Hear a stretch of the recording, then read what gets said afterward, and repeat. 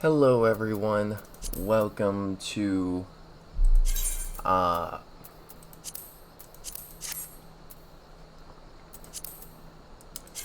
part, I forget which part this is, but welcome to the next bit of Final Fantasy XIV Endwalker. Last time I didn't do this so well, and also my settings for OBS were not good for some reason, because when it updates it resets everything again. So I've adjusted it. I think it should look better, but I'm not positive. It should look 10 times better, but we'll see. Anyways, yeah, it's an honor to finally meet you. We of the Garlemald Ironworks will be ferrying you and your contingent across the mountains and into Garlemald. For many of us, it will be something of a homecoming. Our illustrious founder was only our most notable Imperial defector. For that reason, the company is committed to the success of this expedition. Our resources are at your disposal, and if there is aught we might do to be of further assistance, please do not hesitate to ask. If you are ready to depart, I will ready the engines. Alright, also, I kind of leveled myself up a bit over time. So that's probably not going to be a problem, hopefully, but yeah. I'll lower the master volume in case you guys can't hear me, so here we go.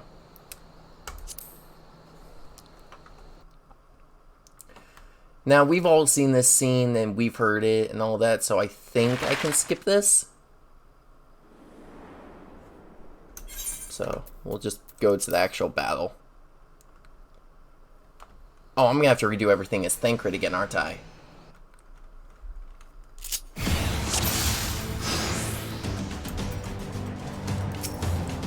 Assuming there is nothing else you wish to confirm, we may commence the mission as soon as you are ready. Okay, I know how to do this Keep now. your wits about you. It's time. We only have one shot at this, so let's make it count.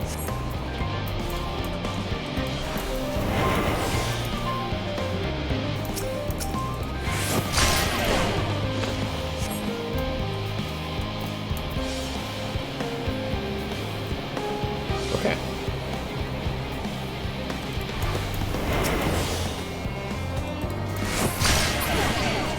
Damn.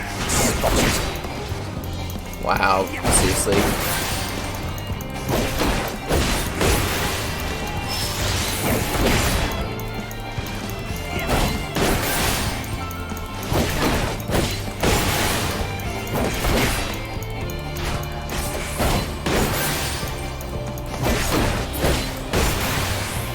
Damn it, that rose it to 20. Oh, shit.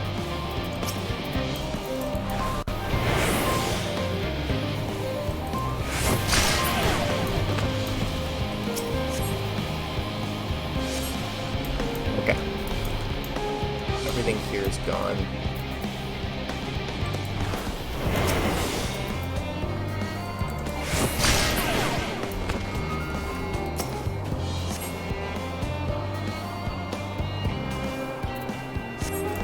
Okay, set 1.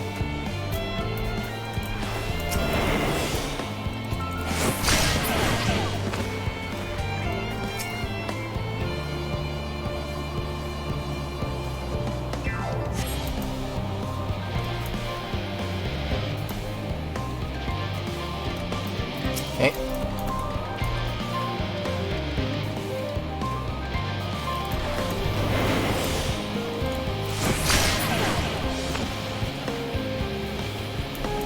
Oh shoot, I'm missing one.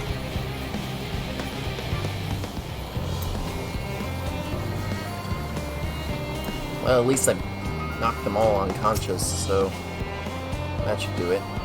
Hopefully.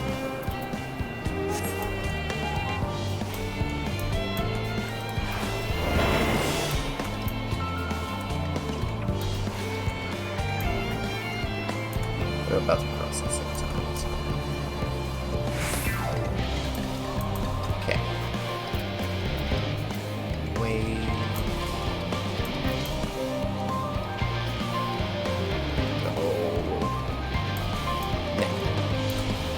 There we go. Okay.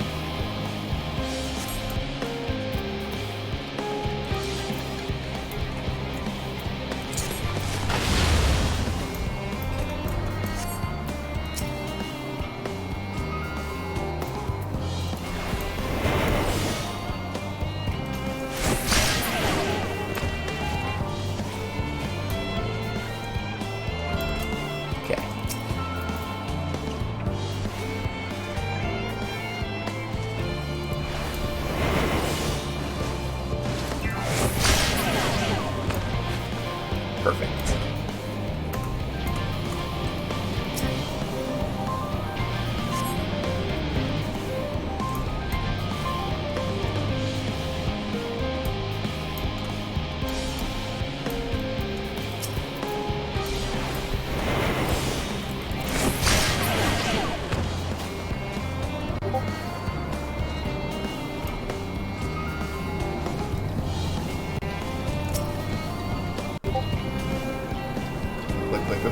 Wait.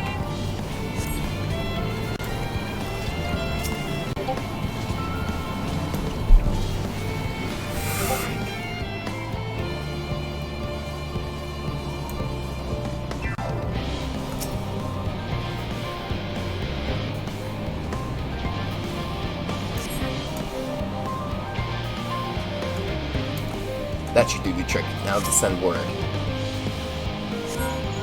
This is Thancred. The explosives are in place. Very good. All is proceeding as planned.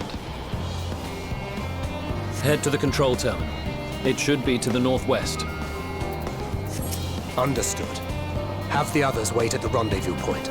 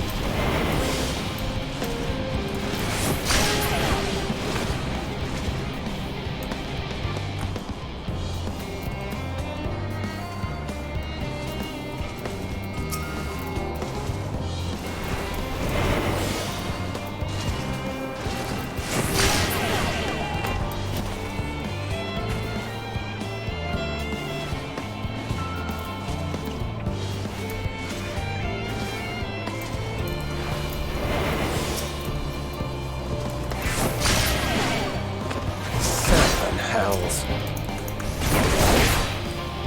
Damn it. Shit. I gotta make this quick. Otherwise that's gonna be the end of it.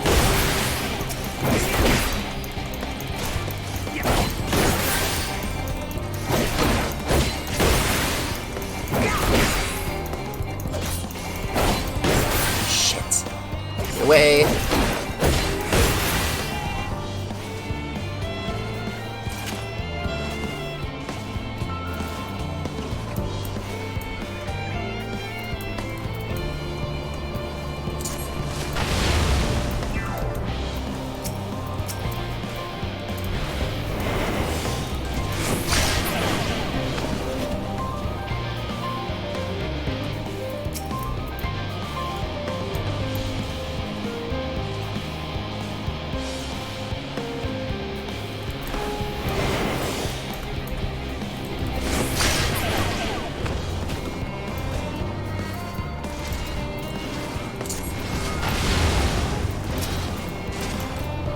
God. Now.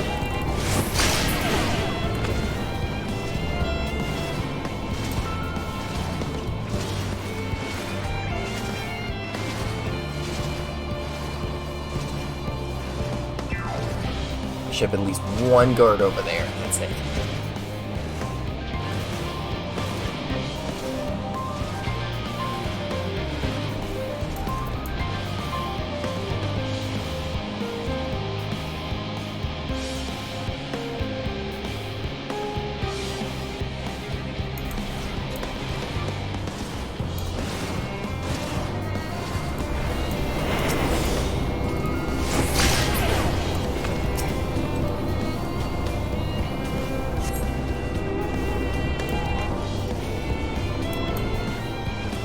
That's it. That's the control terminal.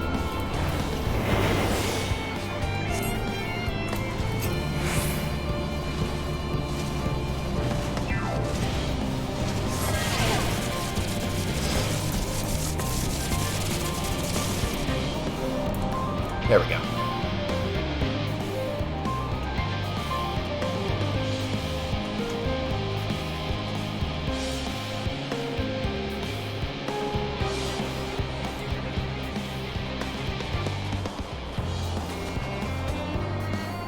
You are returned, and none the worse for wear, to my considerable relief. What news from our comrades? They stand at the ready. Excellent. Then let the fireworks begin.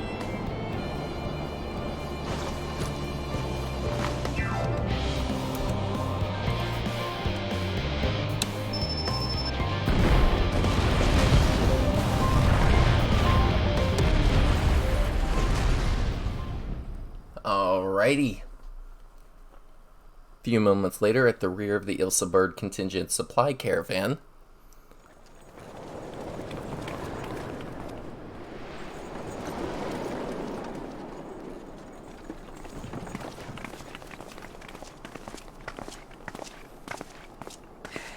The blizzard's beginning to clear. The Vanguard should be engaging the Imperials any moment now, if they haven't already. Ishtola and the others are with them, so I'm sure they'll be all right, but...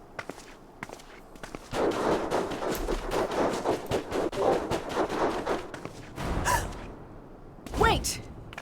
Something's coming!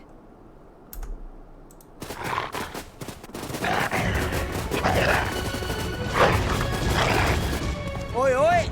Looks like we ain't the only ones who sent out scouts. Keep them away from the carriages! We lose those, and we're as good as dead!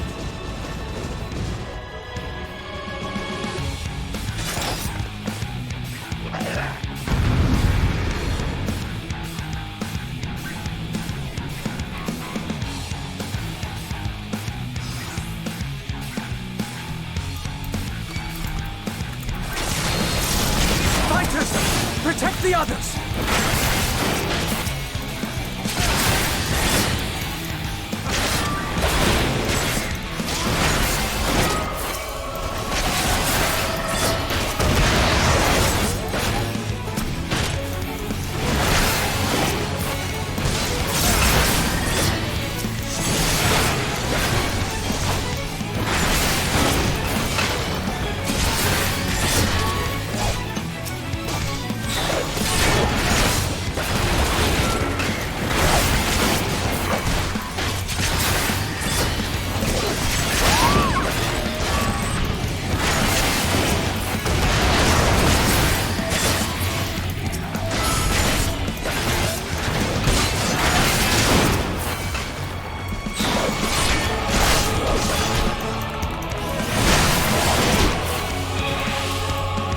A brief respite, but stay alert.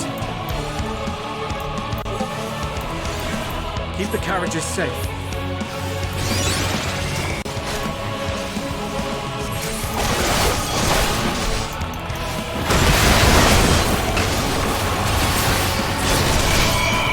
What impeccable timing! Fear not, friends! The savior of Ishtar is here! you got that right.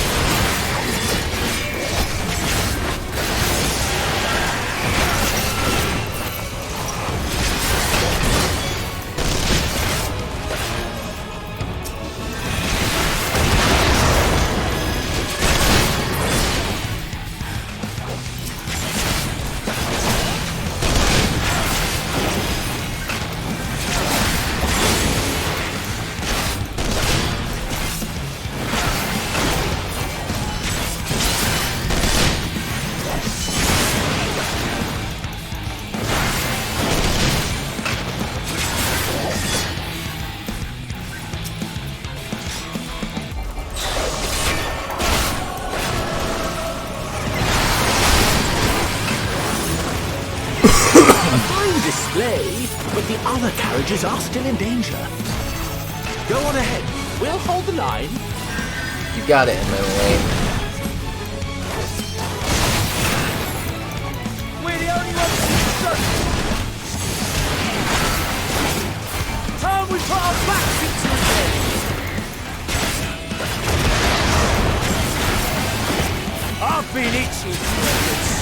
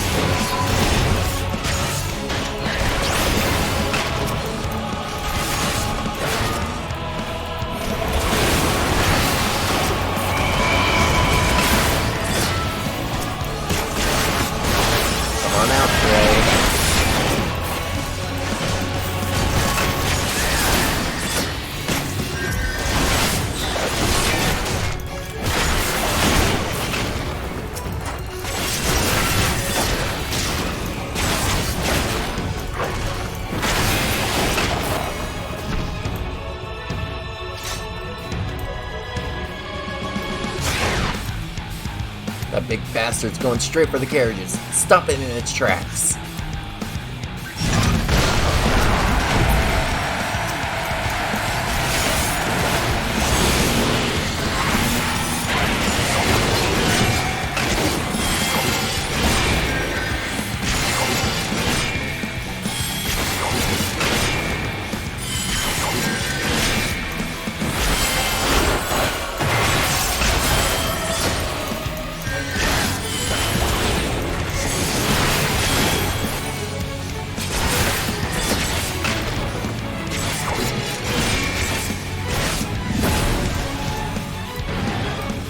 You lot alright back there?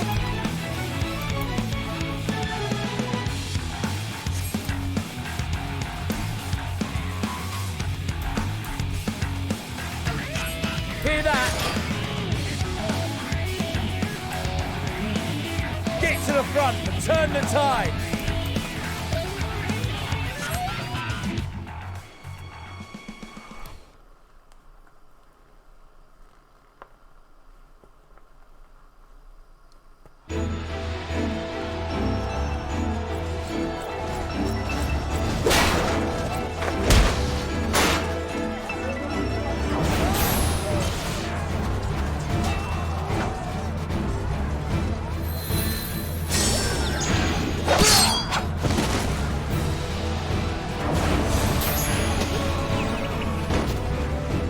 Removed from the field was not a euphemism for enthusiastically murder.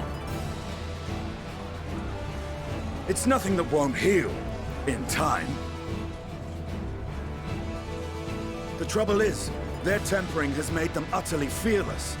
Subduing them would be easier if they had the capacity to submit in the first place. Well, this is the path our young charges would have us walk, and that we all agreed to follow. You knew it would be hard, yet still you pledged your lance, did you not?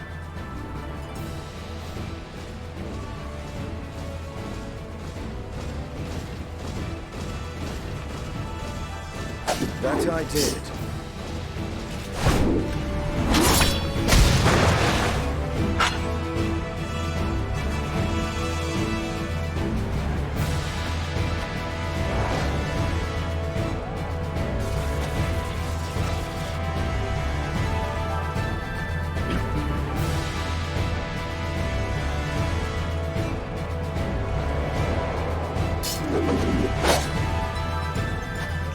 That's Vigilia!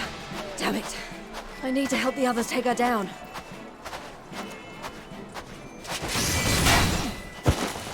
There's no end to them!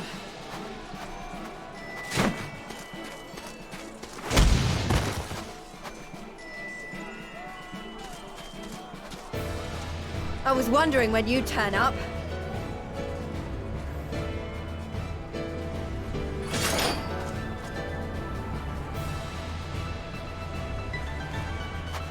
There's no stopping us now. Come on, let's show them what we're made of.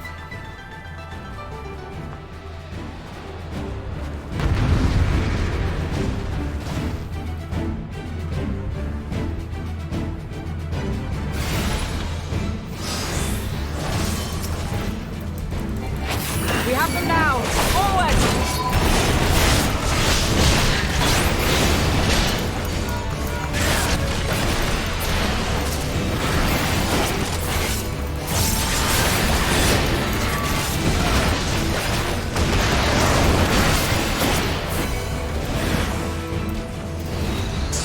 Right!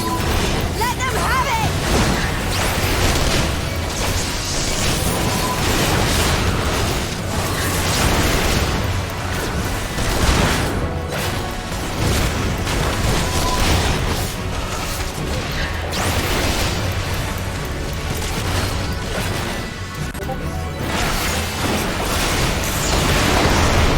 As a raging bull!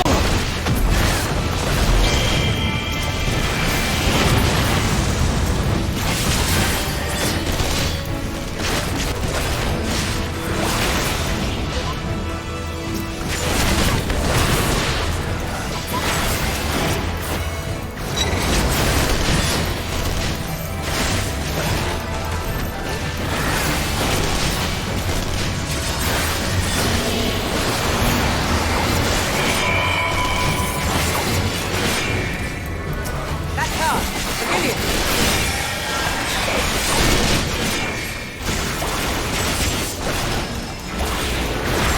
Do not fall behind!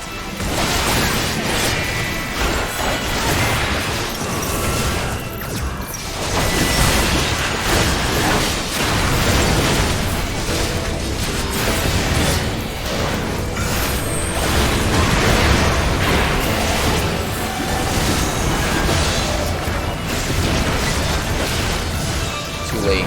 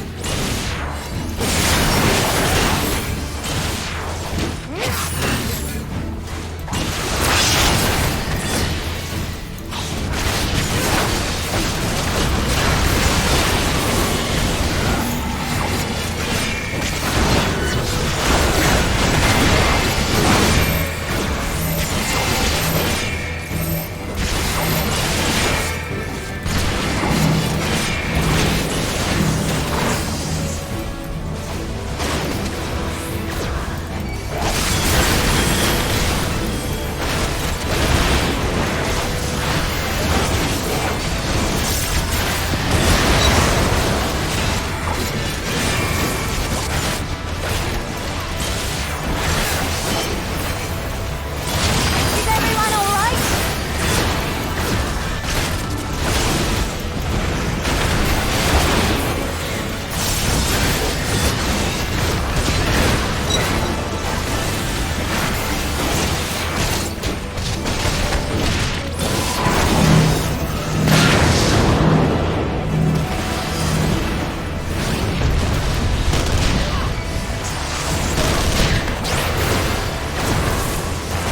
Or die!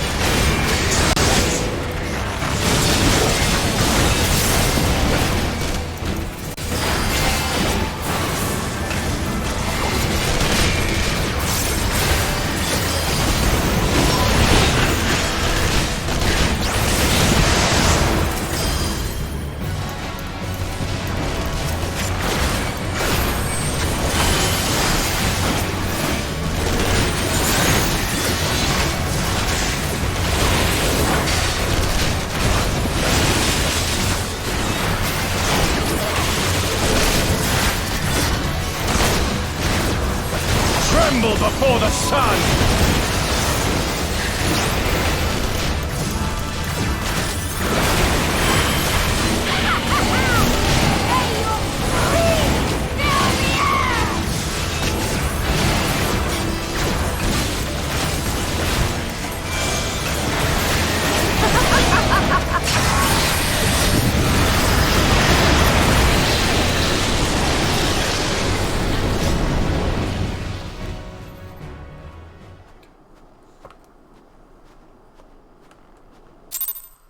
Okay.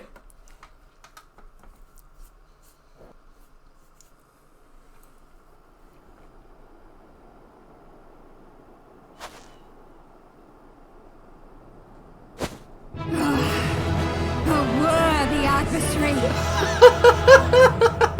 Rest, recover, reclaim yourself.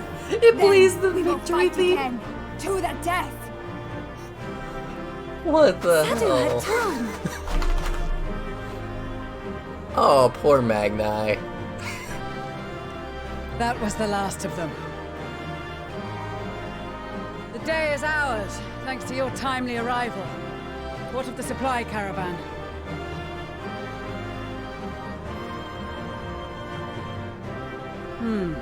Outmaneuvered, but not outmatched. Good. Let us take the Imperials into custody and rejoin our comrades.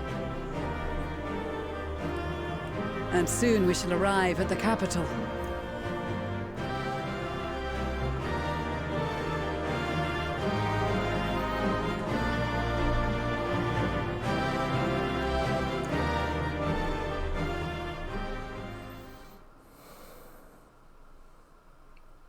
So cold and unforgiving.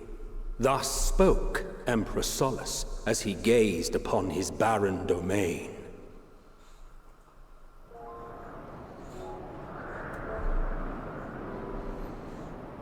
"800 years it had been since the Garleans first set foot here.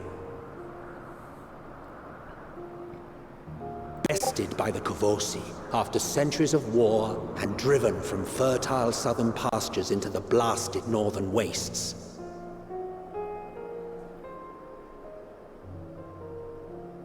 In that garden of desolation, they clung to one another for warmth, freezing, hungry, desperate, hated.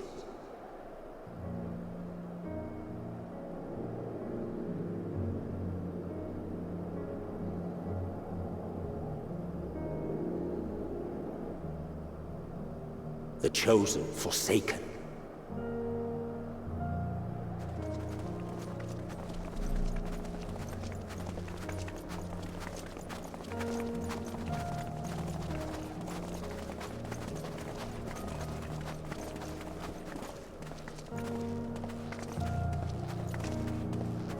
In the year 1513 of the 6th Astral Era, a young legatus named Solus single-handedly sparked the Magitech Revolution.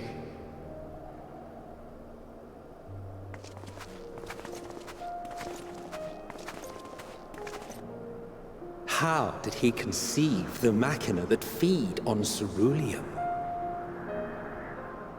Once a common, soft-spoken soldier, how had he so quickly ascended through the ranks? Like so many others, those who knew the truth are gone. Taking in the capital with his eyes for the first time, I recall thinking to myself, far colder on the earth than in the heavens.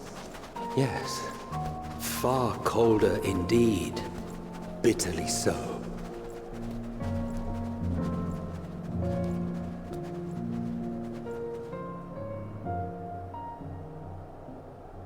So this is Garlemald.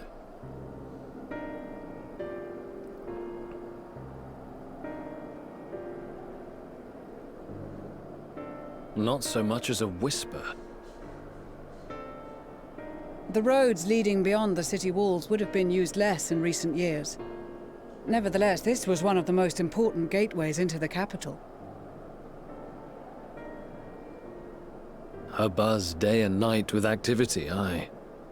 Merchants passing through the checkpoint, many of them stopping at the local hostelries. Surely they cannot all have been tempered. We can consider the question after we have made camp. If we spend any longer outside, we may well freeze to death where we stand. The tempered Imperials, too.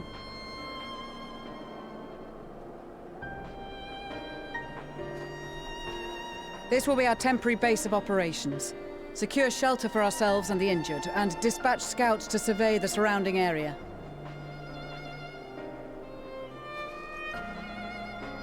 If we're planning on staying here a while, we ought to give this place a proper name. Well, the constant sound of ice cracking underfoot makes me think of broken glass. An apt name, perhaps.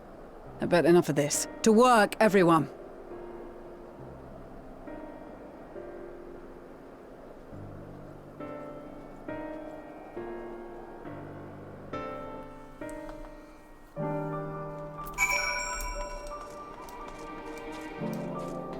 Camp of Broken Glass. I think that's the name.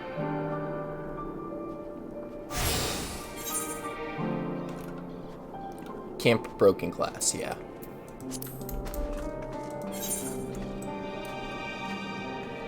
There's another one at Tertium. Regio Demorum. Cerulean Ingens and the Embland Rhyme. Mothering Station 6. Alta Strata. Forum Patents. Palatium Novum. Sinaculum Imperialis. Insletum. Forum Solius. That's bound to give some kind of lore purpose. Tapper's Den.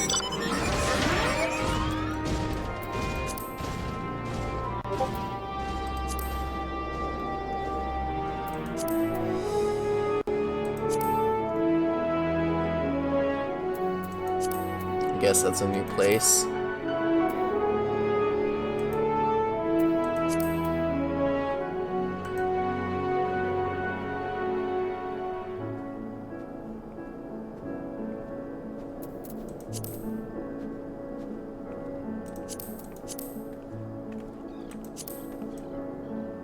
So that seems to be all the places. We're almost done then. Okay. Interesting how we're close to being done, but alright then. In spite of the obstacles we faced, our plan proceeds apace. Just a little further and we will reach the capital itself. Still, we mustn't get ahead of ourselves. As soon as the camp has been made fit for purpose, we are to discuss a course of action with Lucia. Would you mind asking your stolen Graha to join us in that building up to the northeast of the camp? Alize and I will meet you there.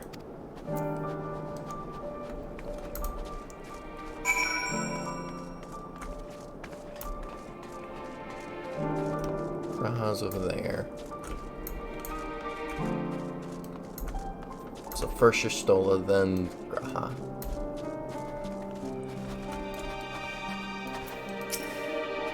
A meeting? Yes, I'll make my way over once my head is cleared. In truth, I've been feeling out of sorts since we arrived. The air is thick with a palpable aura of malevolence. 'Tis the monstrous tower on the horizon, jagged, hideous, unholy. Even at this distance, its presence is overwhelming. Much like the sensation I felt in the Tower of Zot, only far more terrifying. The ether flows unceasingly towards it, converging into a swirling mass of unfathomable power. For a blessing, the constant chill in the air is helping to anchor my senses in the here and now. Tell the others I shall be with you in a few moments.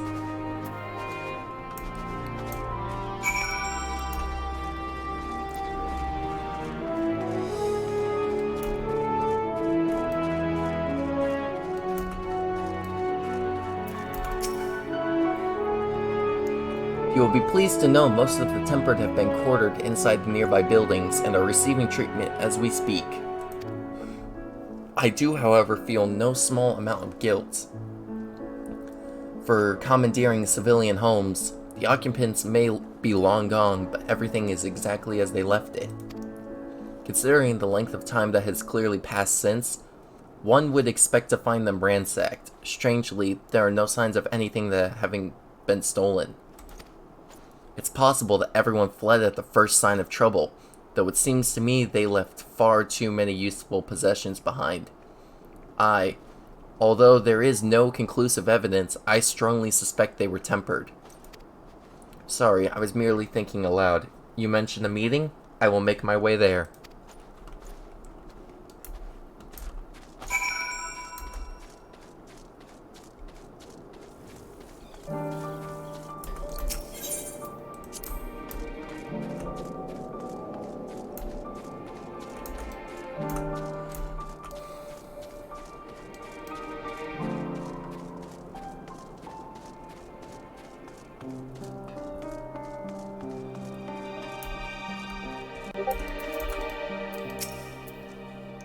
Thank you for informing the others of our meeting. When everyone is here, we will begin.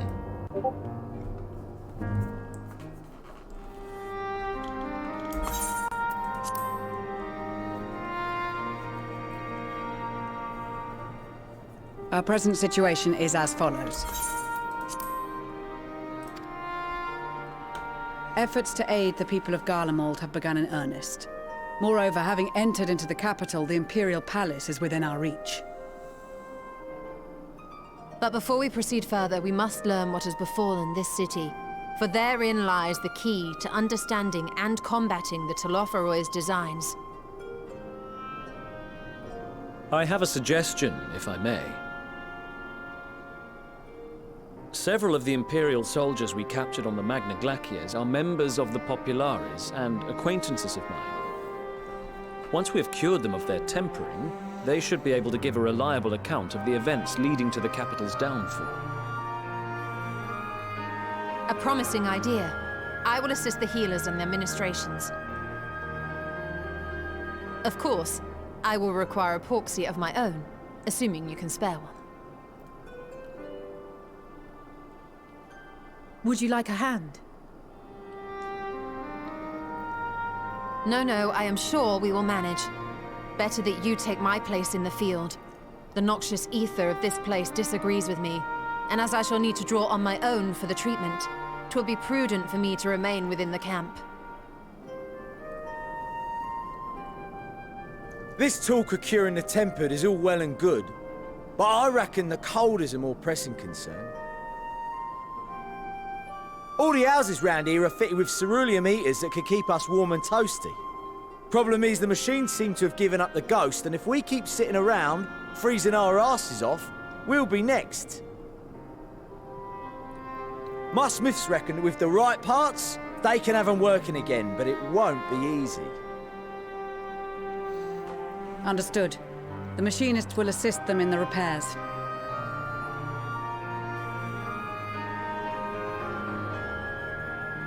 The rest of us should either stand watch or survey the area.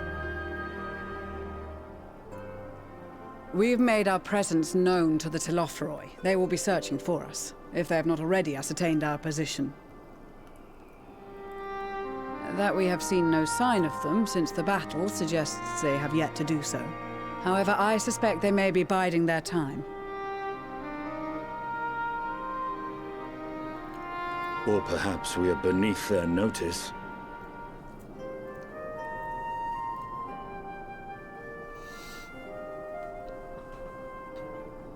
In any event, we'll find no answers standing around here.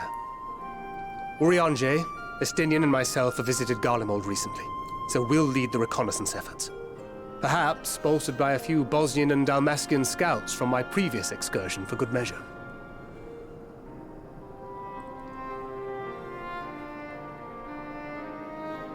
Don't forget about us Alamegans. We have experienced scouts of our own. Well now, this is turning out to be a rather sizable team. With such numbers, we should be able to cover a wide area with relative ease, including that surrounding the Imperial Palace. How about you, Graha? I have a feeling we'll find a use or two for that vanishing spell of yours.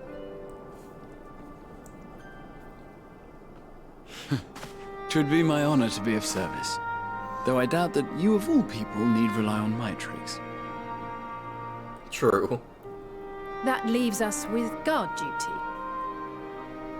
How am I handling it? As a matter of fact, I have something else in mind for the two of you and Alphino. Oh? Between here and the center of the capital lies the Eblan Rime. I would have you search the area for survivors. Oh, Your okay. keen sense of direction, honed in your extensive travels, should prove useful in navigating the ice fields.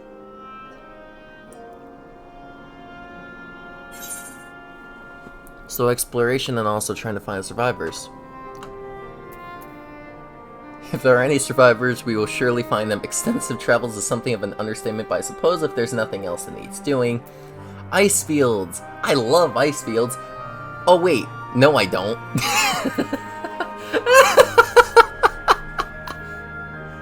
Okay, that option is way too tempting because that's way too funny.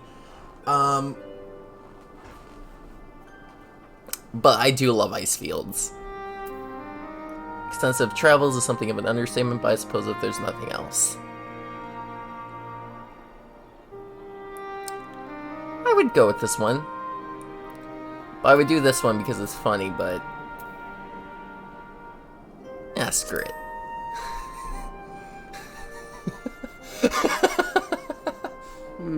As ever, you do not want for enthusiasm.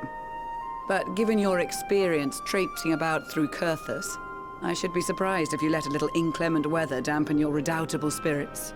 I would just make... And even if that were the case, the promise of hot soup upon your return would surely spur you to action. Oh!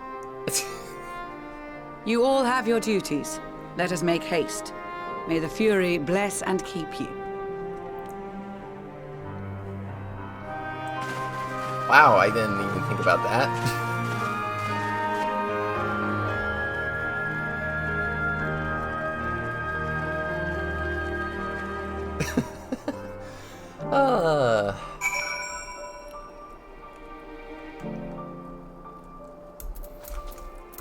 I'm glad I picked that. That was way too funny.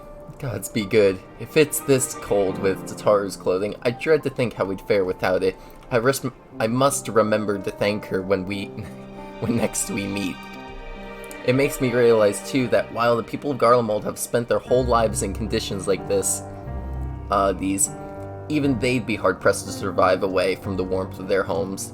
If there are any survivors, we must find them, and quickly.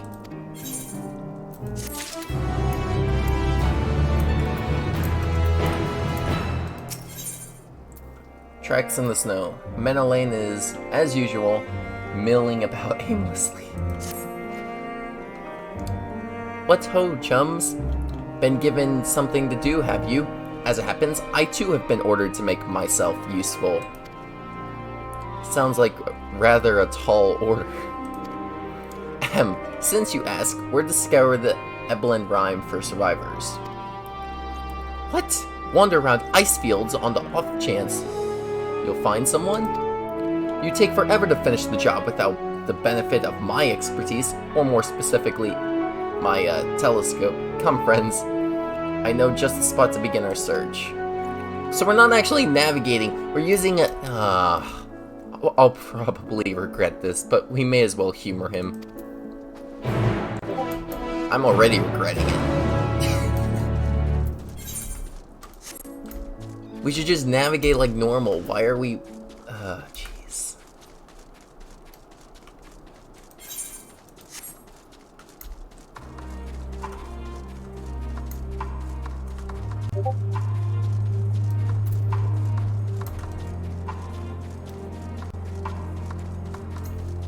This is giving me so much Final Fantasy VI vibes. I'm so happy about that.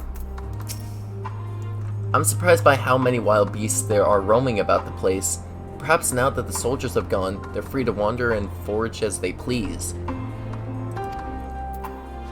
Yeah, this is like reminding me of Narsh.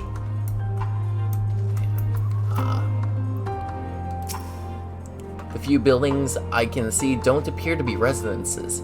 They may still warrant investigation, though.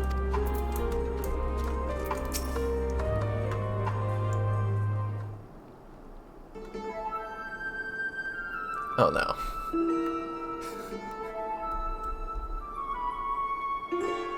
I spy with my little telescope. Oh god. Massive sheep thing, or maybe it's a cow. Not that we're after either way.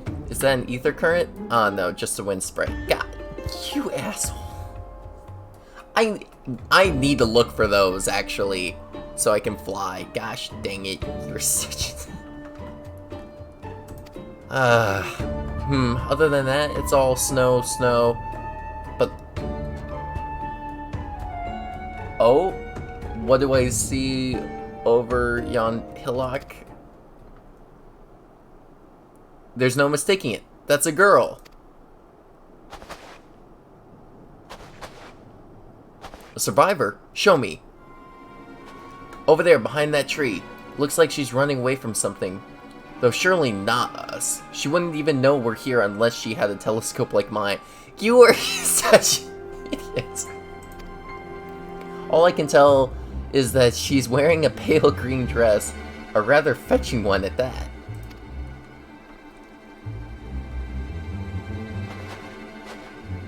She'll be long gone by the time we get anywhere near, but we should be able to follow her footprints.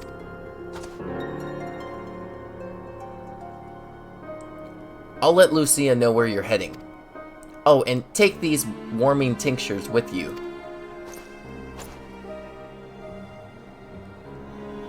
I just thought of something.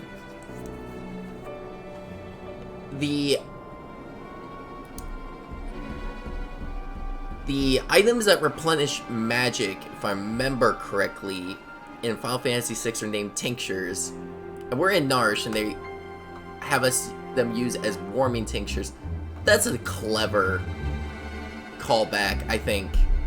I mean, it could be something... I could be throwing this way over my head or something like that, but I think that is a reference to that. And if it is, that is really clever. But yeah. The poor girl must be chilled to the bone, if not on the verge of freezing to death. That's actually very thoughtful. Thank you. But won't you need some for yourself?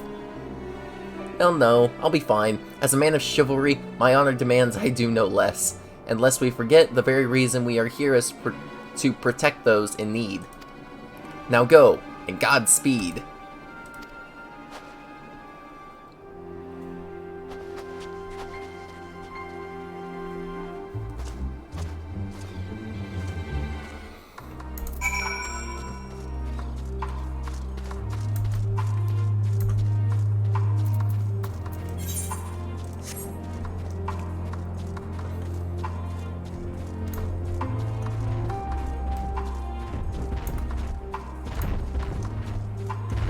I love this music here.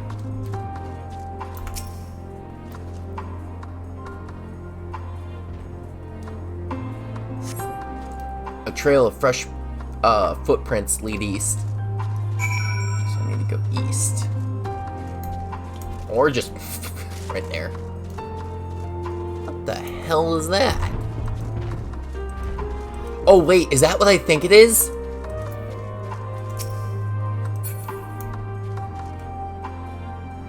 No, it isn't. Ah, damn it. I thought maybe it was like the boss from the chamber in Final Fantasy VI, but it's showing up as a regular enemy. Damn it, that's not it. These footprints appear to be the same as though you saw previously, and they lead towards the building.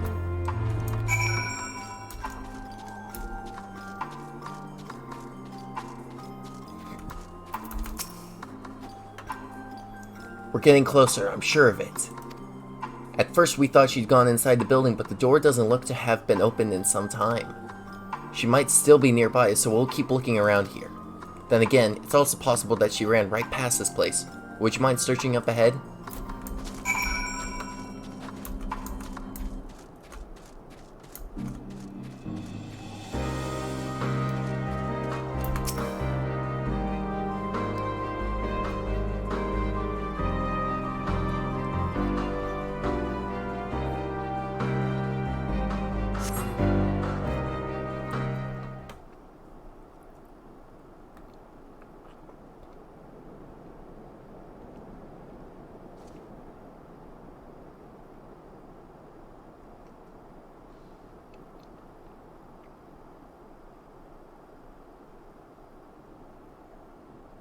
Over there. The girl in the green dress, anxiously surveys her surroundings. Were you to call out to her from this distance, it might attract wild beasts to your location. It would be safer to get closer first, but you must do so without drawing her attention. Oh, God. This is painful. Follow the girl from a safe distance. The objective will end in failure if you are noticed. Make use of covers such as rocks to approach her without being seen. Similarly, the objective will also end in failure if you fall too far behind. Should you fail to complete the objective, you may try again by returning to the designated location. Oh, God.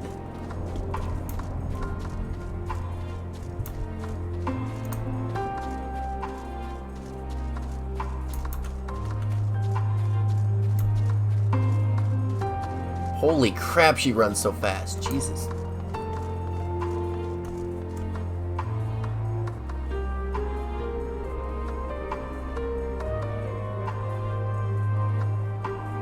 So far, so good.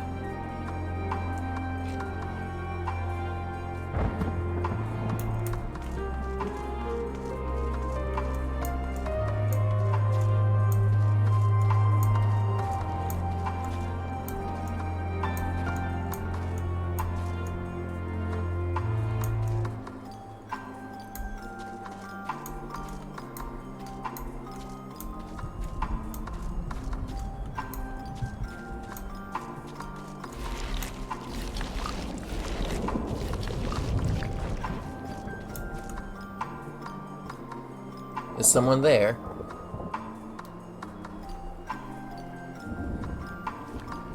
I must be imagining things. God, this is way too stressful.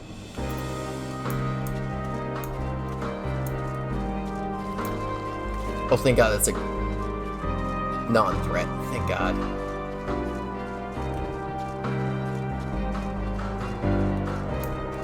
Better catch my breath.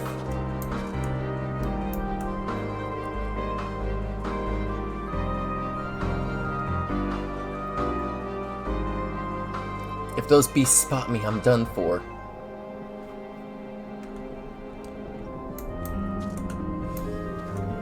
God.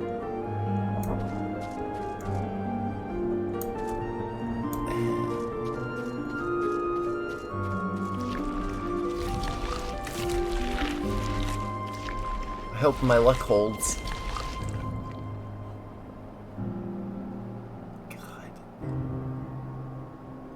Got to keep going. They're all depending on me.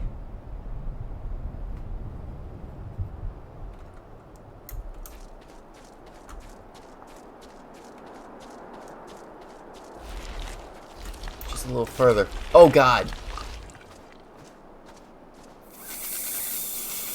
Fuck. This is it, the final spurt. Okay, thank God. Run, please.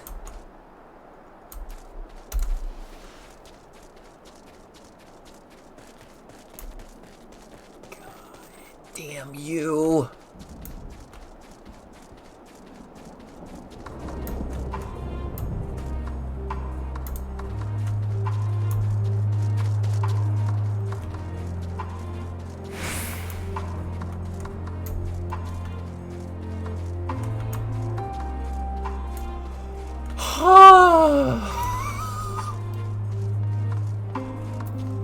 Hi. Phew, still in one piece. I'm sure this is gonna go well.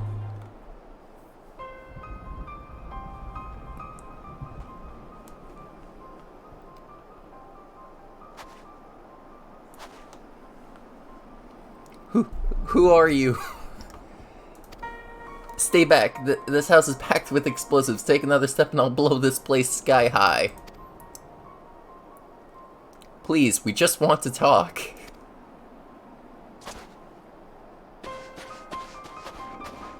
I'm Alphino. This is my sister Alize. And our good friend, yeah. We have no intention of hurting or taking anything from you or anyone else. I give you my word. We and our comrades have come to provide aid to the people of Garlemald. aid? You savages are the ones responsible for all of this. You did this to us. We didn't, I promise you. One of the other reasons we came was to find out what happened here, in fact. The Telophoroi are the ones to blame.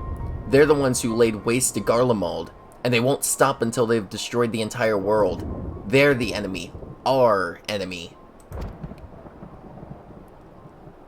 Our enemy. On our way, we encountered Imperial soldiers who had been made their thralls. Those poor souls are now in our care, and we are striving to cure them of their affliction.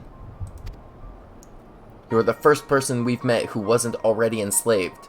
How were you able to escape the Telophoroi's influence? Are there any others like you? I'm sorry, I don't mean to overwhelm you, but let's start with introductions. Can you tell me your name?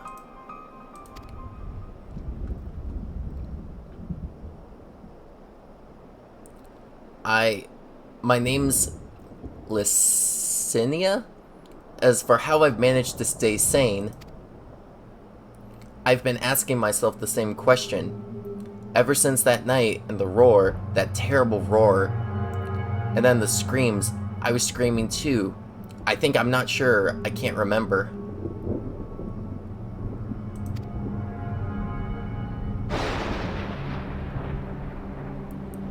Then came the silence. Everything was still. It was like waking up from a nightmare. I thought that maybe the fighting had stopped, so I stepped outside.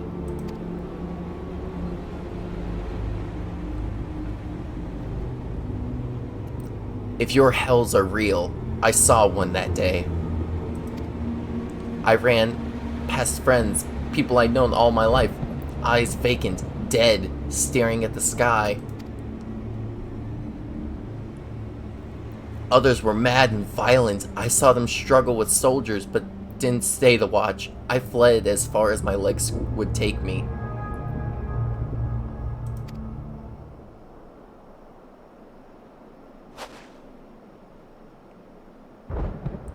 Do you have family here? Is this their home?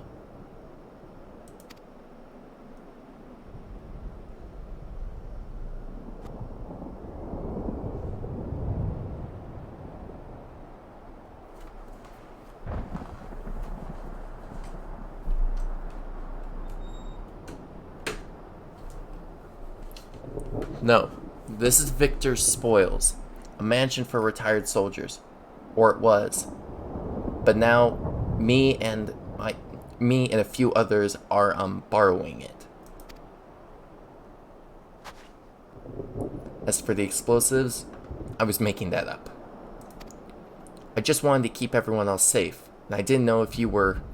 The truth is, our supplies are running low. You said you're here to help? Can you? Of course. Whatever assistance we can provide, we will. Thank you. I'd better tell the others first, though. Wait here.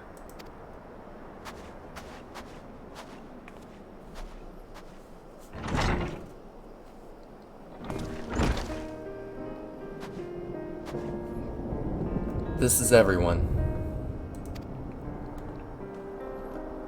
Licinia says you can be trusted, but these are desperate times. We'd be fools to let foreign troops into our home. Having said that, were you to provide us with means of heating the place as a sign of goodwill, perhaps we could take you at your word. If that is too much to ask, then leave us be. Time to put my firewood gathering skills to use. Could you provide the spark with a little magic, Alize? We'll have a fire burning in no time.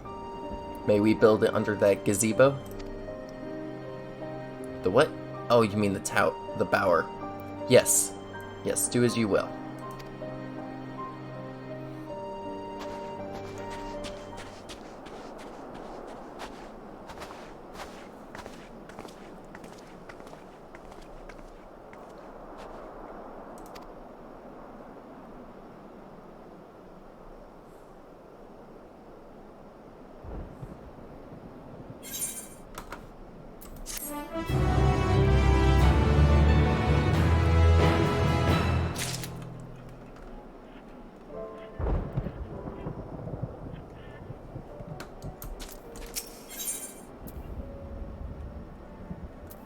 How the mighty are fallen.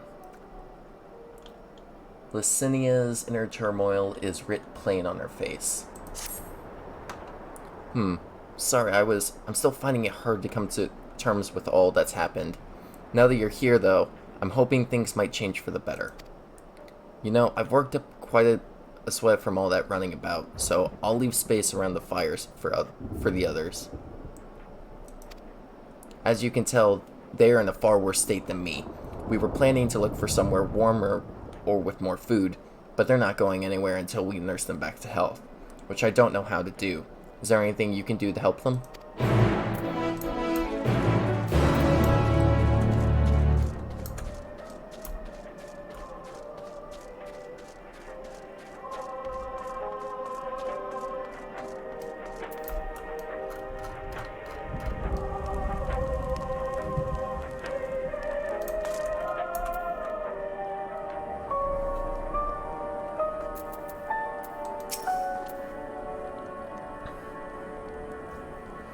I can treat their frostbite and their wounds, but it will take time for the fire to do its work.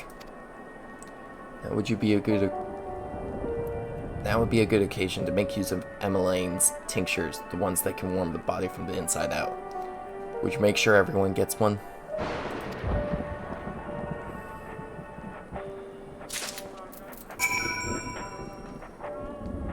The numbness is beginning to subside, though I suspect once the fire dies, it will return with a vengeance.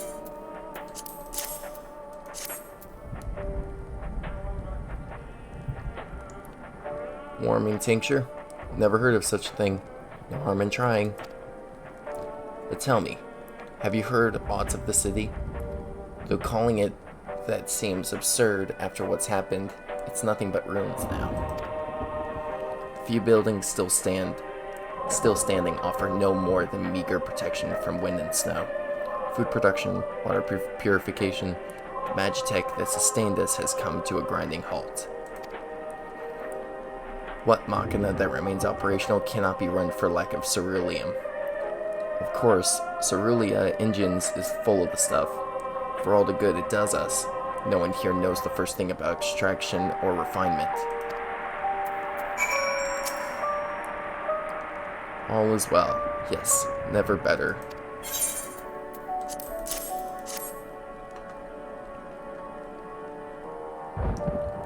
Oh, what sweet libation is this? Is it poison by any chance? Haha, 'twas a joke. If I laugh, 'tis that I may not weep. So said the poet, and alas, my tears would freeze on my cheek ere they fall. We are the blessed damned to bear witness to the fall of the great empire, while our brethren lie dead, or live on as puppets of flesh. First came the war, then came the roar. When morning came, Garlemald was no more. The cacophony of gunfire, explosions, screams was our beloved capital razed to the ground. From the rubble rose the disheveled remnants, their lavish finery caked in ash as they shuffled mindlessly towards the palace. Each bearing a fragment of stone or metal, and offering perhaps the architect of our destruction. A hopeful new few tried to reason with the deranged, only to be beaten to their kindness. Or for their kindness. But I knew better than to plead with the horde. I fled with my health, if not my conscience preserved. Now I wait with my fellow cowards for our final judgment. What do you want?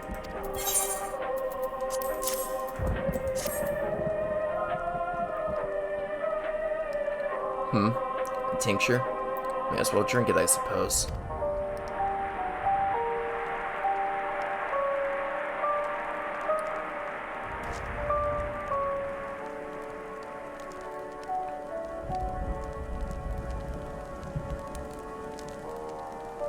This? It's a radio. You don't have them where you come from, I take it. We use them to listen to messages sent by others, even over great distances. There are different types, but this model is by far the most popular. Made with quality components crafted with the finest ore, sourced from Locus Ammonis, it is. not all that useful since the capital fell into ruin. People at the broadcasting station must have either fled or ended up like all the others, because all we've been hearing is the same music, being played over and over again. Home Beyond the Horizon, an ode to the brave men and women sent to reclaim our ancestral homeland of Locus Amonis. We may have founded an empire in these frozen wastes, but we always hope to take back what was once ours. 'Tis a solemn reminder that, though we must suffer great hardship, better days will surely come. Despite everything, I believe that Emperor Varus yet lives, and that he speaks to us through our radios. It was a cunning strategy faking his murder. He must have foreseen this catastrophe and chosen to conceal himself, that he may one day make his triumphant return. Yes, I'm sure of it. Emperor Varus would not be defeated so easily.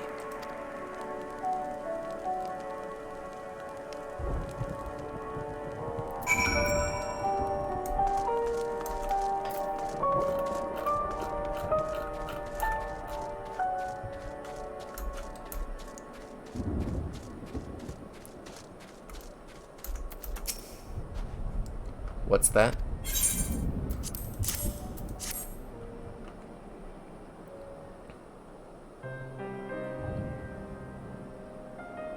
So this is what you gave the others. Thank you. I'll save it for later. Actually, I have a few things to ask you. Are you part of the group staying in Laterum? I saw Legatus Vergilia's troops heading towards the Magna Glacias a few days ago. Are you the ones they encountered? Or are they the ones you encountered? Blech.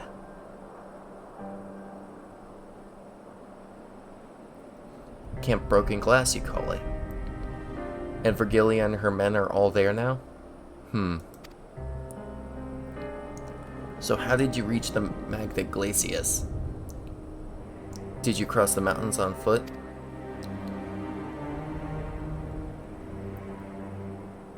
Airships? Then there might be a way to... Assinia? Where is everyone? Is something the matter?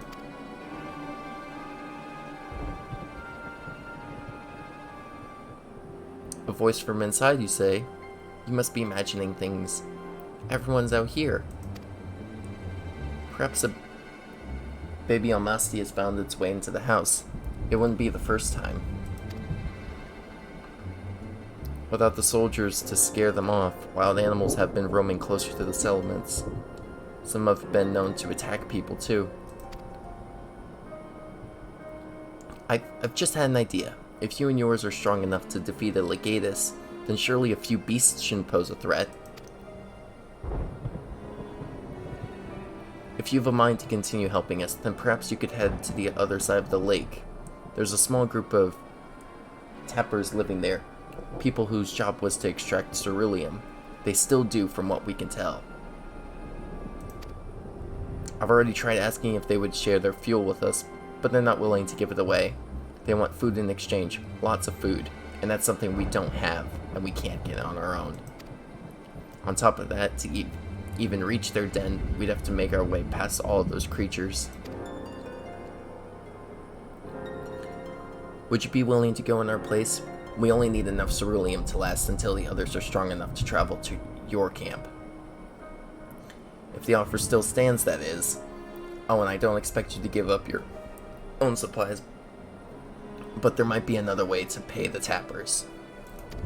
If it's ceruleum you need, then ceruleum you shall have. You best watch out for baby Almastes while we're away.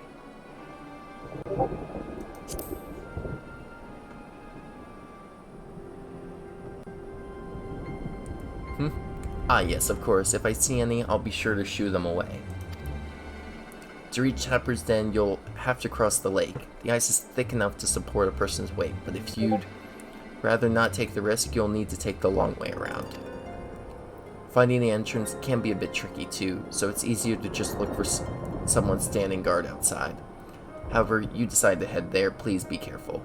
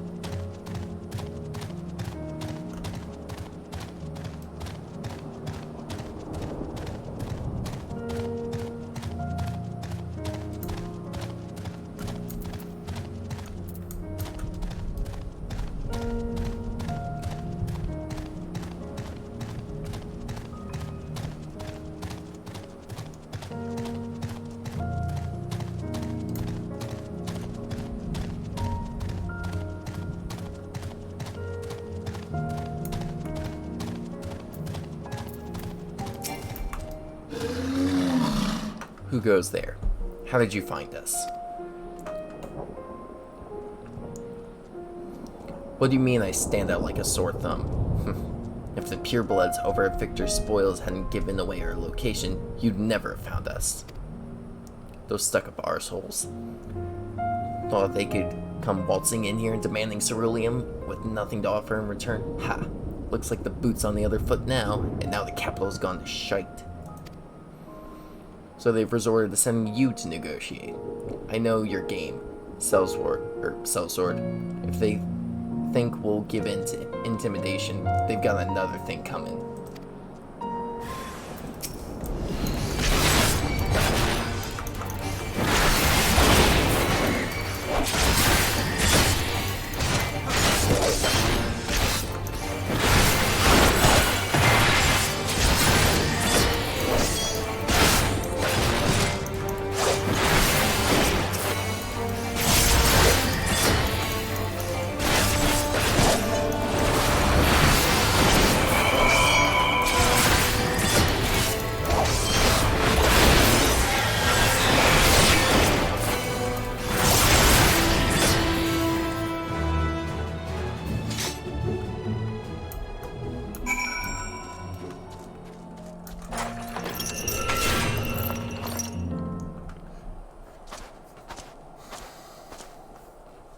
There you are.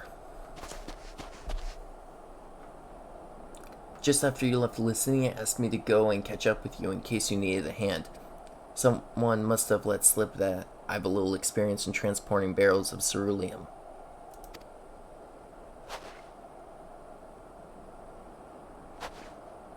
So this is Tapper's Den. Well then, after you.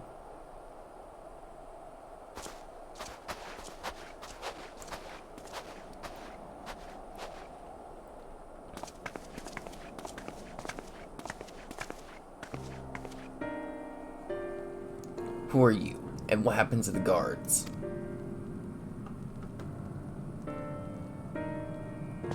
Eorzeans and rebels are... Eorzean rebels here to save the people of Garlemald? That doesn't make any goddamn sense. Why in the hells would you pass up this chance to put those Imperial bastards to the sword? Let me guess, none of you are Garlean. You were brought here from other lands?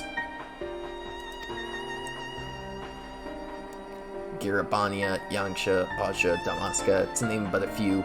Some dragged here against our will. Others fed bollocks about a better life. All put to work extracting ceruleum. All given the esteemed title of An, placing us firmly on the bottom rung of the ladder. But the old hierarchy means nothing in the new Garlemald, says we.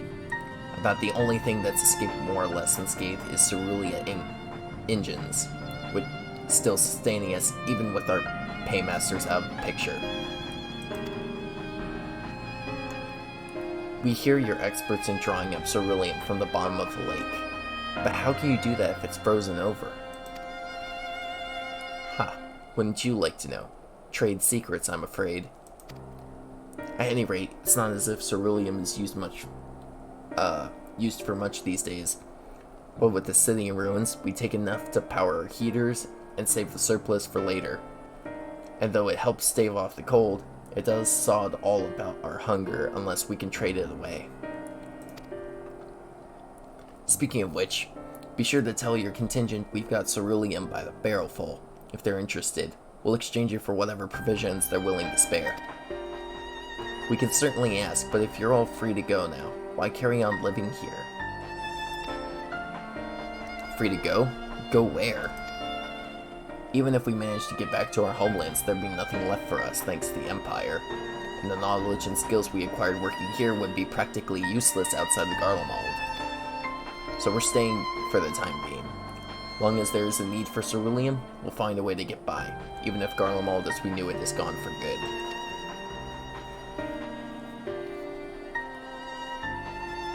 Gone for good?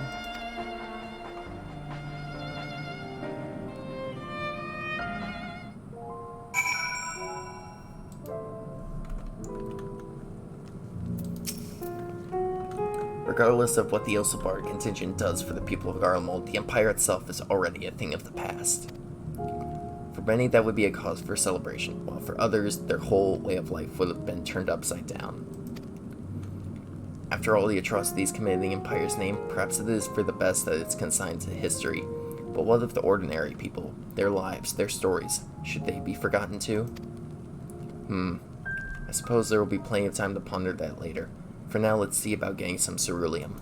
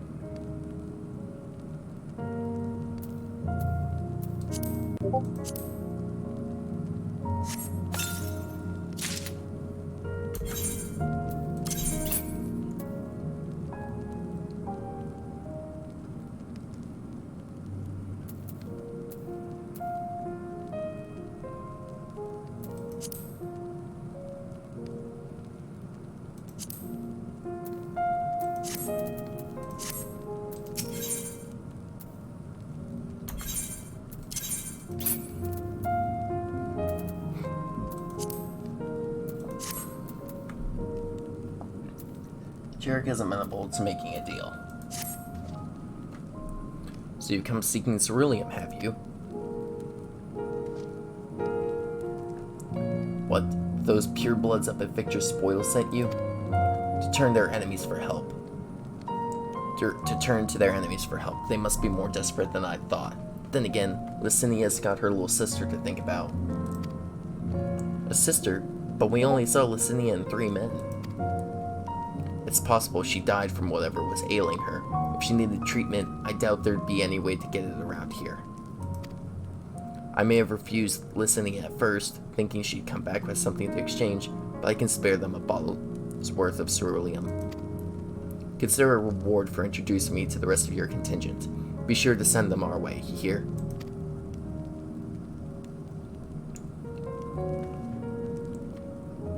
I can't for the life of me think why Licinia would keep her sister a secret from us, but we can ask about that after we've delivered the cerulean. Come on, let's hurry back.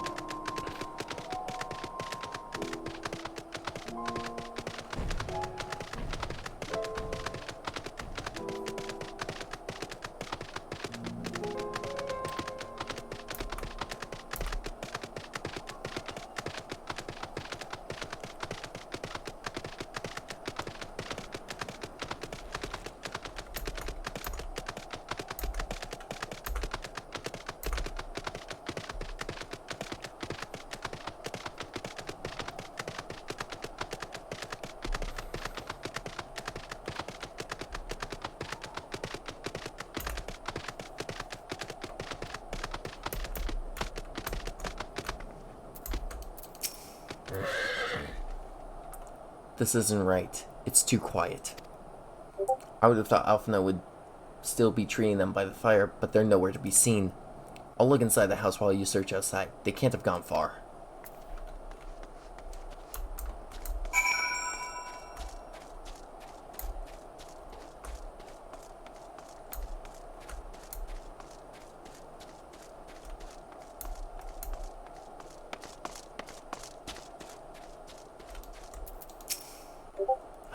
Damn it. Damn it all.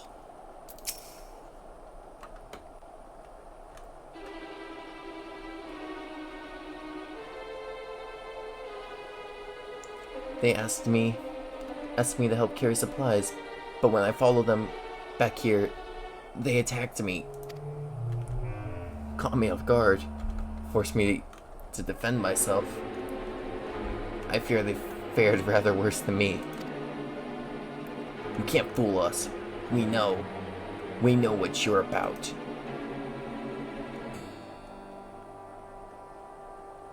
Vultures. That's what you are. Waiting in the wings for us to show weakness, then in you swoop.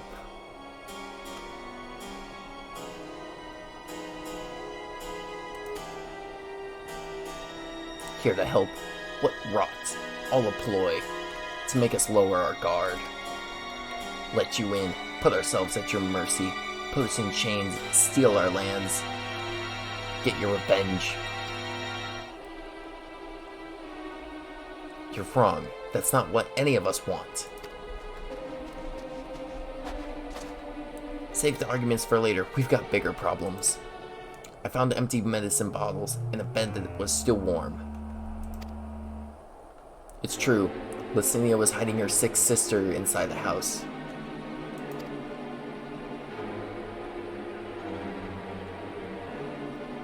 But now there's no sign of either of them. Where are they? Where did they go? Away from you and yours. And if you think I'll tell you, you're a fool. I'd never give up my people. We're trying to help them, you idiot. Her sister's ill, the empty bottles prove it, so the medicine ran out, or she put it in her pockets to make it easier to carry. Or to avoid the sound of clinking glass. There are beasts everywhere. How could you let them go alone? To protect them from you.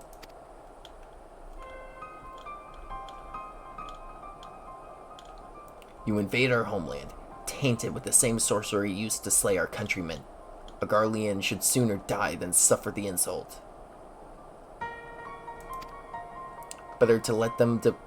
Better for them to flee, keep their purity intact, than be corrupted by your vile magics. We were waiting for a chance to free them since the moment you arrived.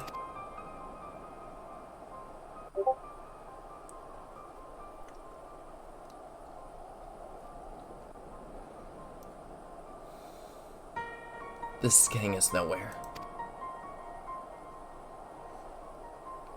I cannot say how Licinia and her sister will react when we find them, but find them we must. Go on without me, both of you. I first need to tend to my injuries, and then theirs. I will join you in the search after. Alright, be careful.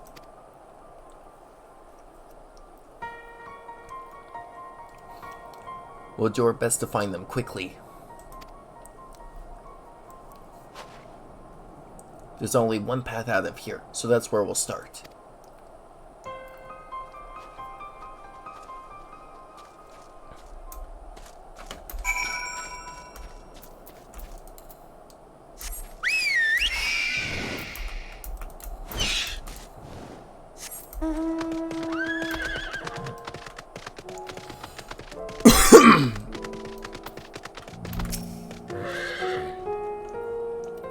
Two sets of fresh footprints, young women judging by the size. This is definitely them. Come on.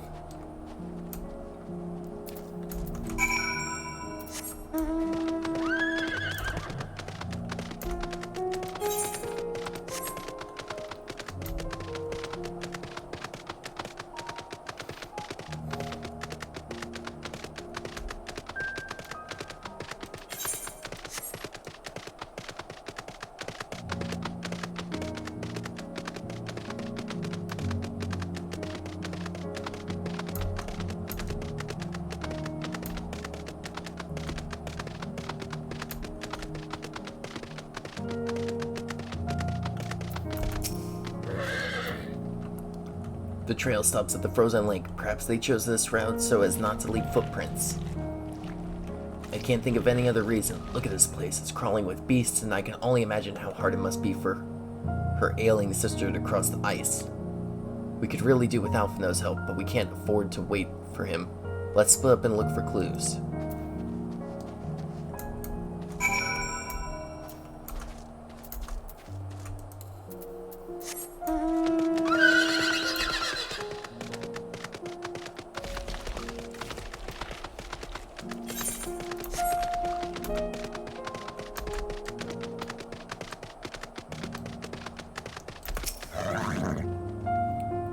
The empty bottle smells faintly of alcohol.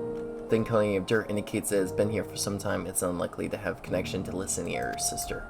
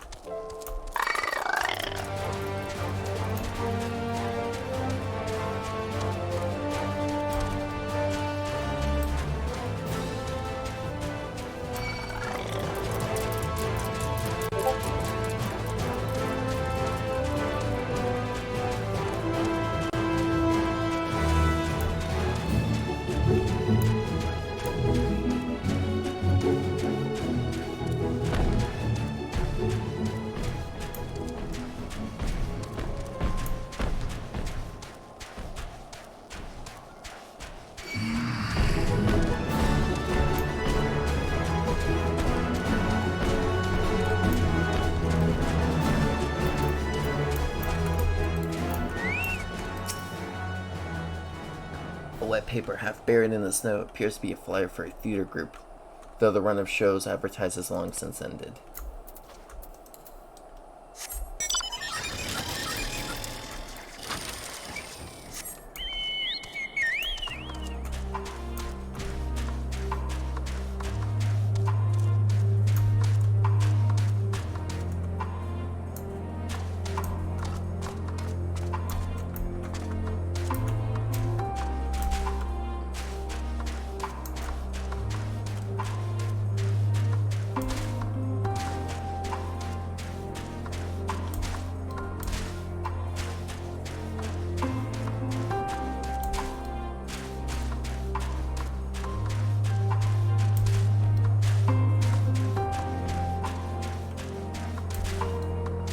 Or just an ether current that's up here, never mind.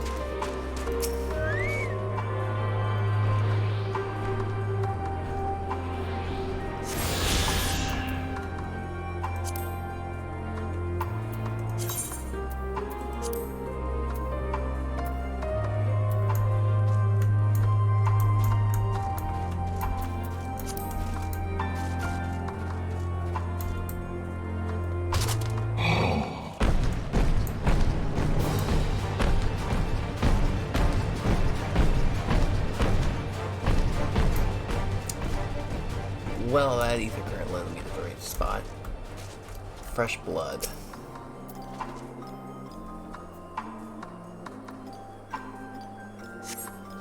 The blood staining the snow appears to be fresh, judging by the amount the victim may have been severely wounded. The trail of blood leads southeastwards.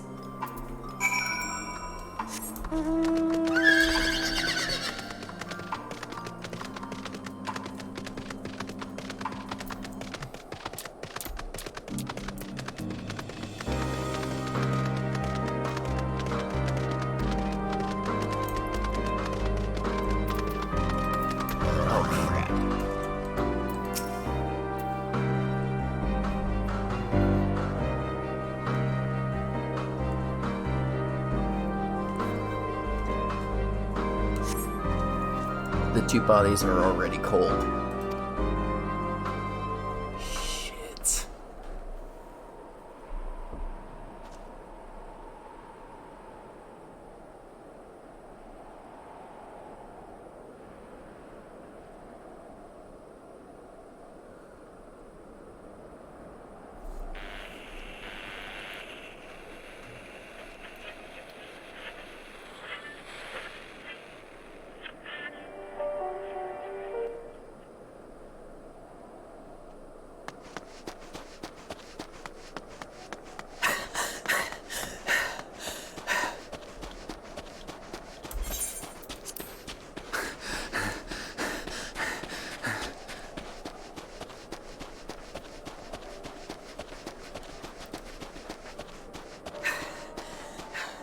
Blood trail.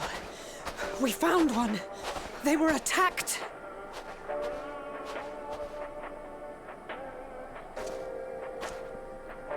I'm sorry.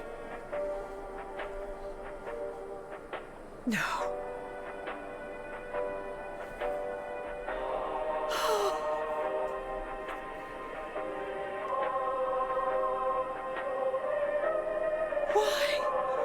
Why wouldn't they?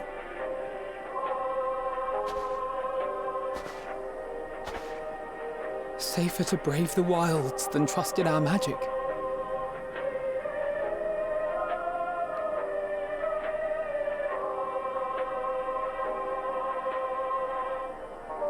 We should have... I should have...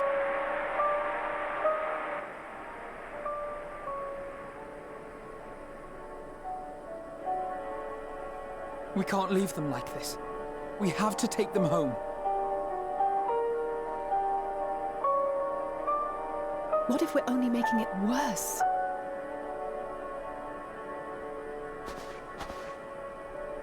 Maybe we don't belong here, but neither did they. Not out here in the wind and the cold.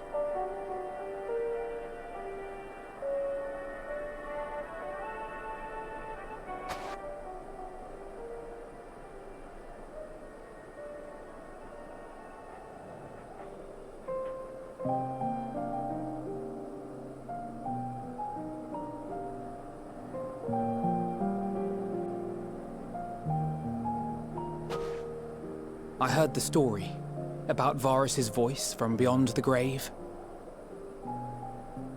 Of course, I didn't believe it, but Licinia and her sister did. Perhaps there's something to the tale after all.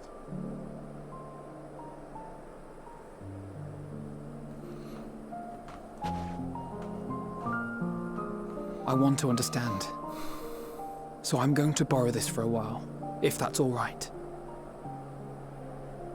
You had every reason not to trust us. We came as trespassers, invaders. But I pray that in time, we will be more than that to you. That we will find a way to help your loved ones. And see that no more children are left to freeze alone in the snow.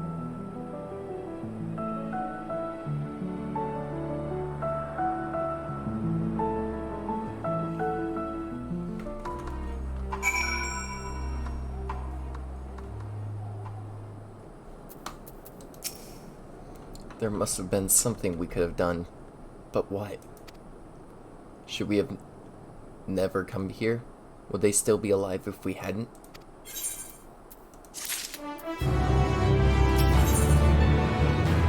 Way forward. Alphinaud's resolve may be shaken, but he has not forgotten his duty. We have already caused enough harm here. Let us return to the camp before we cause any more. As for those inside the house, we should send someone to take care of them. Someone who isn't us. All we can do now is to make our report to Lucia and do everything in our power to prevent further tragedy. So let us linger here no more. Come.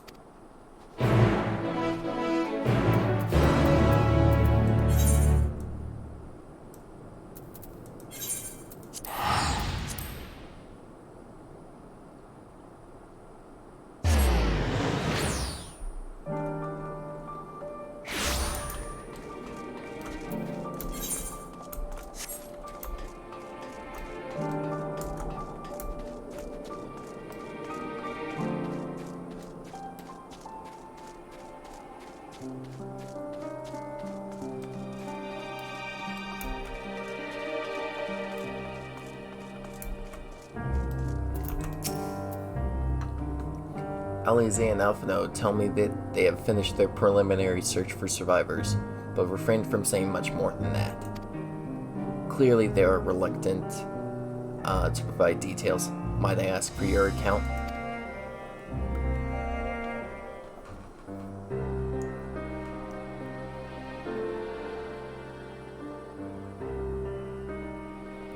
Thank you for your report. We shall inform the troops of these developments, and instruct them to proceed with the utmost caution should they encounter any survivors. Allow me to go and speak with the ones at the victor's spoils. They may be more willing to listen to a fellow Garlean and accept our offer of assistance. I pray you are right. And though I am loath to burden you any further, should there be an appropriate occasion to speak of Licinia and her sister, please do so.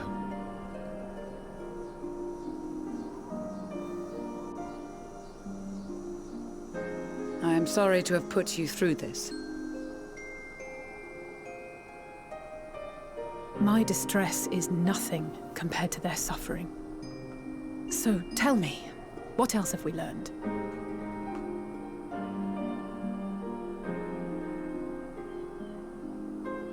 As you may have already heard, we have succeeded in curing the members of the Populares, Maxima identified.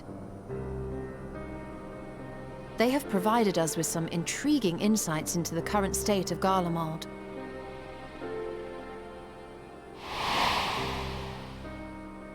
The assassination of Emperor Varus was the catalyst for the civil war. Nerva declared his claim to the throne, and his opponents refused to recognize it. Fighting broke out in the capital, where Nerva's 3rd Legion clashed with the 1st, who remained loyal to Varus even after his death. Of course, even Imperial warmongers would balk at the idea of turning their shining city into a battleground. Like burning down the wood to spite the wasps. Neither side would be so mad.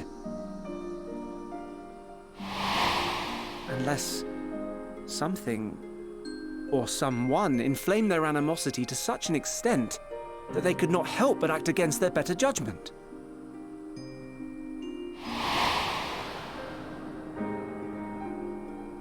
It brings to mind events of the Gimlet Dark, does it not? The Emperor's sudden withdrawal from the front lines, specifically. Nerva and his father, Titus, Varus's then political rival, took advantage of rumors that Crown Prince Xenos had been possessed by a demon. Elidibus, what better way to disparage your enemies than with the truth, or a close enough approximation? Indeed. But before their accusations could be substantiated, many of Titus's followers were silenced. While some were merely stripped of their status, others died under curious circumstances. One after another, suddenly and suspiciously. Again, Elidibus.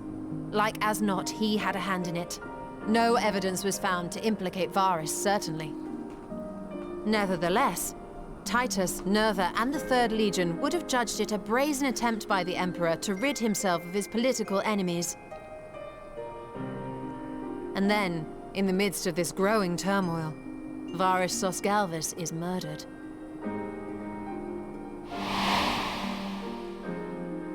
And Garlemald's own prodigal son, Gaius van Belsar, is named the murderer. Shortly thereafter, Nerva claims the right of succession, and in response, the First Legion claims the assassination was part of a coup d'etat orchestrated by Titus and Nerva.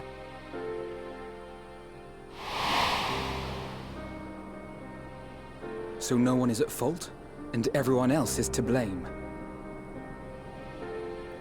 I should add that both parties received substantial financial backing, presumably to provide them with the means and encouragement to pursue a swift victory, and that these contributions came from the self-same benefactor. I'd heard House Brutus had been filling the Third Legion's coffers, but the First as well. It would seem so. Though the Populares determined that the First Legion received funds from a variety of organizations, all had connections to House Brutus. So Fandaniel, in the guise of Asahi, was playing both sides against each other the entire time. The information we gained from my friends does not end there. One night, shortly after fighting broke out, the capital was shaken by an immense tremor. From that point onward, they have no memories, no recollection of any events, including our clash on the Magna Glaciers. But when asked about the Imperial Palace and its bizarre transformation, they somehow recall Emperor Varys giving them orders in their dreams. May the Tower of Babel stand as testament to the glory of Garlemald. This sounds awfully familiar. We have something to show you all.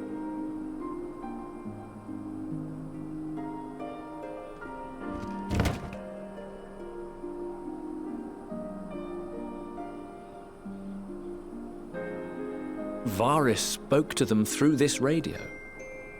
Perhaps it was a recording, but if not, that would be inexplicable.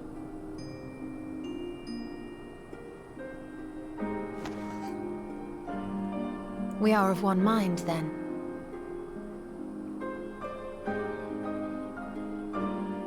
The ether that permeates the ore used in this device is almost identical to that of the talismans.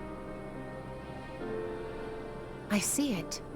While it is likely more by coincidence than design, these devices might also ward against a primal's influence. A picture is beginning to form. If the tremor felt throughout Garlemald was a wave of ether emitted by a primal, then while those within range would have been tempered, those huddled around a radio desperate for news concerning the Civil War would have been spared. No wonder Licinia kept it close. My friends! I must speak with you! A young man was caught trying to steal our supplies. He is a soldier of the Iron Men, we think, but one who has not been made thrall. Thankfully, Magni restrained him before blood was spilled. The stranger is outside, if you wish to ask him questions. I think we do.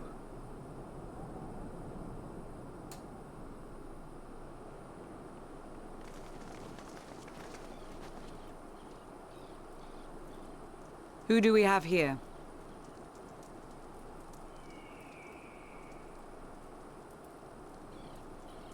Garleans? Traitors to your homeland! Have you no shame?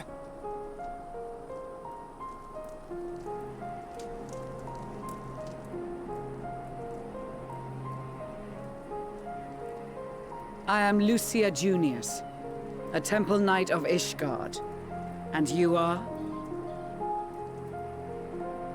Iulus Pier Norbanus.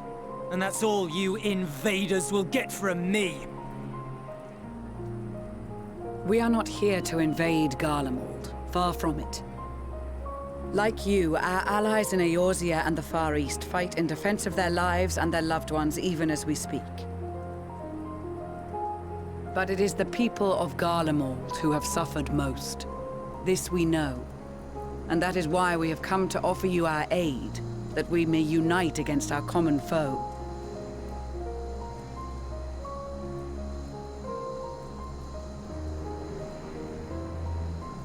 Whether you believe me or not, those are the facts. Now, answer me this. Why would a proud soldier of the Empire be reduced to stealing? The situation must be dire indeed for you to go to such lengths.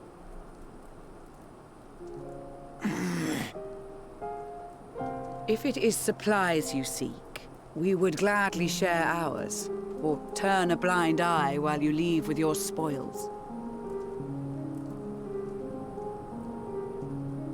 I will not negotiate. My commander will determine how to deal with you and yours. If you wish to treat with him, I will take you, but no more than 3.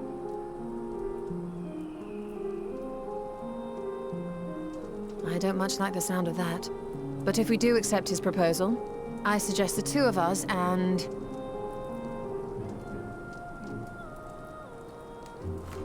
Alize. Please allow me and Alize to act as envoys. May I ask why? We have seen with our own eyes the hardships the Garleans face. How their futures and lives hang in the balance. It's not the warmest invitation, but it's an opportunity to prove our intentions true. Maybe not a chance to make things right, but a chance to make them better.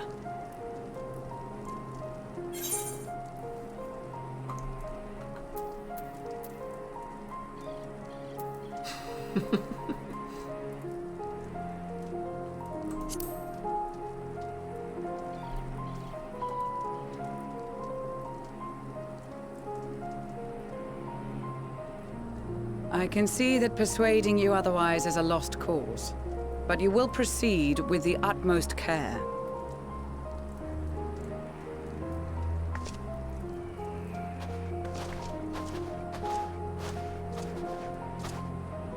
Couple of children and what? A sellsword? Is this an insult? Not in the least. You will find that they are more than qualified to speak on our behalf. There are many dangers on the road ahead. I will need that back.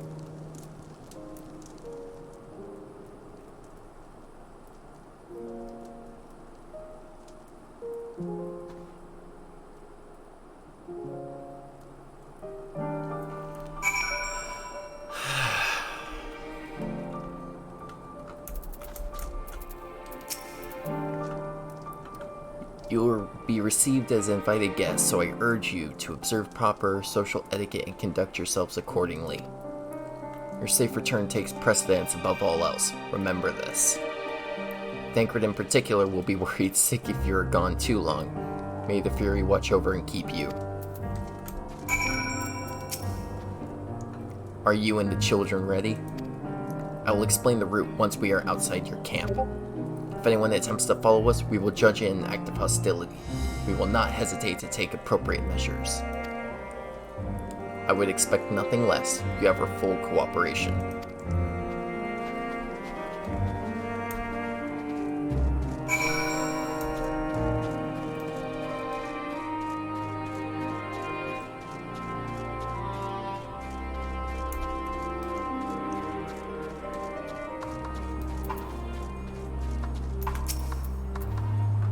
Alright, this is far enough. Listen carefully.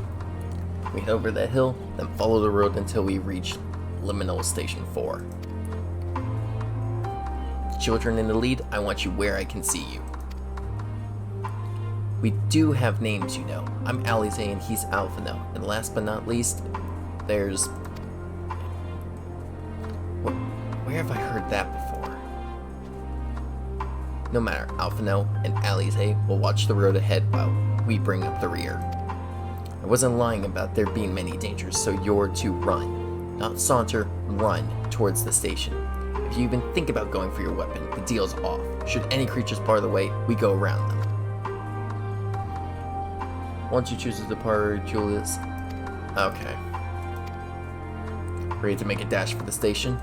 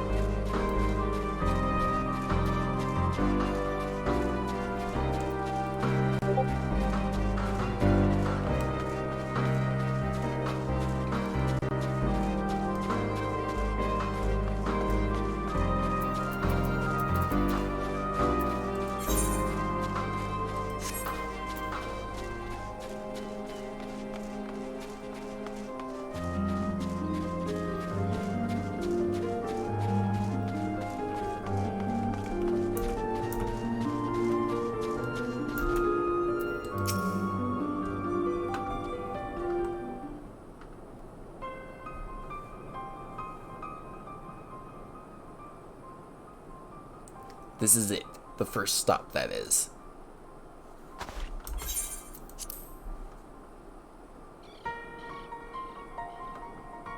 Good. It looks like your friends knew better than to follow us. Are these your headquarters? No. We're stopping here so I can check for pursuers. Since it appears you've kept to your side of the bargain, we can carry on.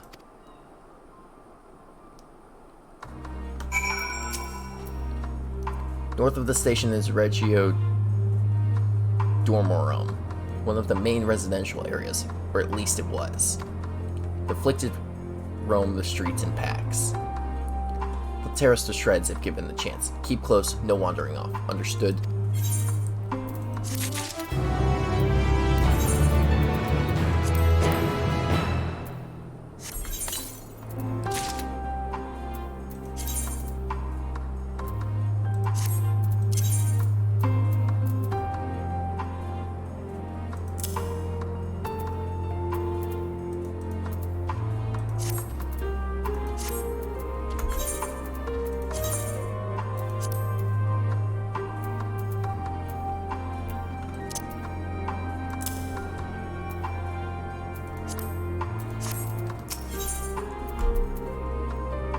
The last bastion.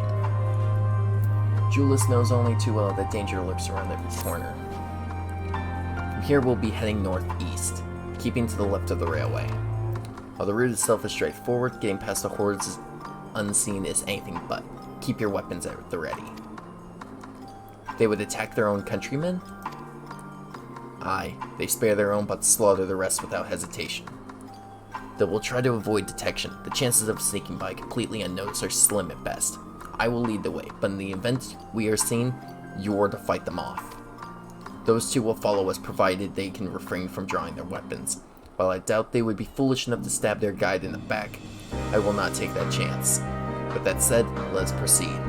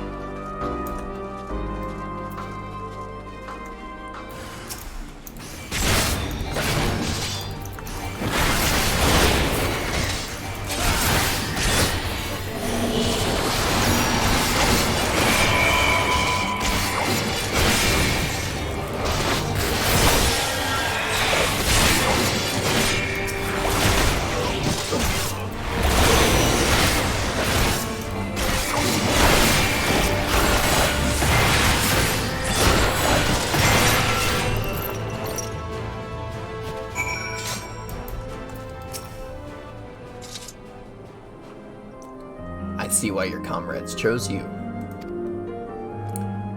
Julius, our contingent has a cure for the afflicted, or tempered, as we call them. Your people would need to be taken into custody that we may administer the treatment, but they would eventually regain their sanity. Is that so? For all I know, your treatment would simply force them to forsake one master for another. As far as I and my legion are concerned, they are no longer our people. They are beyond saving. Those who fought differently and tried to reason with them were butchered for their bleeding hearts. Come, we have to keep moving.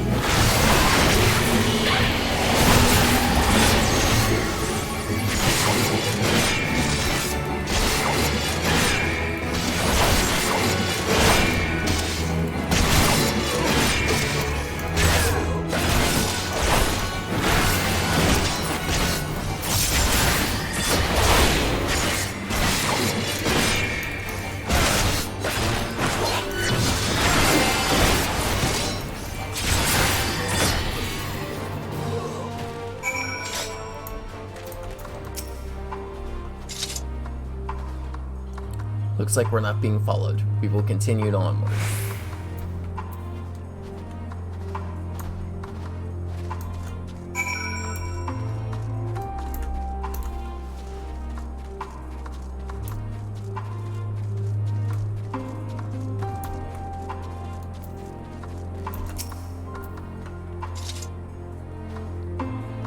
I meant what I said. These people deserve only death. I stayed my hand before only out of a desire to remain undiscovered, and that is still the higher priority. We should continue to avoid any unnecessary confrontations. Keep following the railway.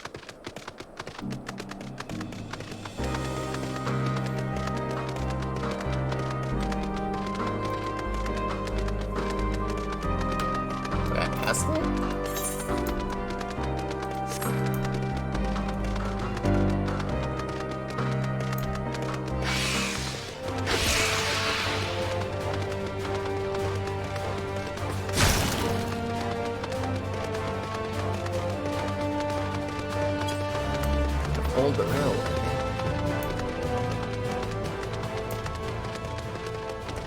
Oh, there.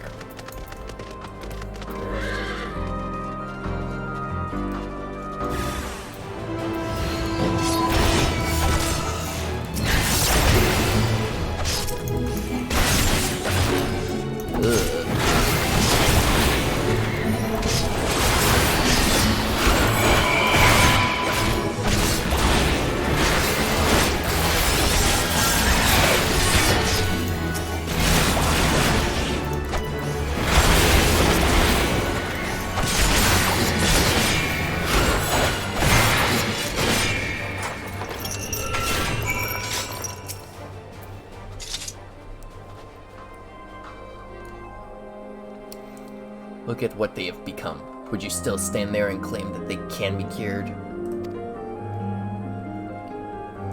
Those exposed to a vast quantity of a primal's ether may suffer severe corruption. Even with treatment, such victims are beyond salvation. Then you admit it. Now that you have seen these monstrosities for yourself, perhaps you will think twice before speaking of a cure.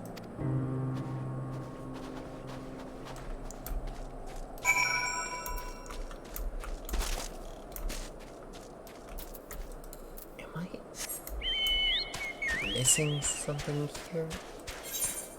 There supposedly is an ether right here, but I don't see it.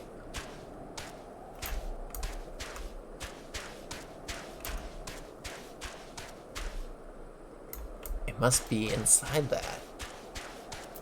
Huh. I guess we'll be able to attune to it once that's gone, but weird.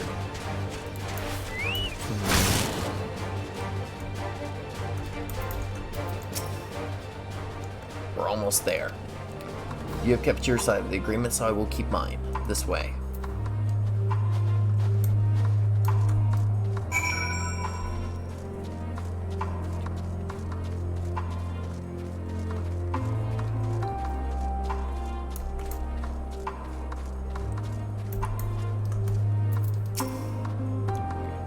This is Tertium, one of Garlemald's largest stations. It now serves as our headquarters. I've already sent the twins ahead. I will be with you soon, so wait for me at the bottom of the stairs.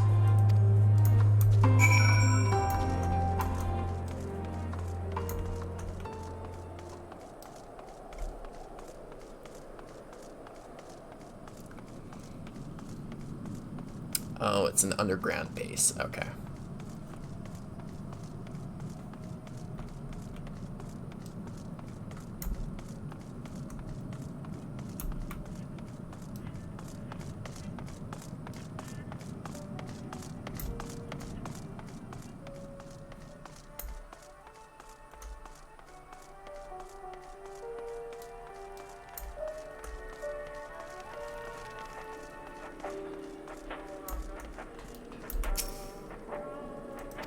Ether is not responding. Of course it wouldn't.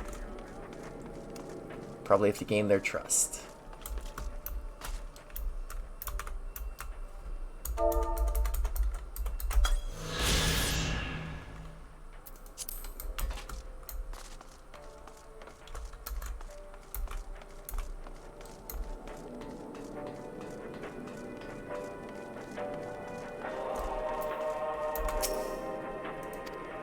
He clearly has no intention of speaking with you. I can't mend my gear. Wow.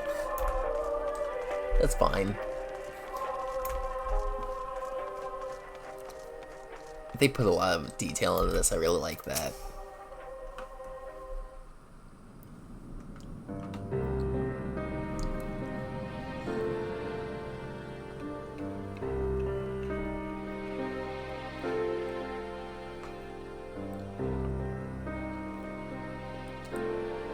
It's plain to see why they chose this base as, this as their base of operations.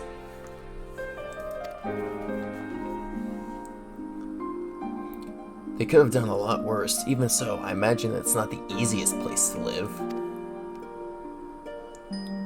Indeed, and if Julius was willing to make the perilous journey to Camp Broken Glass in search of food, their own supplies must be all but exhausted. They may be shielded from the wind and snow, but it's still bitterly cold. Much like Victor's spoils, it must be a constant struggle to keep their people warm.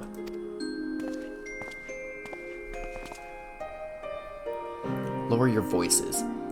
While you may be here as my guest, the others will not take kindly to your presence. My commander is in the locomotive over there.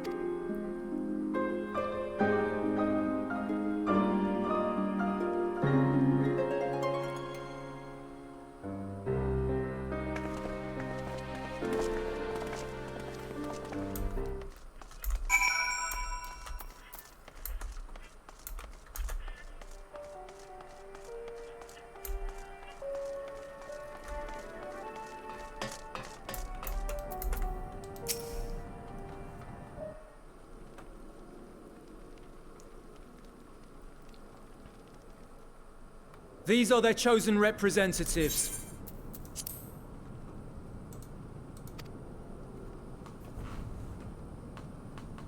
Very well. Let us hear what they have to say. Yes, sir.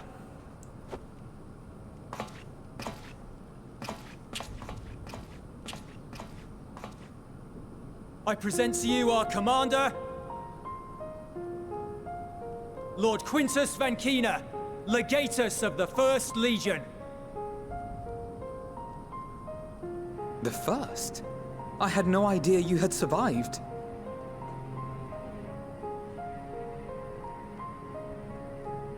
We lost our Emperor, our city, more than half our troops. For my wounds, I may never take the field again. But we survived, aye. In a manner much to your liking, I dare say. We have no intention of adding to your misfortunes, nor do we bear you any ill will. Spare me. Though you children may speak in earnest, overtures of peace ever ring hollow in my ears. So long as man stands to profit from his neighbor's suffering, war is inevitable.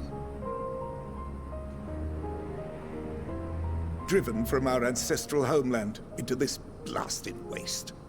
Yet still you yearned to rob us of our paltry scraps. 'Twas only with Magitech that you learned to keep your distance. Though we knew it was only a matter of time before you regrouped and returned. Conquest and Empire were our only defenses. Emperors Solus and Varys understood this, and through their campaigns saw us grow and prosper. Much blood has been spilled in Garlemald's name, aye.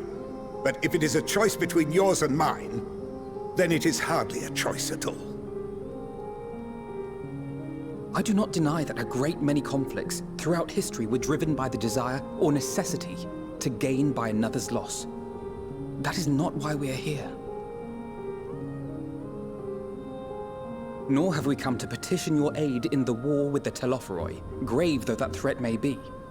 Our purpose is simply this. We wish to help you. Let us help you. If there is aught that can be done to ease your plight, we would be glad to do it. Perhaps you would.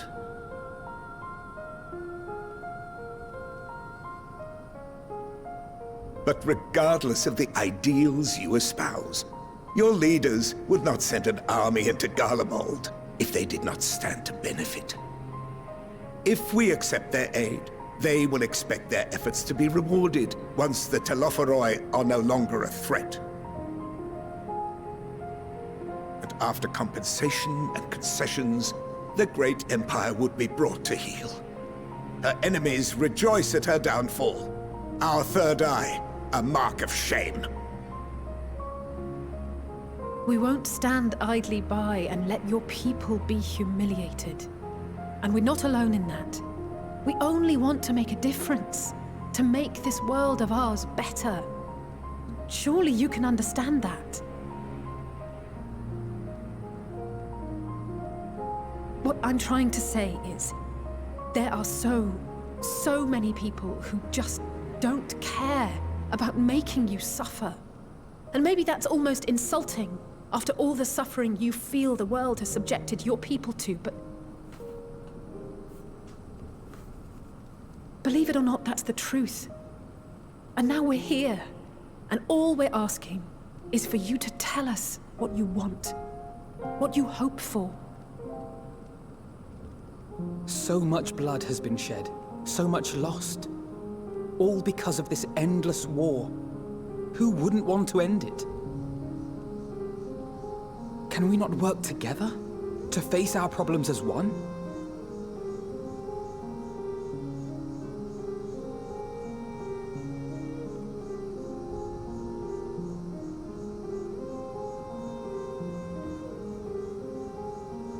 Answer me this, young peacemakers. If a world without conflict is your desire, Why reject the unity and prosperity of Garlemald? Is it because we do not share your faith? That we do not share your heritage? That our ideals and virtues differ? That we cherish and hold in the highest that which you do not? Disparity is the root of discord, and peace built on compromise is flawed and fleeting. Happiness for one and all is a dream, and the reality is that to the victor go the spoils. That is why we Garleans will never submit nor surrender. For freedom and for pride, we will remain true to ourselves until the bitter end. That is my hope.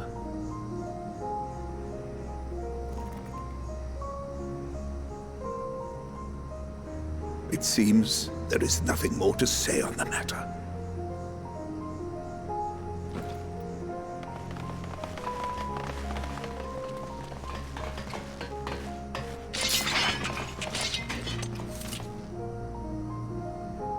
You will remain here while I decide what is to be done with you. Do not be alarmed. No harm will come to you if you cooperate.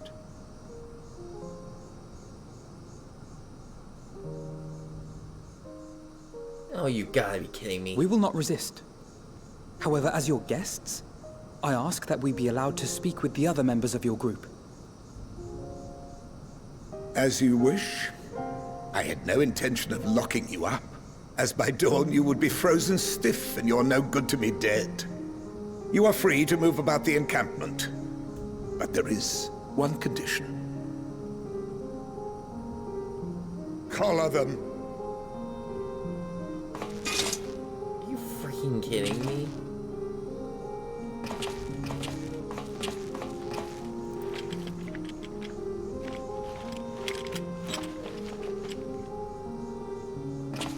What are these?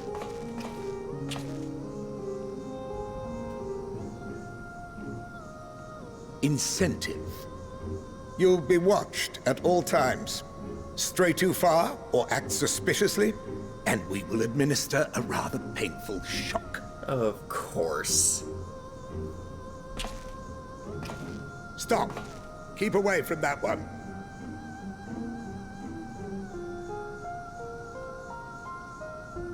The champion of Eorzea is not so easily cowed.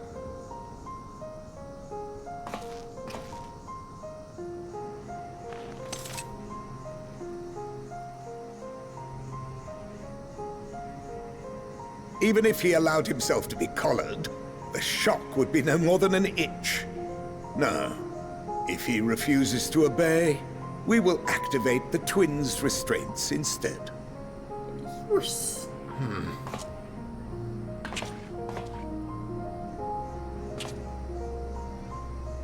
You needn't worry about us. We'll forget we're even wearing them soon enough. Oh, I'm sure. Even now, you still... Why go to such lengths? What is it all for?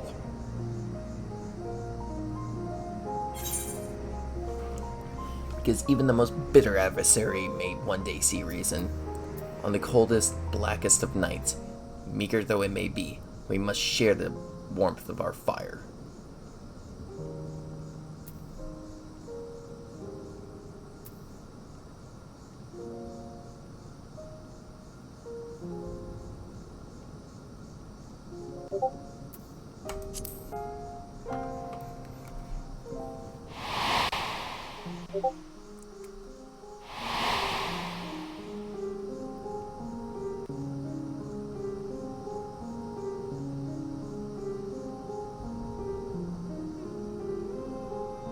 You are a curious one. A far cry from the merciless barbarian others paint you to be. You will be their warden. Take them away. Yes, sir.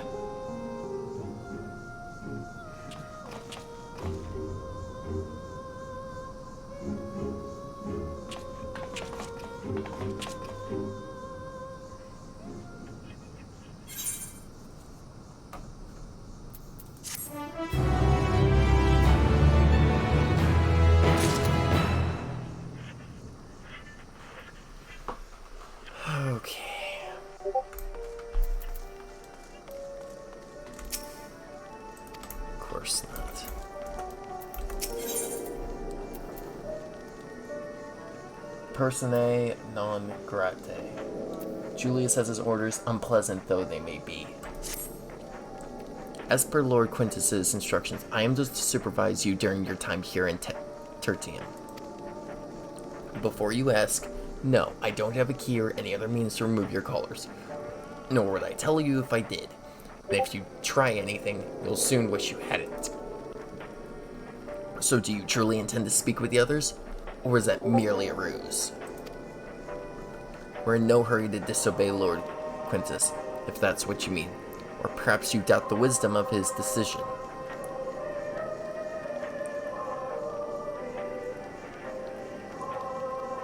Do as you will, but remember, I'll be watching.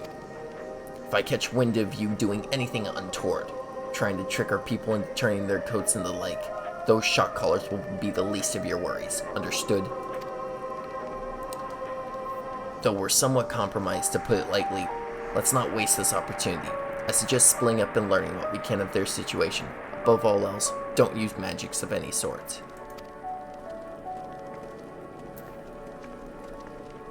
You, on the other hand, may go wheresoever you wish, even outside the camp. I know full well I couldn't stop you if I tried. But do not forget, if you do anything to endanger us or our interests, Alphino and Alize will pay the price.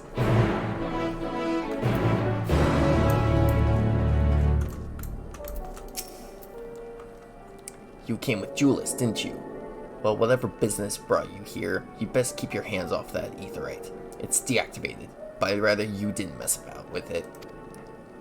There are others throughout the city built by Garleans, for Garleans. Could teleport all over in the blink of an eye, provided there was a terminal nearby. These days, however, we use the aetherite's power to keep this place lit, though that comes at the cost of its normal function.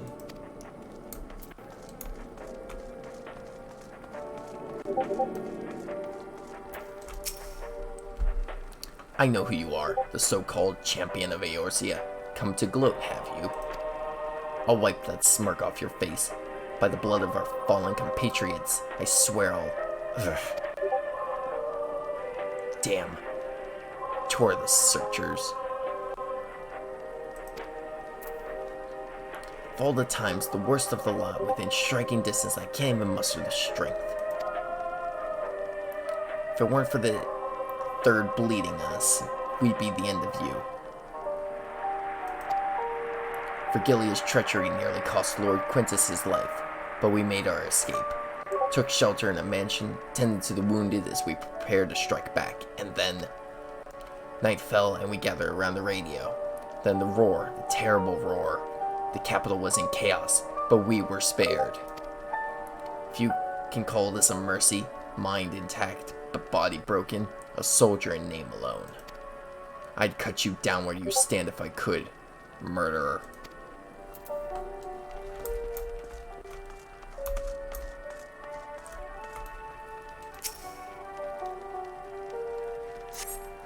The radio is the same model as the one used at Victor's spoils. Perhaps it is what saved the soldiers here from being tempered.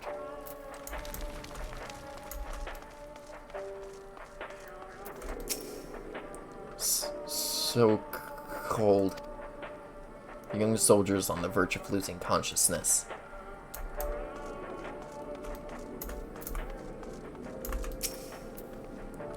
It's you. I served under Lord Gaius in the 14th Legion. I was there on the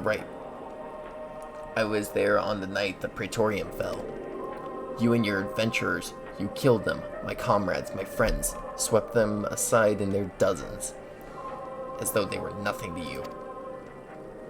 And maybe I am too, just another faceless enemy to be cut down. But it won't be long until our countrymen return, until you get what you deserve, mark my words.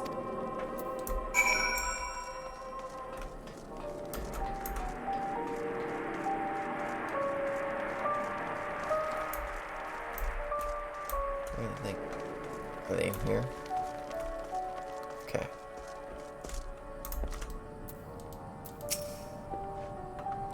Did you learn anything of note?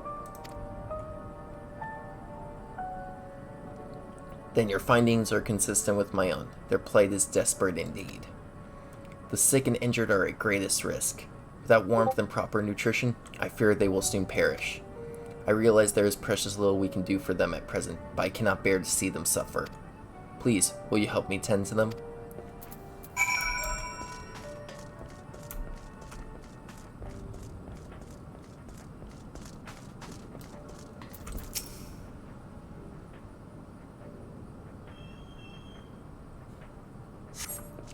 Who's there? My eyes, I can't see all that well. Ah, thank you. The numbness has subsided a little. But I know, I won't last much longer. You should look to the others who can still fight. Give them my ration. If me going hungry means someone else lives to see another day, so be it. At least I can still serve in that way. It's horrible.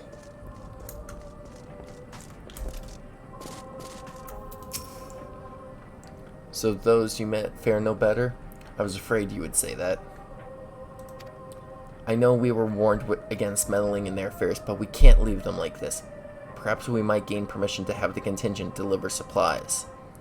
Quintus may have made his feelings on the matter quite clear, but even he must recognize they are not in a position to refuse help. Maybe Julius could persuade him? Though we need to persuade Julius first.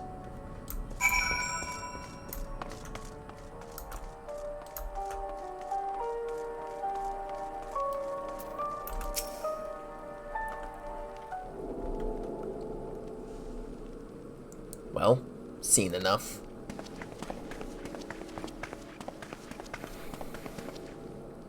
Julius, the people here have barely enough food and fuel to survive.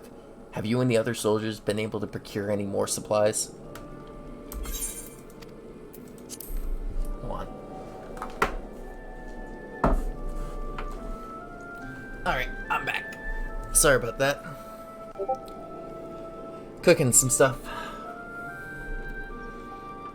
Still going out and getting into this dangerous work. We've a lot of mouths to feed. Fuel is the greater concern, though. We had some ceruleum set aside until it was stolen. We haven't identified the culprit. Could have been the other refugees, or one of the afflicted, for all we know. Either way, we're down to the last dregs. Without the heating they need, those in poor health are only going to get worse instead of better.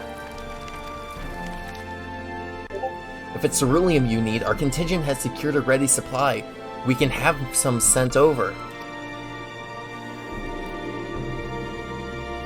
We will not accept your charity. If we can hold on a little longer, the situation is sure to change. Everything will change. One of your comrades mentioned something along those lines. Those mysterious countrymen of yours, I presume?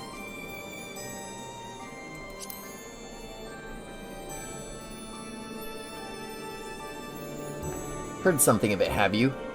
Well, from what I've seen, there's little you could do to interfere, so there's no harm in telling you.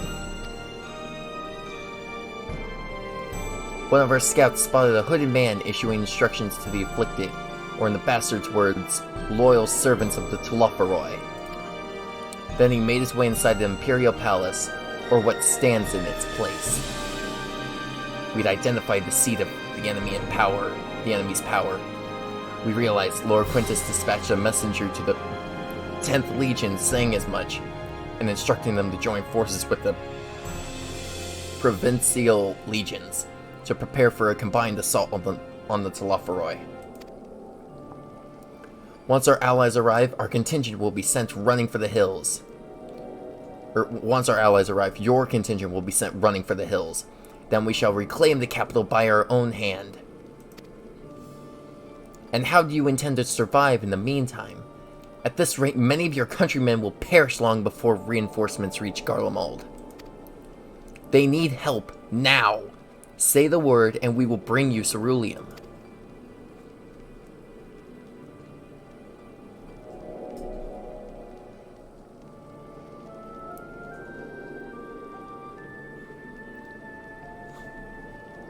I will speak with Lord Quintus.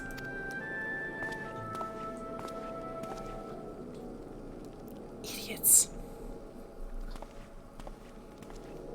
He's gonna... So, did he agree to it? You're such dumbasses. No, he will not place Garlemald in the depth of her enemies. I have, however, been ordered to search for ceruleum outside. As you are under my watch, you will come with me.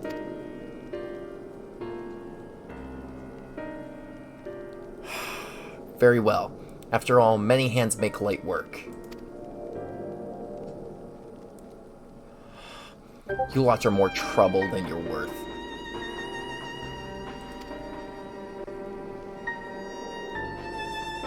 Once we are outside, you will follow my instructions to the letter. We depart shortly.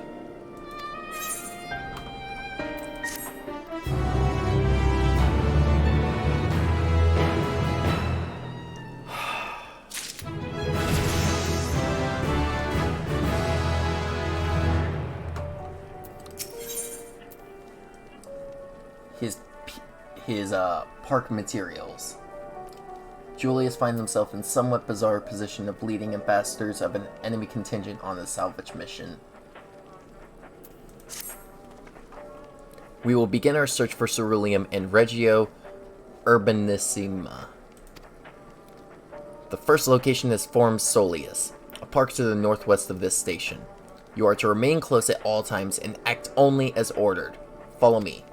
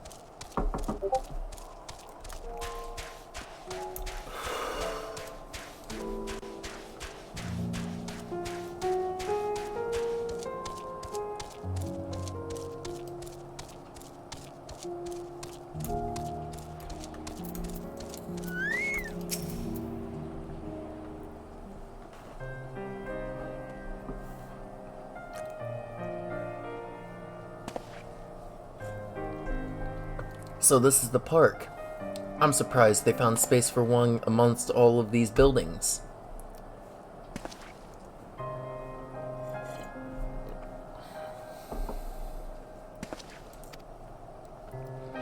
Actually, the recreational areas came first. The houses were later built around them. A healthy society requires communal spaces for children to play, and adults to socialize. This park was named after the founding father of the Empire, the great Solus Zos Galvus.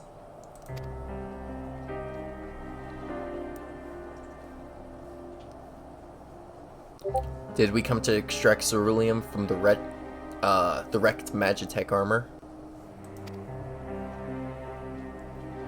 No, we've already drained it dry. Same goes for the rest of the Machina in the vicinity. But as our ceruleum has been stolen, we must scour the city for every last drop. And while I don't expect to find anything here, I've decided to try one more time, in case something has been overlooked. I see. Then with your permission, we will commence the search.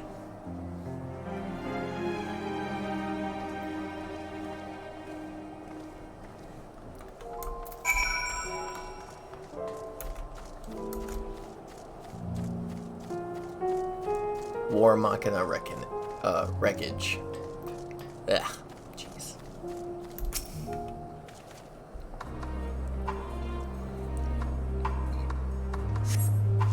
A cursory inspection of the wrecked Magitech armor confirms that the fuel canisters have long since been drained of ceruleum, as Julius said. Well.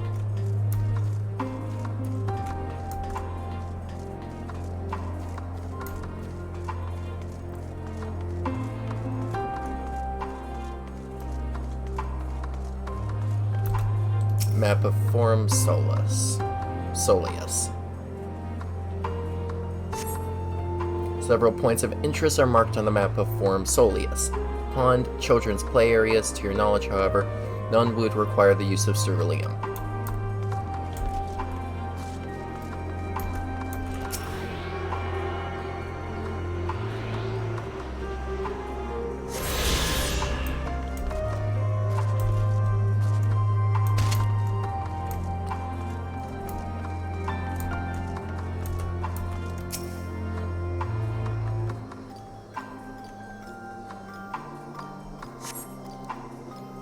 Though rather small by Garlean standards, the structure is reminiscent of a merchant stall. Perhaps it was built for children to play at shopkeeper. There's nothing inside resembling Magitech or any other devices that would be fueled by ceruleum.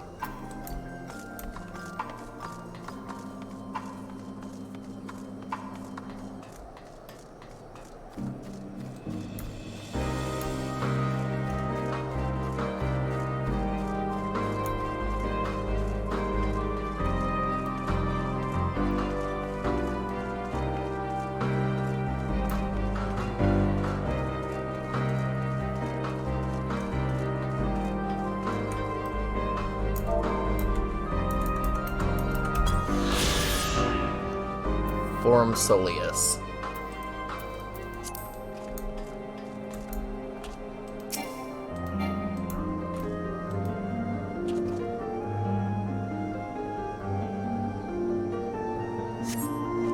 The contraption is built in the style of Imperial War Machina, armed with a battery of weapons and capable of transforming into different configurations. On closer inspection, it appears to be no more than a children's slide.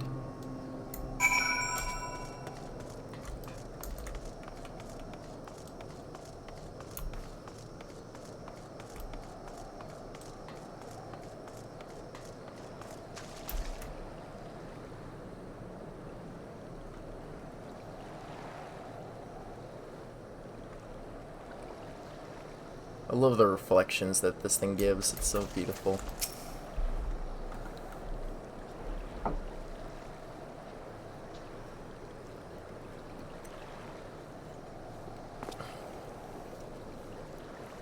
Oh, it's you. Any luck?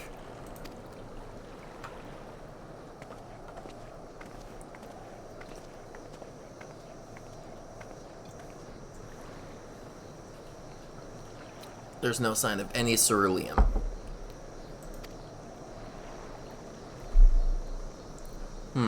Hardly surprising, but disappointing nonetheless. I couldn't help but noticing you gazing at the pond. Is something the matter? What? Yes, I mean, no, It's just, I used to bring my brother and sister here to play. The pond was heated to stop it from freezing over, so like all the other children, they just had to wade in and splash about.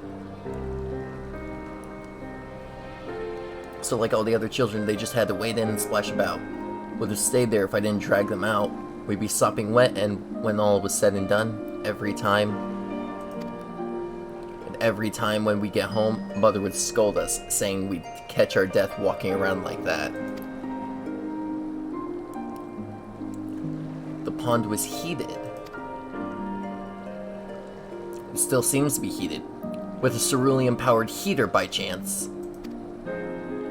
I suppose it must have been. Come to think of it, I remember seeing engineers changing out the tank beneath the hatch.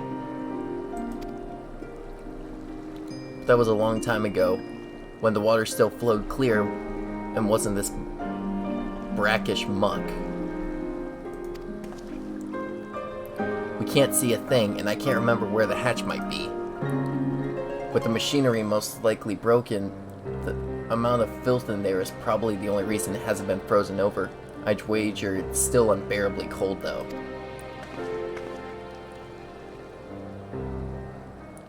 Julius, what are your thoughts on magic?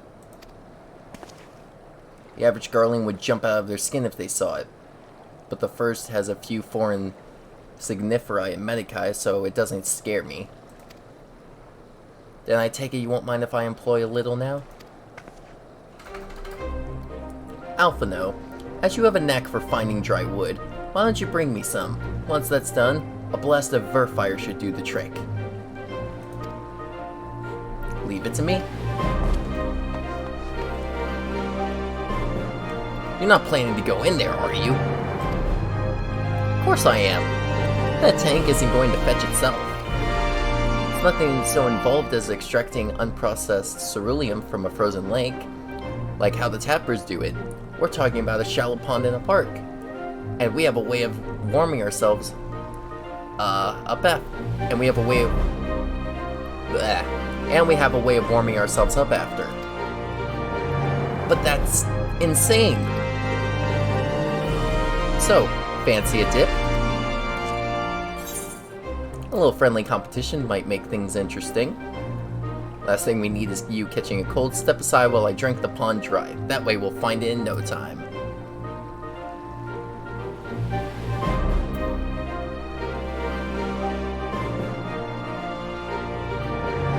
I think a little friendly competition might make this interesting. Last one to find the ceruleum tank is a rotten egg, though I dare say we'll both smell like rotten eggs when this is over.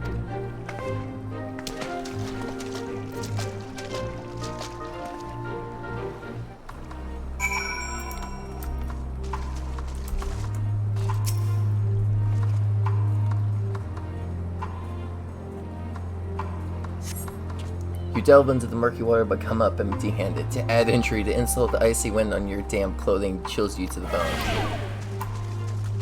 Ah well. It's cold, who cares?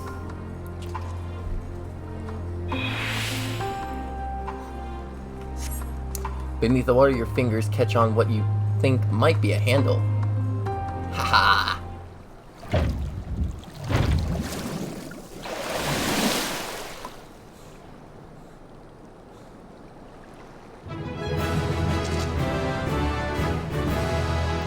You open the hatch and retrieve a ceruleum tank.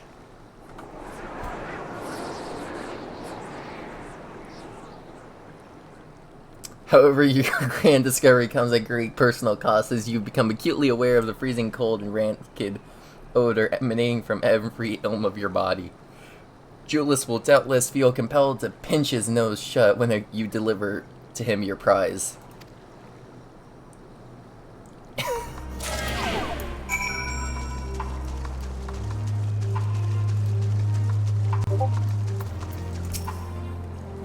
Did you find anything?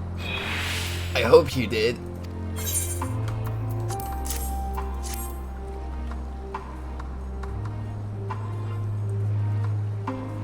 That's it. And there's still some ceruleum left. Ah, the fire's still not ready. Hold on, I'll give Alpha No a hand.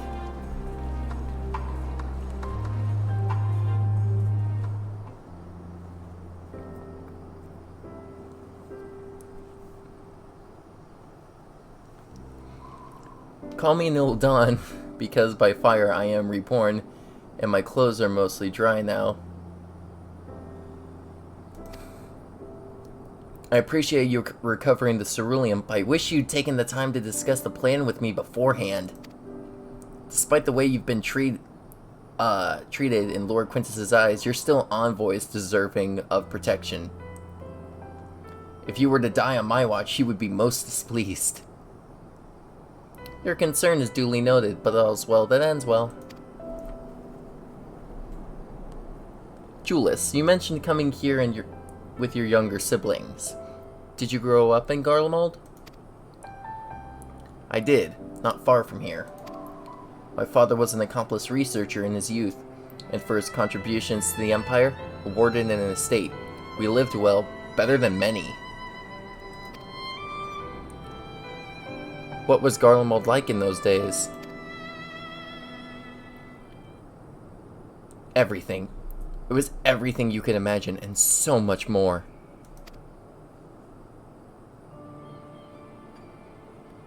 Even during the coldest winters, we always found warmth and comfort at home. Coming in from the snow, taking off your coat, and sitting down for a hot meal with family.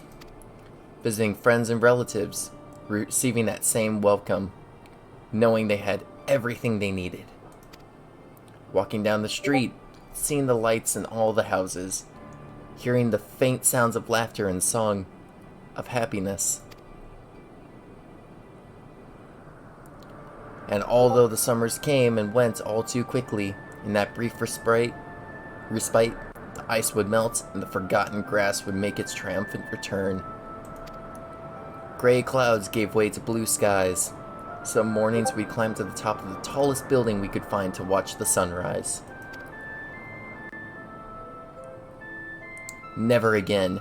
Those rooftops are rubble, those friends dead, and those memories. But if I could reclaim even a fraction of what we once had. Soon our chance will come. We just need to hold on a little longer.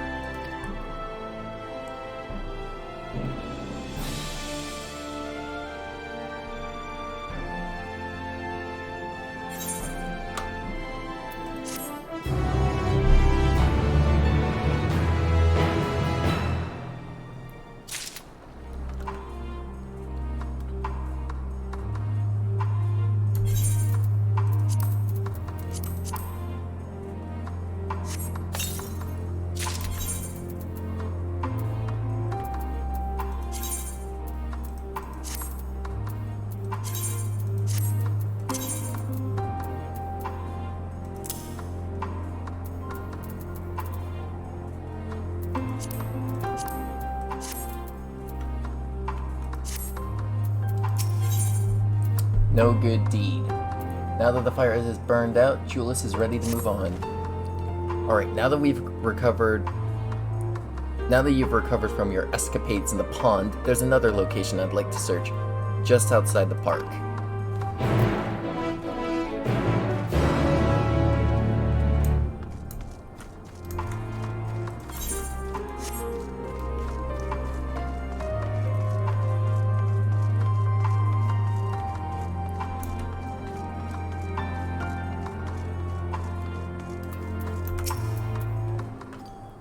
As you can see, this place is littered with remnants of various types of war machina.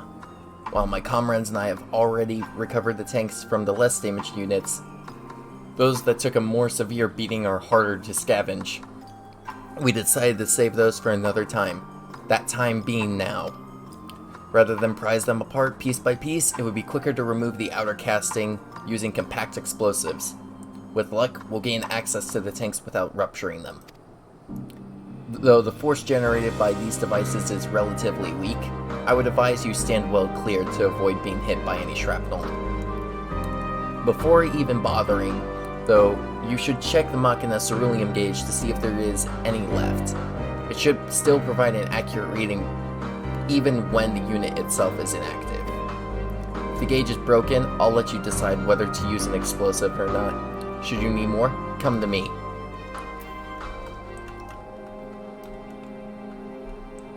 Understood. Let's get to work.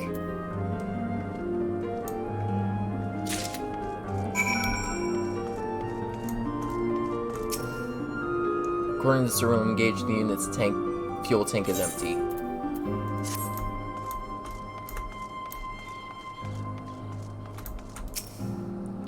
The ceruleum gauge on this unit appears to have been broken, giving you no way to determine how much fuel its tank may hold.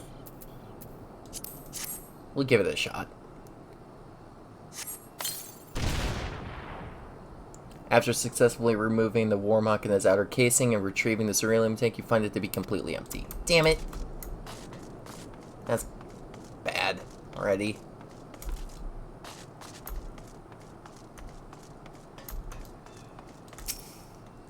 Ceruleum gauge on this unit appears to have been broken, giving you no way to oh my god. Seriously? After successfully retrieving the ceruleum tank, you find it. God damn it! Now I have to. Crimony's sake. Need some more? Here.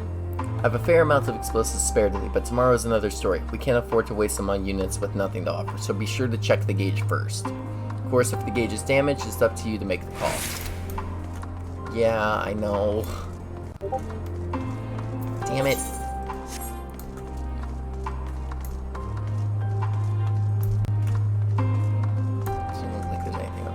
destroy Magitech. Here is some. Use is completely empty. No.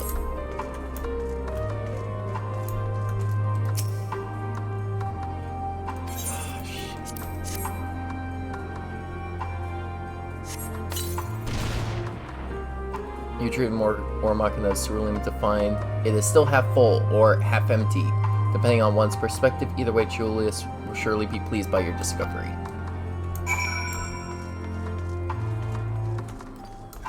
Okay.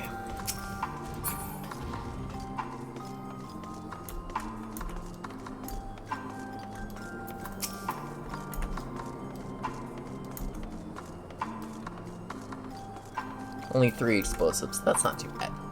More explosives? Wait, is that what I think it is?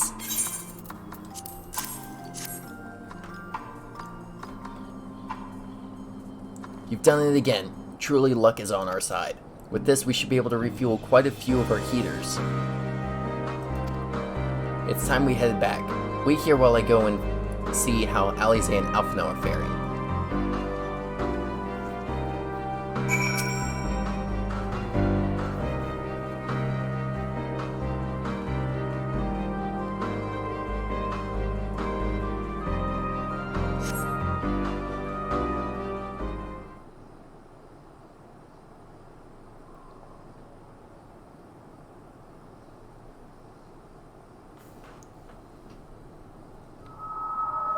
Finally escaped the watchful gaze of your keepers, have we?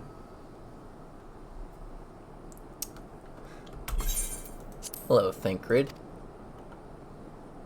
Don't react. You'll only draw attention to yourself.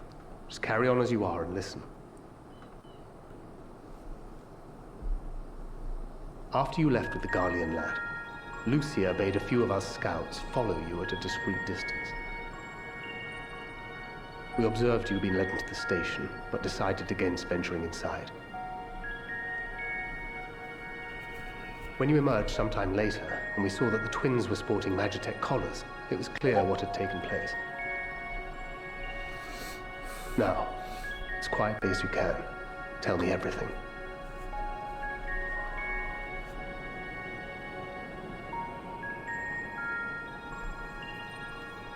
The Legatus himself, eh? Now there's a surprise. This is also the first I've heard of a plan to join forces with the 10th and storm the Tower of Babel. An interesting development, and perhaps the opportunity we've been waiting for. Our comrades back at the camp also received some rather promising news, but it's still too early to get our hopes up. For now, keeping yourselves out of harm's way comes before all else. Whatever demands the Garleans make, indulge them.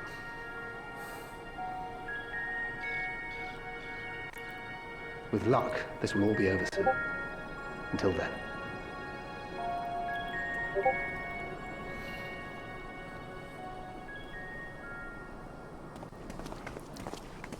They had not gone far. We searched high and low, but no luck, I'm afraid. I might have guessed you'd be the only one to find anything. Of course. I wasn't expecting much to begin with. Eventually, there will be nothing left out here for us to safely salvage. For now, this will have to suffice. We should return to the station.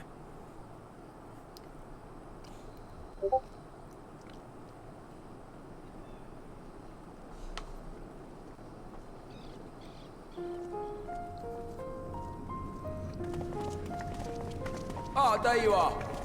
Heard you'd gone hunting for ceruleum above ground. Brought back a king's ransom? Hardly. But thanks to these three, we have enough to last a little while longer.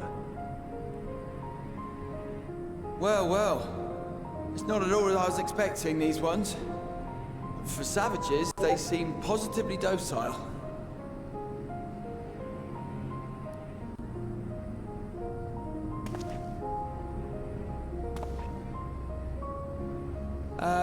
It's a poor attempt at humor. In all honesty, I'm grateful for your efforts. But even with another night of warmth, there are those among us who may not live to see the morrow.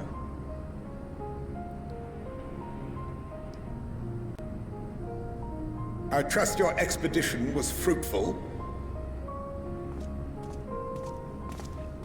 Lord Quintus!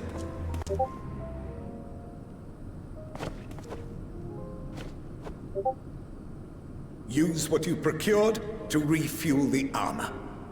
What? But, sir, what about the heaters for the camp?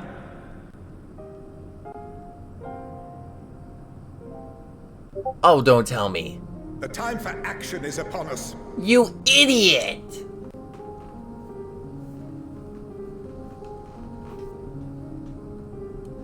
My men and I have matters to discuss. In the meantime, you are to wait here. Do not forget, you are being watched. Ugh.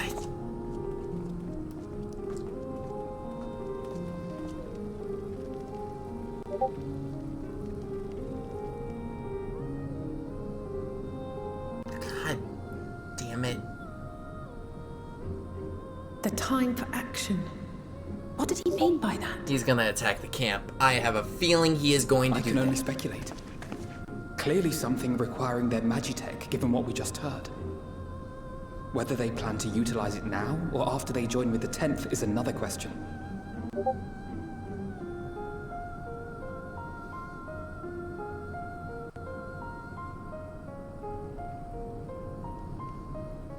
God damn it.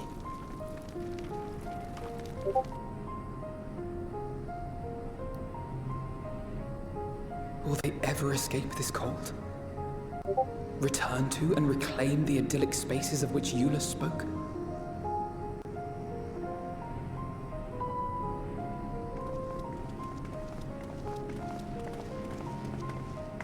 Finished your war, Council?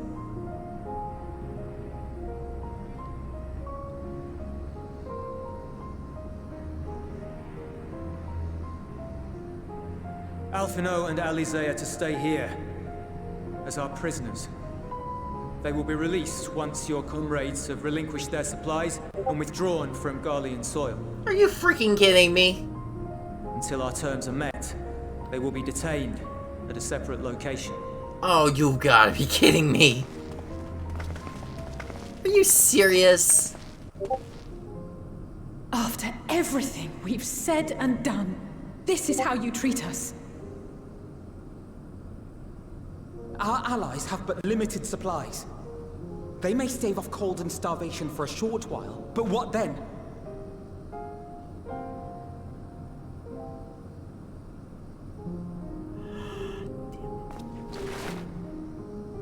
Don't you freaking dare. I will cut you down.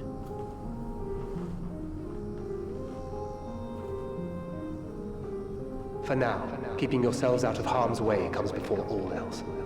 Whatever demands the Garleans make, indulge them. Are you freaking kidding me? Do as he says, everything will be alright. Have faith.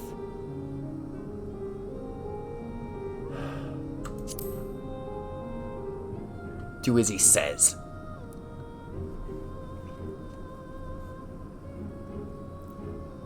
Damn it.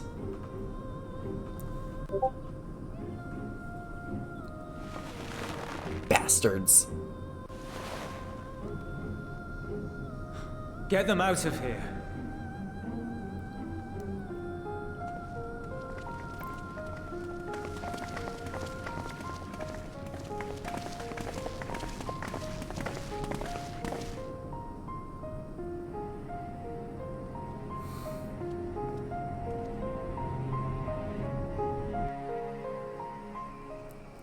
You and me are gonna have a talk, Julius.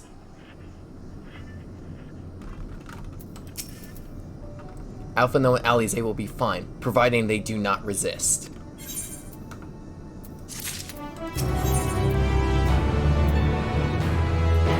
Alilecta est. Once again, Julius has been entrusted with an unenviable task.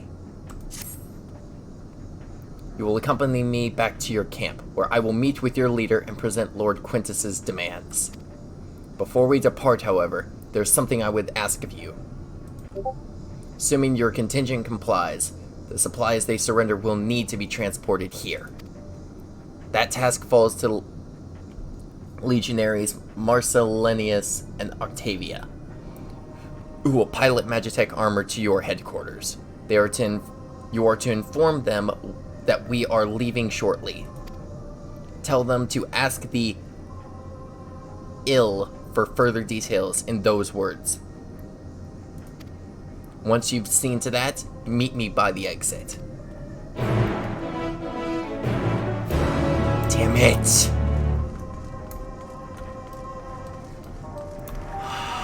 Shit. Marcellinus, you again. Ask the ill, he said.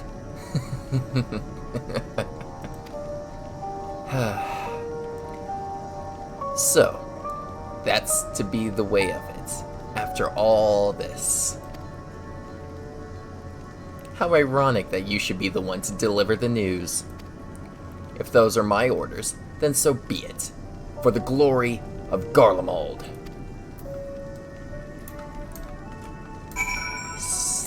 Damn it.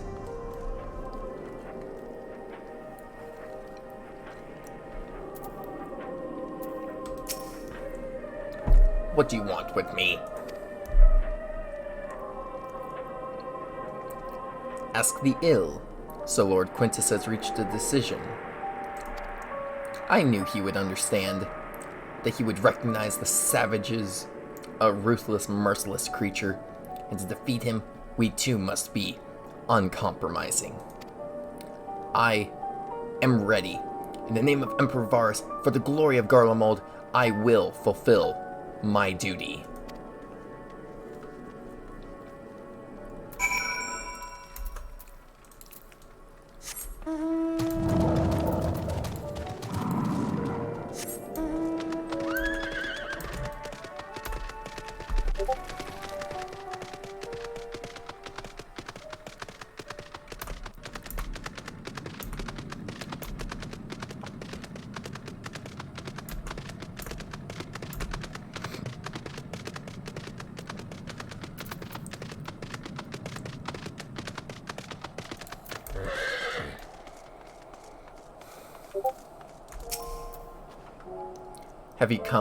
Have you done as instructed?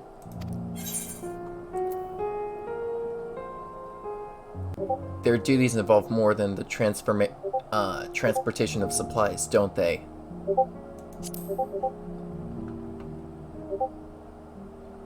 Duty is rarely a simple thing. We have been given additional orders, though. Whether we will be required to follow them depends entirely on your contingent. You and I are in this together now. Like it or not, we have to cooperate. There is one other matter, a place I'd like to visit on the way to your camp. It's a short walk from here. Follow me.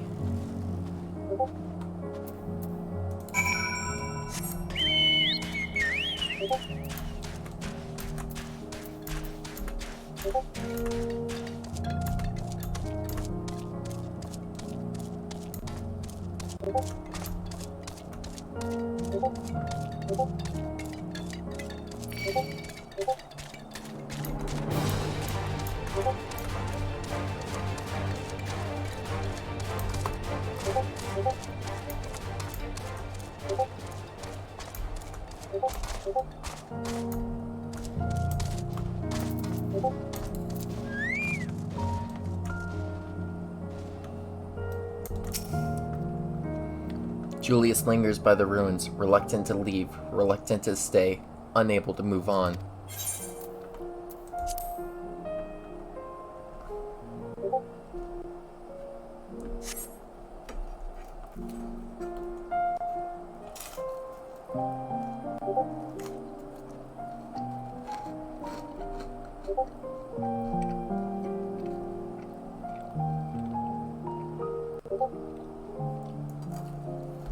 This is my home.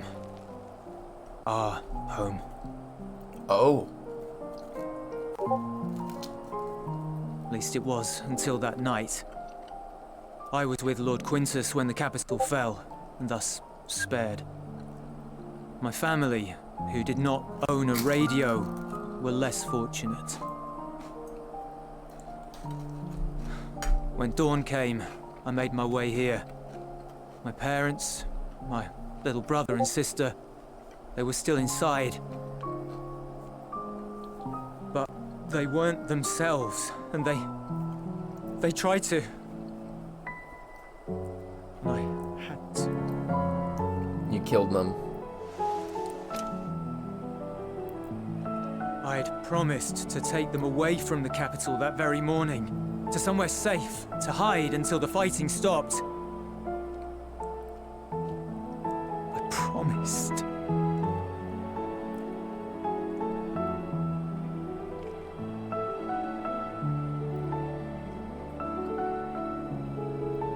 Garlean flag bears a chain, the bonds between our countrymen. A red link at its center, the blood of the fallen. Our loved ones who lived and died for Garlemald.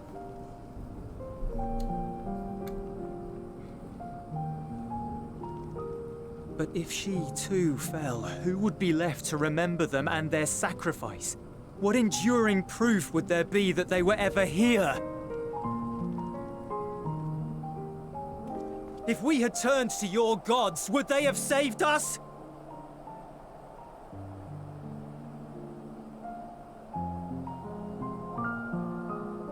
I'm sorry, forget I spoke. We should go.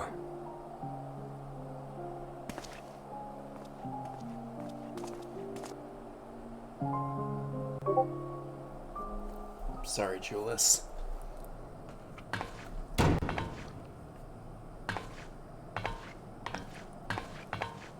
It's no use. Believe me, I do not enjoy being here any more than you. But he wanted us to play along, so that is what we will do.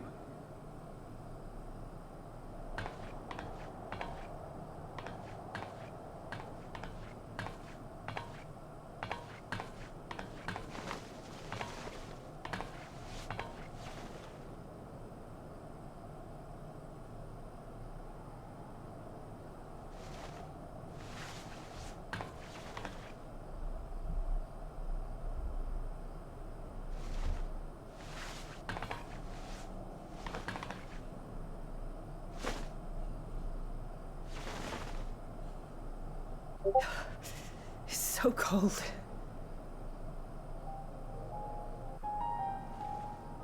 Painfully so. Unbearably.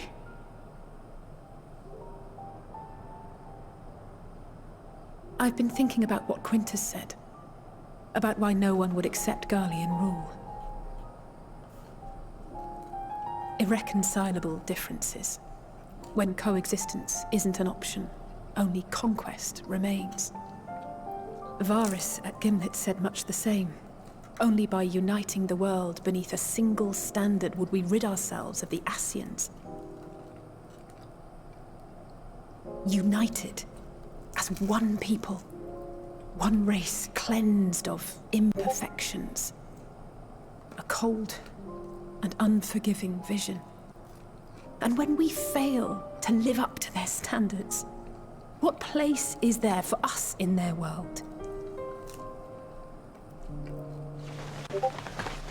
But the truly sad, truly frustrating thing is how damnably similar it all is to the lofty ideals of Father and the Forum. Non-intervention. Always non-intervention. Protect our knowledge and our people, and to hells with the rest of you. And yet, I can see how it happened. Varys and Father looked to their elders for guidance and took their virtues as their own. But for this world was of their making. In who else could they place their trust?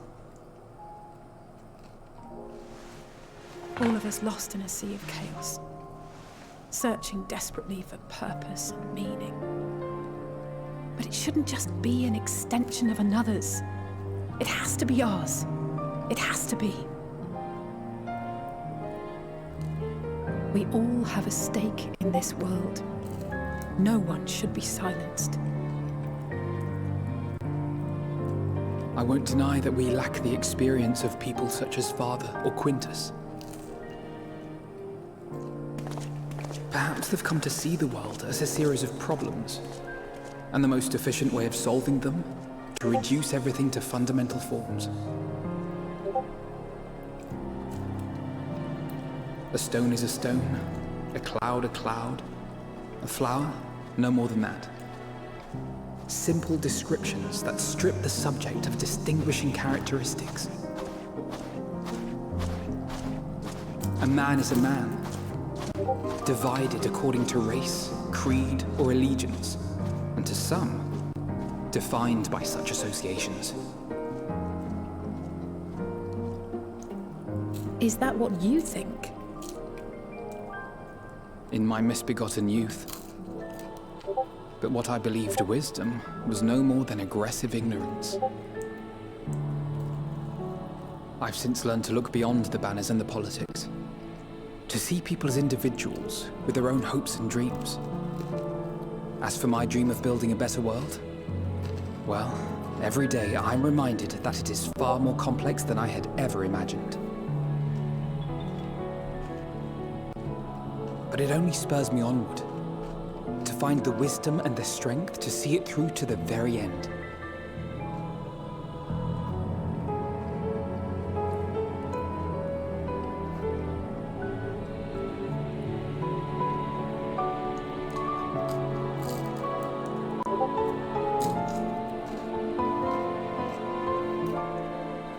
All of our supplies and an immediate withdrawal.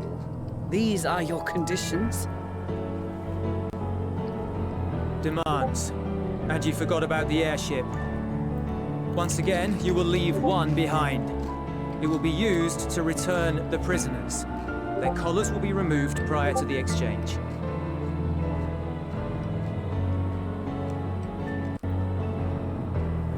So in the end, not even Father's expertly worded rhetoric could deter you from your chosen course. Huh? Not that I thought for a moment that it would. I've no love for violence, of course, but ours is a cause worth fighting for. I just wish he'd realize it too. Sometimes the only way to protect the ones you love is to take a stand, to refuse to suffer in silence. I want you to know I share your conviction. Whether it be on the battlefield or in the debating chamber, I won't back down. I guess what I'm saying is...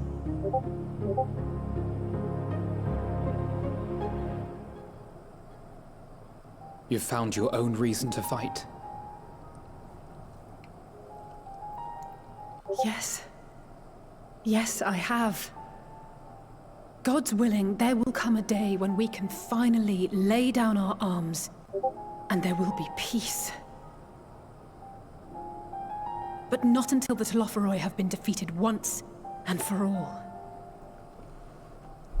And you, brother, will have a vital part to play. By your words and deeds, you'll lead the way.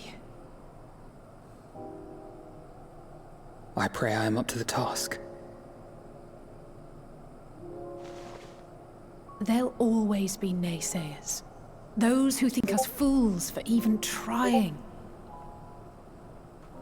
It's easy for learned elites to criticize earnest efforts and assert their moral superiority, all without offering alternatives. Not that their sophistry has ever wounded you. So stubborn and strong. Stronger than you even know. Don't ever change, you hear me? If you stumble, I'll be there to catch you. Or give you a thick ear. Maybe both, for good measure.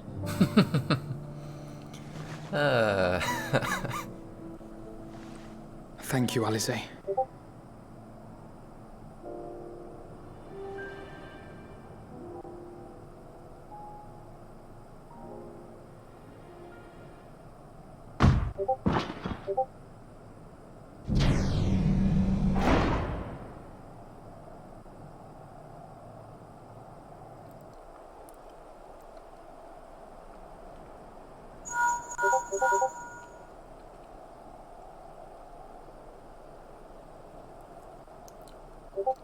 The scouts have secured Alizé and Alphino. Their collars were removed without complication as well. They report no casualties, not for their party nor the guards, who will wake from their premature slumber in due course.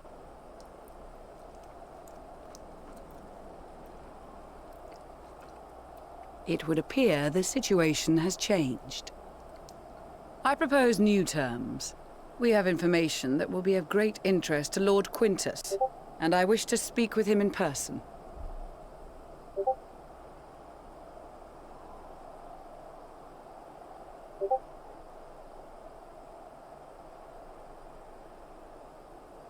No.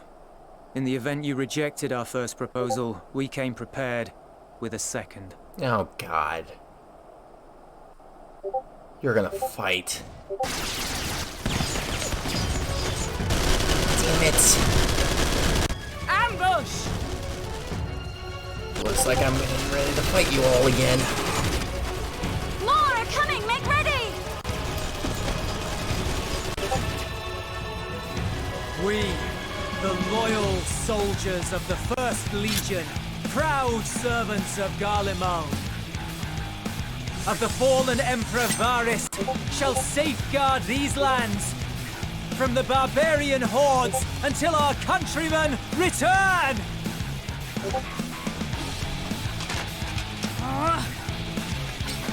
Stop! Both of you!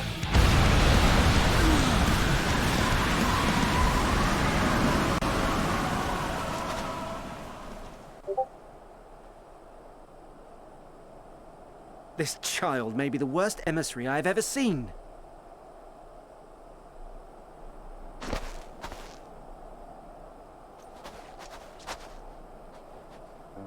We received an urgent communication from the Grand Company of Eorzea. Envoys from the Imperial Army, led by members of the 10th Legion, came to Alamigo and requested an audience. They explained that their efforts to coordinate the reclamation of the capital with the aid of the 4th, 5th, 8th, and 12th had ended in failure. Communication between most legions has broken down entirely. Most of the 10th's conscripts have deserted, leaving their forces severely depleted. That is why, unable to continue the fight on their own, they and their allies turned to the Grand Company of Eorzea for aid. Lies. Every word.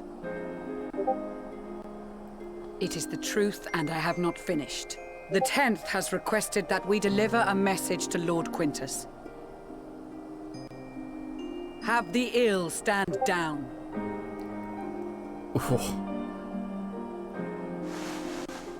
You have been listening, my lord? What are your orders?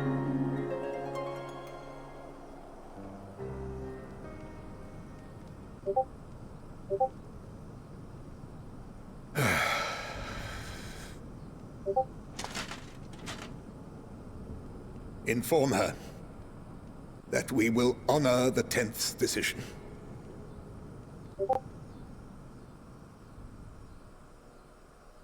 Bereft of hope, and now dignity.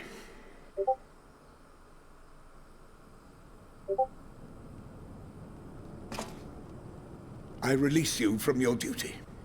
All of you.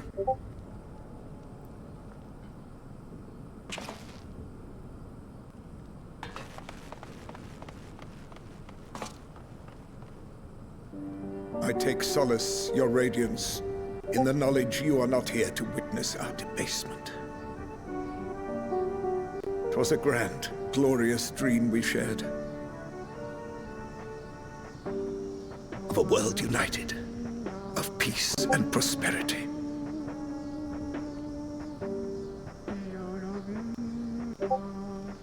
We are ghosts, you and I, memories of days gone by.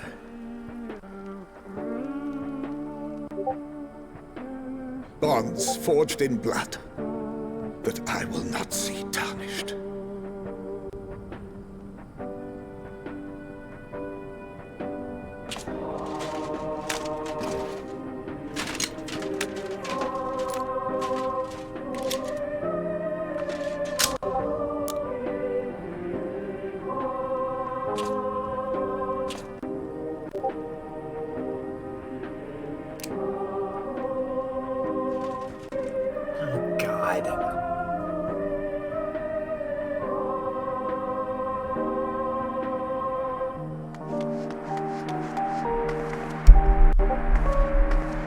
Quickly!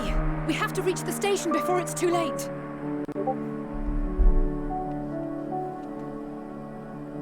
If there is still a chance that Quintus will agree to a truce, we must take it. I just hope we get there before he and his men do something rash. You're too late.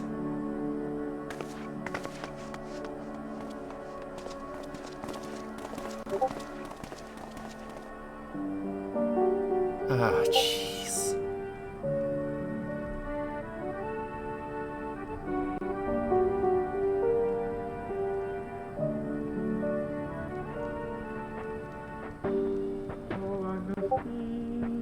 Jesus. Well, that went well. Much and more has occurred since last we met. As for determining what comes next, we must speak with Lord Quintus.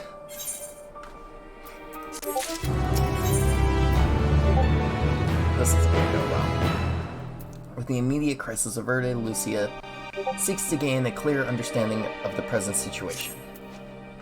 Before we proceed, tell me what you know of the First Legion and the disposition of their forces.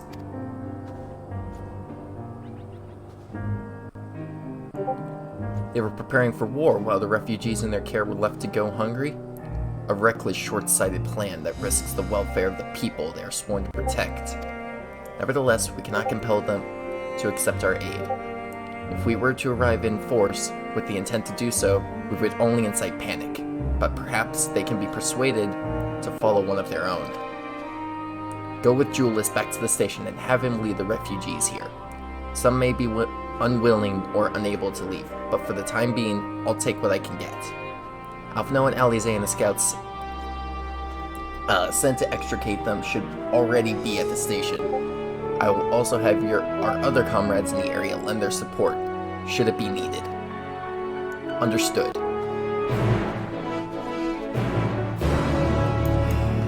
Damn it. I'm sorry, Julius. In pursuit of power. What is this?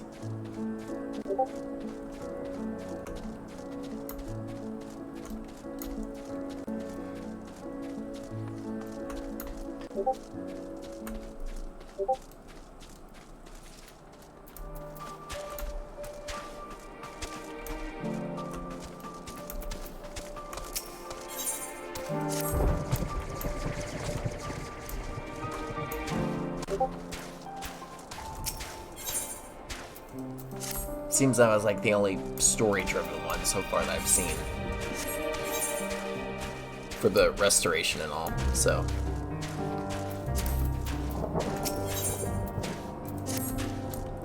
That one's offering food, but like if there's a picture there, I can tell like this is a very important one. I'm not seeing anything like that, so I think that was the only one.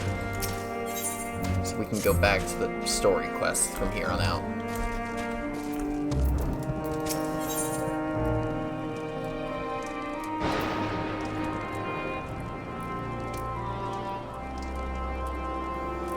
Tempting, but I'll pass.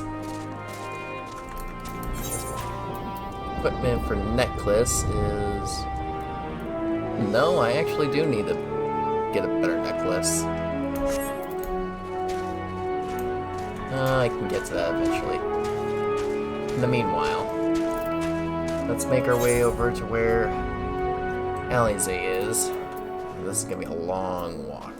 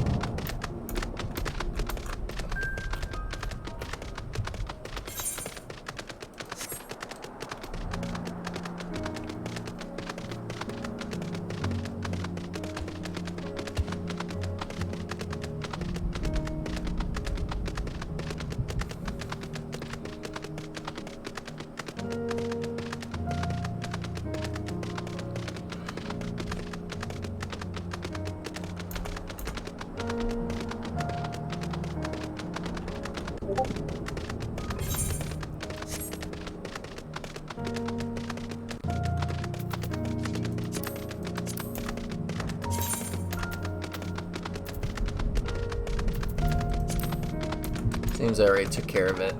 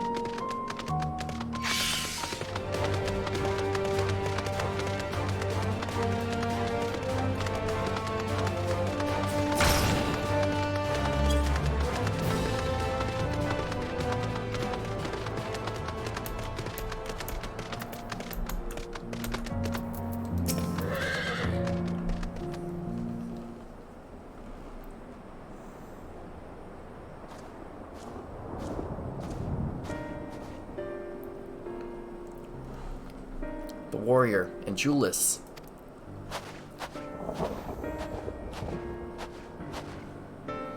We arrived just before you did, and too late.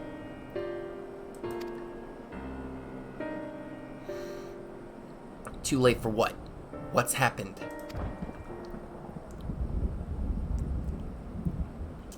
It's Lord Quintus. He took his own life.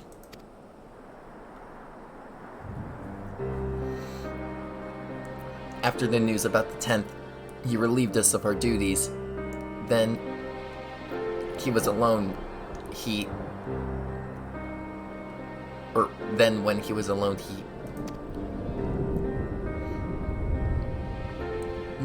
No, he wouldn't.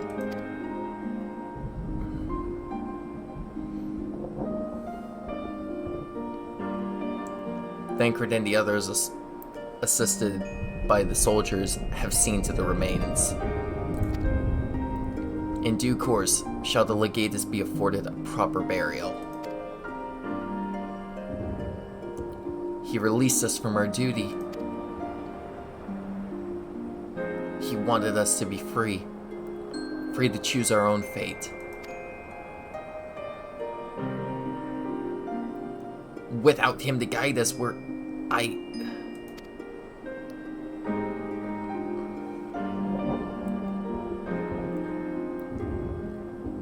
have just this moment spoken with Lucia. We are ready to commence the transfer of the refugees here to Camp Broken Glass, should they be willing to accept our aid. Some would rather die, but none of us just want to live. Songs and standards be damned, we just want to live.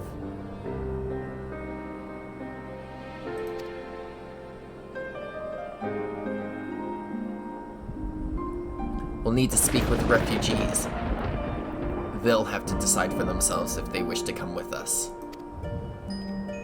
If any would prefer to stay, we can have supplies brought over for them. It'll be a hard journey for the others, but we'll see they reach our camp safely.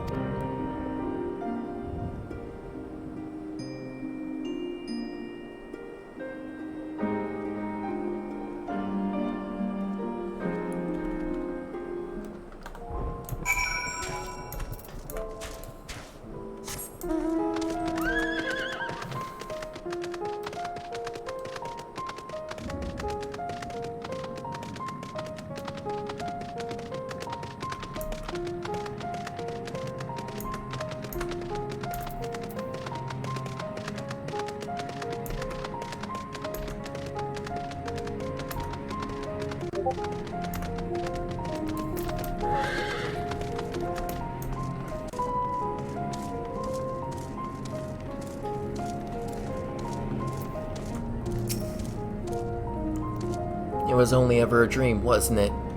To think we could reclaim it, rebuild it all ourselves. Before this all began, I sent my wife and daughter away to the provinces. If there's a chance I might see them again, I'll take it. So take me with you, please.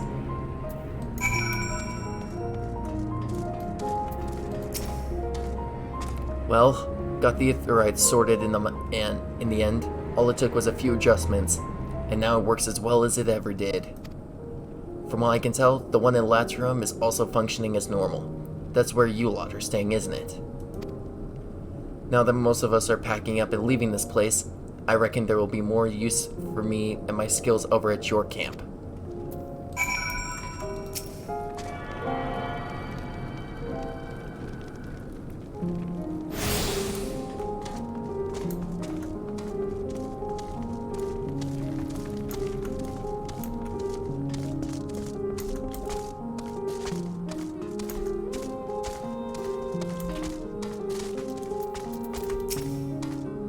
Ah, it's you, the one who treated me with such kindness. I heard from the others that you're not from around here. Heh, I thought you were one of us. Not that it makes much difference now. Purebloods, migrants, savages, after a while the words start to lose meaning, until all you're left with is anger, and fear, and hate. And I'm too tired. If you and yours have come to offer aid, I'd be glad to accept.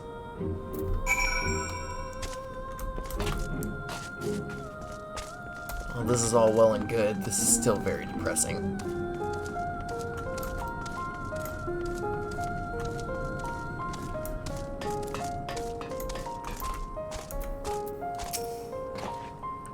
We have much to discuss.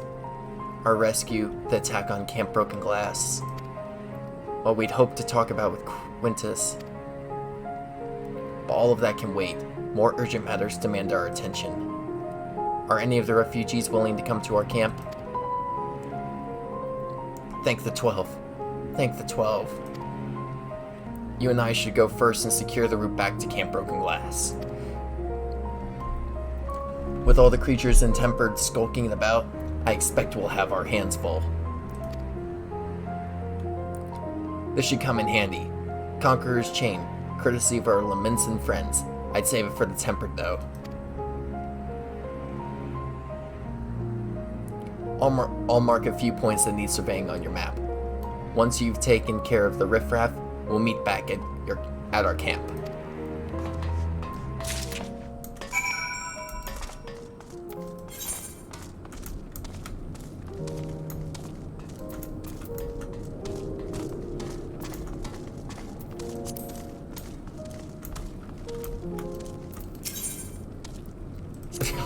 This is sad.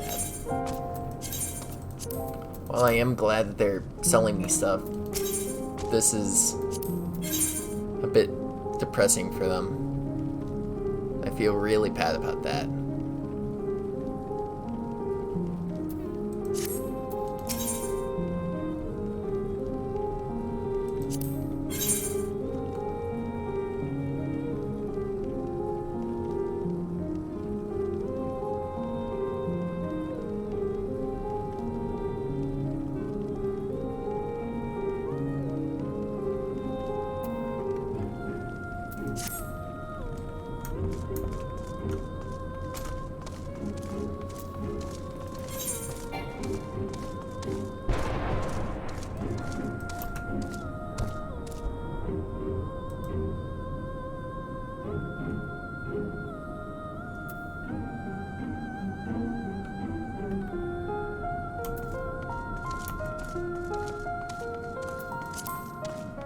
I'm unsure what that is, but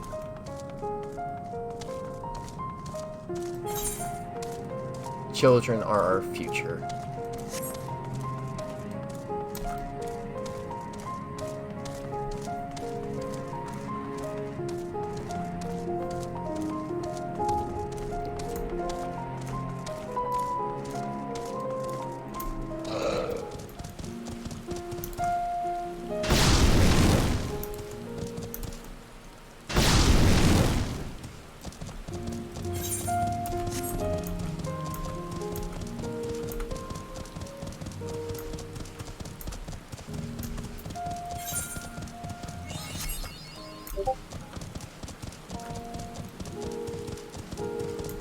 That takes care of mapping Garlemald.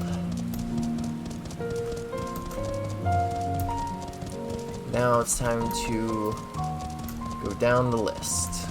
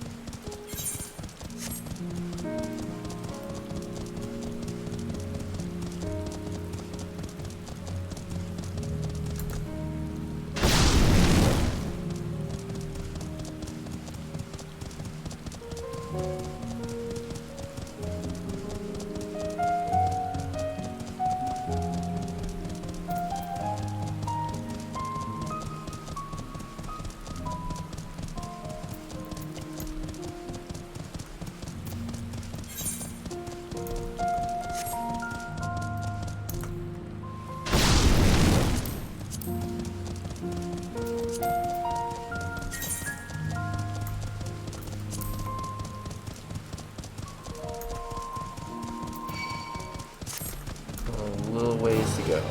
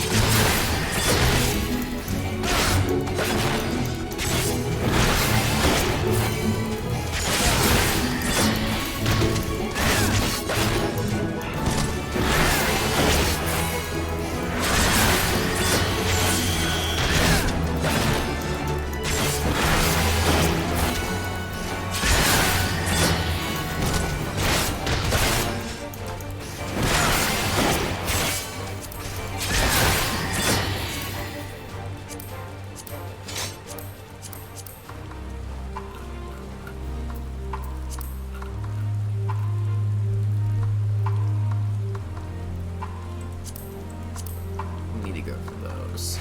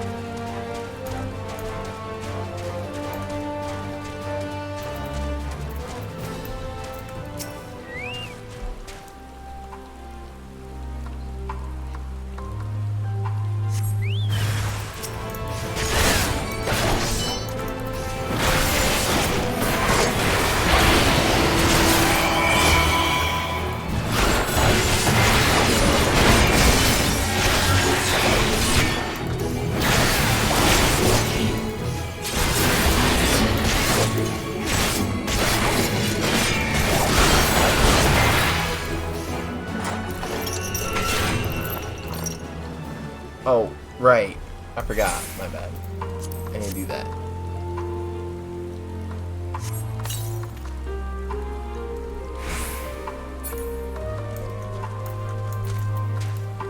It's not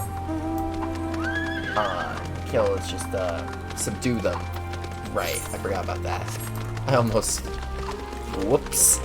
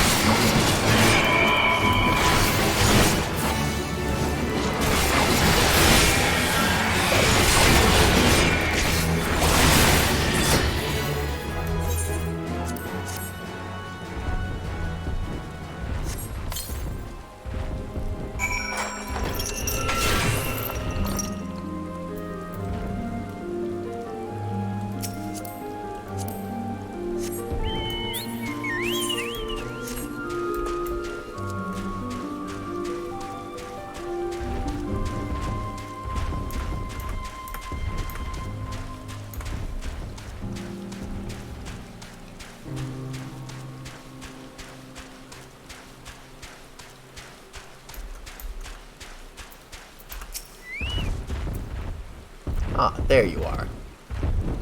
As expected, I ran into a few beasts who went down without much of a fight. The temper proved somewhat troublesome, but those chains should keep them under control until our allies take them into custody.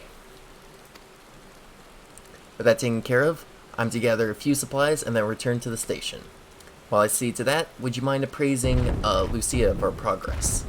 As it happens, I have some rather pertinent information from our recent scouting forays, but I'll save that for later. First things first, and all that.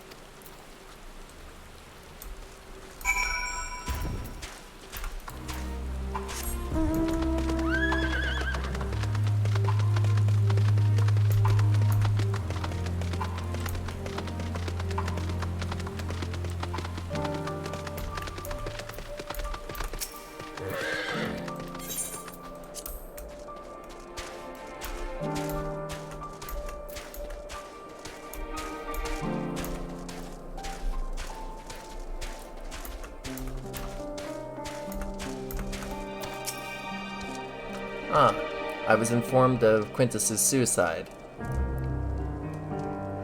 It must have come as a great shock to his men. One of the refugees, I'm told some were receptive to our proposal, but I would hear your first-hand account.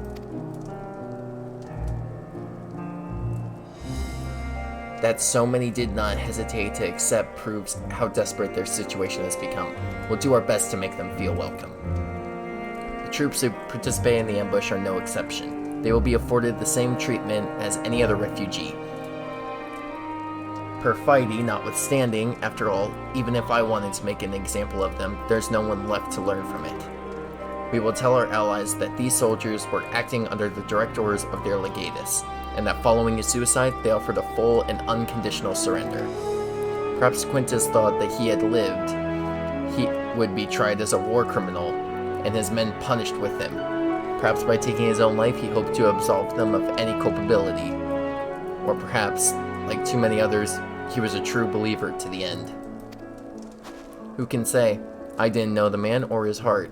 His reasons, noble or otherwise, died with him, and it falls to us to clean up the mess.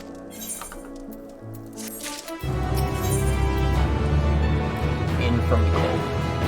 Lucia has further news for you. I assume you're curious about how matters have progressed here in your absence. Quite well, as it happens.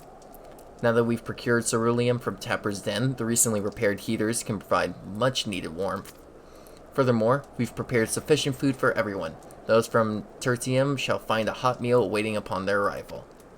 There's one for you, so go on ahead and get some well-earned rest. I believe that we were capable of wielding a ladle or two without your assistance.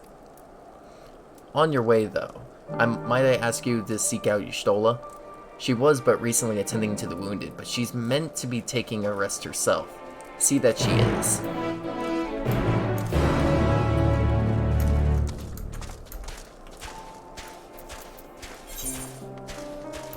Best delivered cold, stranded in the station. We'll take a look at these quests here.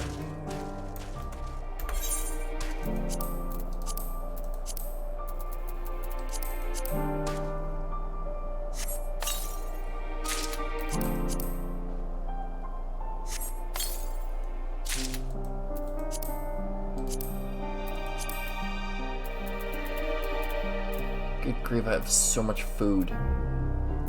I need to start eating. I think I'll start eating now. We'll start with this one.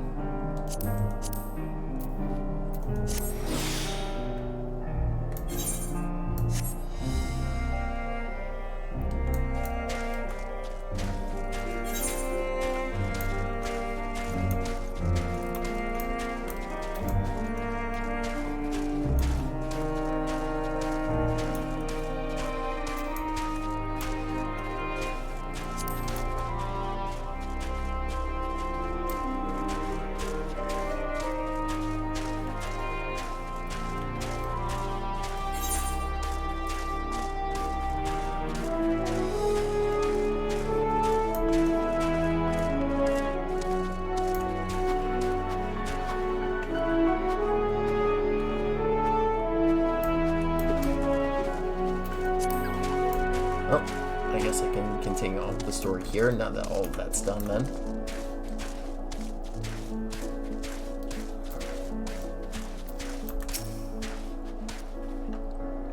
Yes, I have been taking proper breaks and imbibing sufficient water, but what of the Warrior of Light? You and the twins have an established history of reckless disregard for your own well-being. We're all fortunate that none of you landed yourselves in my care. I've already quite enough to deal with, between the tempered and the first wounded. Last, though, I can't mend their bodies. The total of their experiences have taken on their hearts and minds is another matter altogether. For their sakes, we mustn't waver, but nor must we rush ahead in eagerness to see the day won, and in doing so, invite disaster. Upon settling down for supper, several cutscenes will play out. Not yet. Meanwhile, equip myself here. Nope, I'm good to go then. Okay then.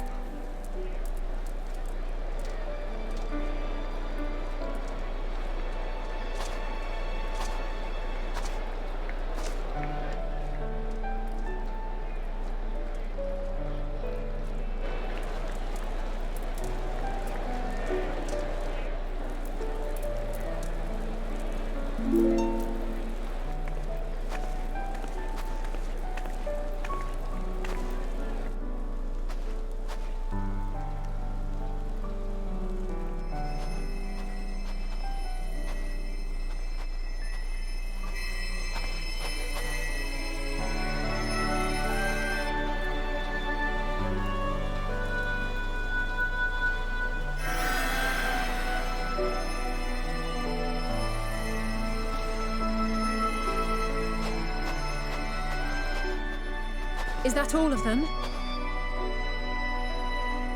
The last of those who agreed to join us, yes.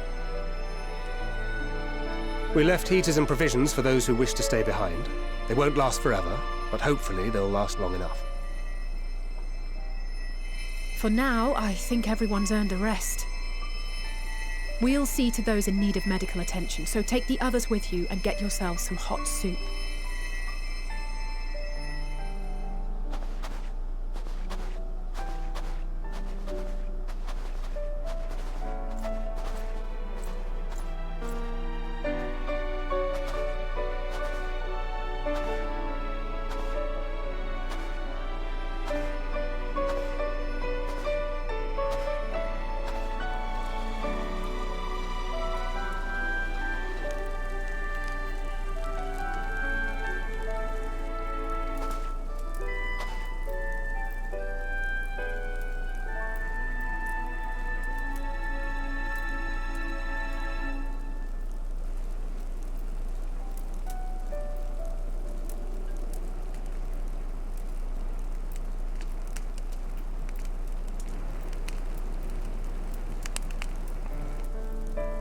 Warmth. At last. Marvelous, isn't it? All thanks to the resourceful machinists of Ishgard, I might add. On their behalf, I bid you warm yourself to your heart's content. Hold on. Your people might have scribbled a few things on a piece of parchment, but it was our Leminson Smiths that put the bloody things together. Well, be that as it may, we single-handedly got the interior heating up and running again, didn't we? The hells you did! We were there every step of the way. We? You barely raised a finger to help, you ale-sodden reprobate. I did a damn sight more than you lily-livered bilge rat. Take that back. Make me. I will not stoop to your level. Here.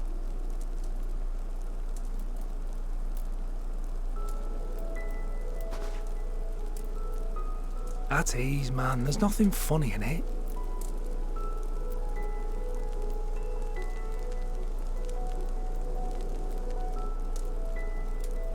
I'm from Alamigo, but was a conscript until recently. Used to eat this with the officers. Apparently, it's adapted from a steppe recipe. This is my first time trying it, and I have to say, it's not half bad. It's a bit too flavorful for my liking. Perhaps compared to what you're used to.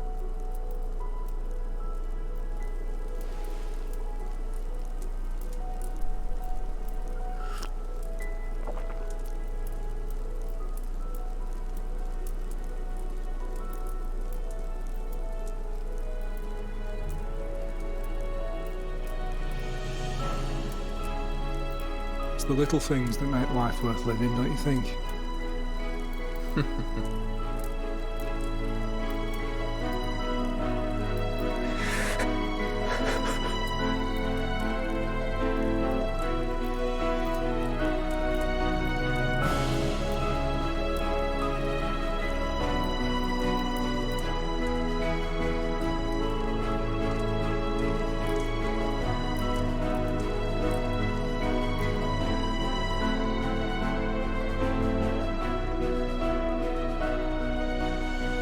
I know this is not a dream, and yet...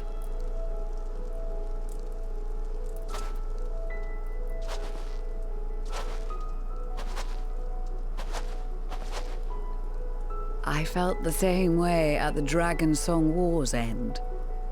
Every morning I would step outside and need to be reminded that it wasn't my imagination, that my world had been forever changed.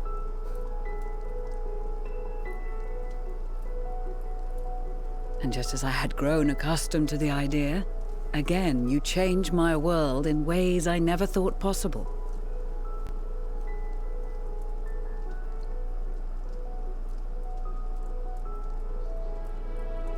Were it not for you and your fellow scions, the rifts between man and dragon and myriad tribes might never have been bridged.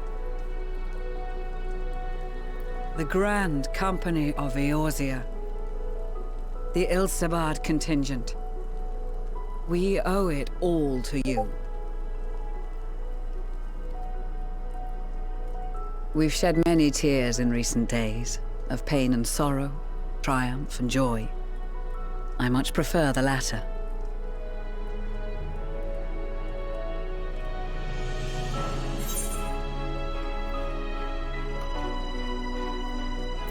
We often don't have the luxury of choice. As do I.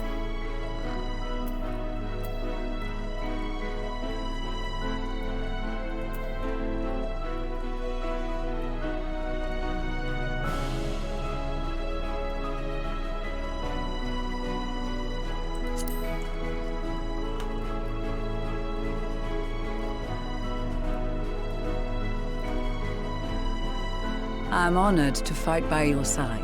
As an Eorzean and Garlean both, I shall do all in my power to bring my peoples together.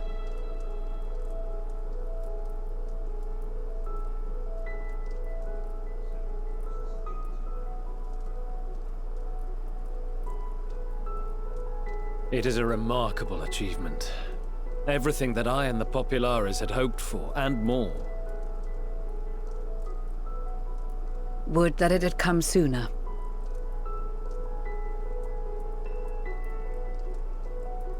Indeed. Too many are not here to see it. And yet, there is a warmth in my breast, as if they still share in this moment. Yes, I know what you mean.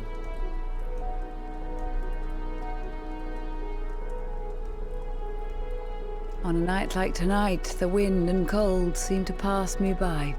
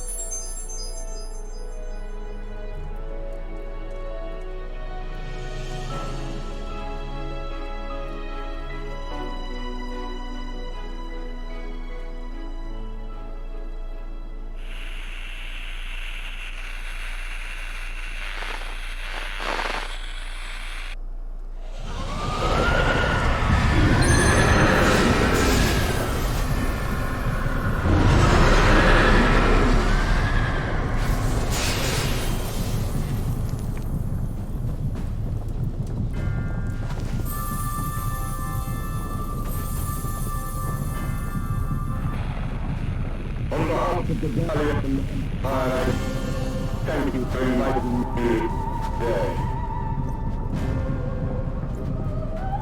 Oh no. What? Emperor Varys? Oh shit.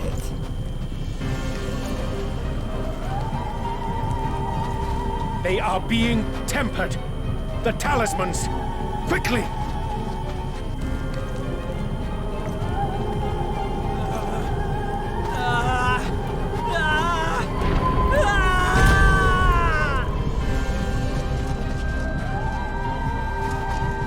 Save me, brave hero! My lord has requested your presence, and I would hate to disappoint him. You. Damn it.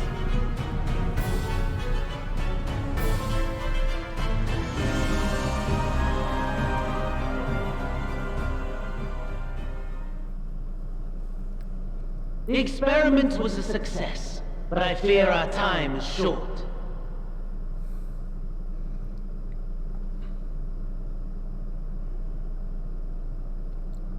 I shall begin the preparations.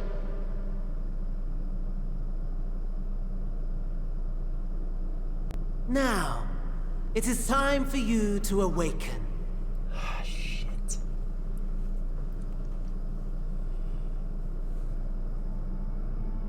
What the hell?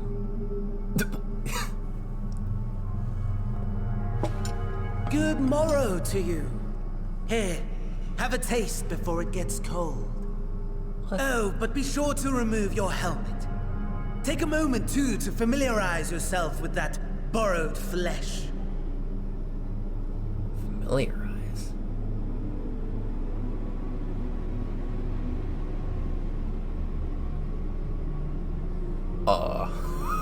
So, how does it feel? I, for one, find those first moments within a new body to be most refreshing. Huh?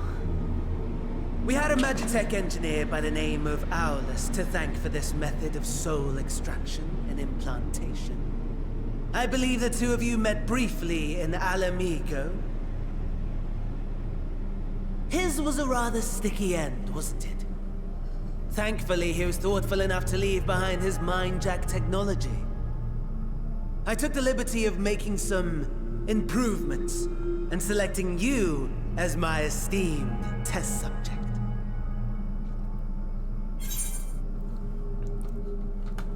This is such a pain in the arse. Give me back my body.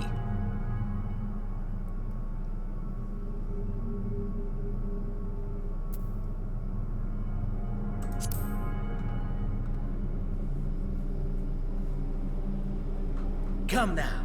To us Asians, it is no different from trying on new clothes. Why not make the most of it by partaking in this fine cuisine? I must say, I have gone to great lengths to reunite you with my lord. When I discovered that his friend was in this neck of the woods, I suggested inviting you over for dinner. He never deigned to respond, but I took his silence as a resounding yes.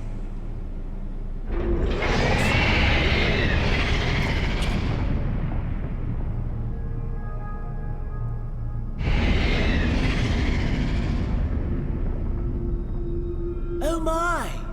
Daddy is pleased his grumpy little boy has finally found his playmate. Wait. Hold on. Ah, exposition is in order. The Garlean Empire has long outlawed all forms of religion. No gods to worship, no risk of summoning. Brilliantly simple. But people being people must turn to something or someone in their hour of need. Who then? Why, His Radiance the Emperor, of course.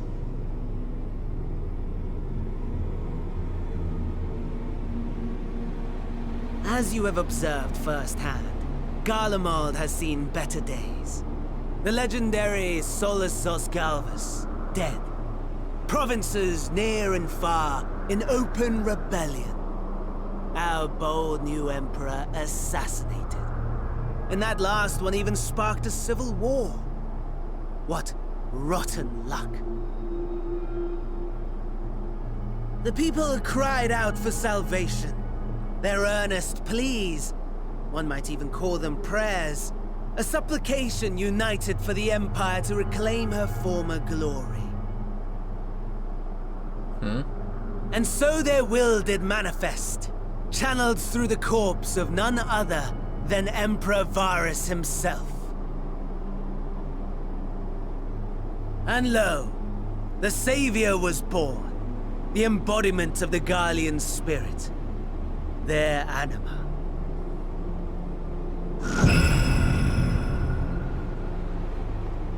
Oh. It calls to its subjects, compelling them to take up arms and fight. And just as the wealth and power gravitate towards the Empire's capital, so too does ether from every corner of the globe. The towers with which you and your allies have been so preoccupied were created as an extension of Anima itself. An ingenious design. Would you not agree, my lord? He's just eating.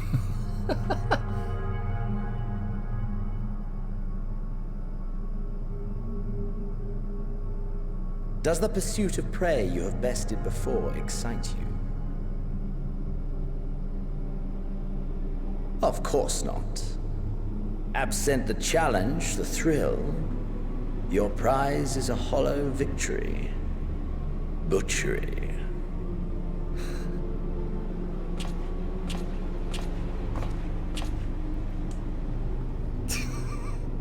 Perhaps you think that to be the extent of my promise.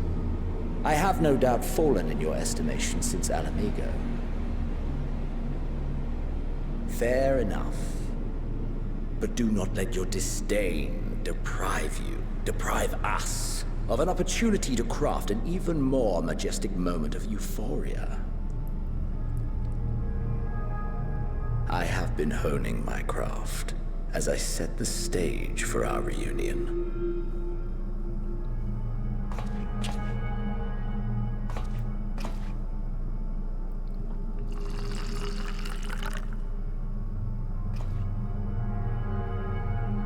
Wheresoever there is suffering and despair, you appear to fulfill your duty as defender of this star.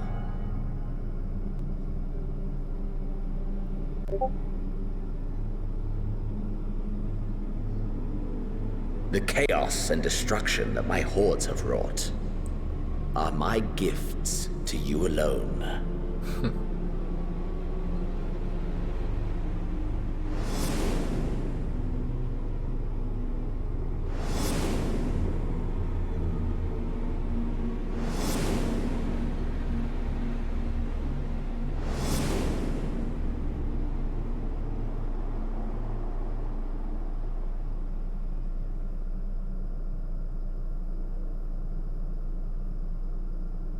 At a loss for words?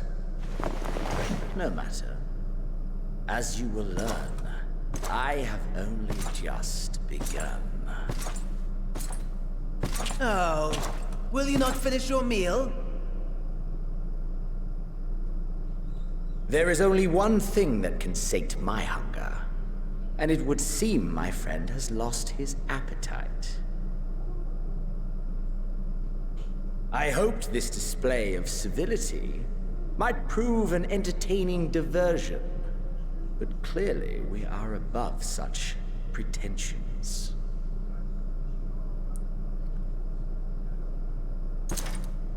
While my lifeless body was in the possession of the Ascian, I too claimed another's as my own.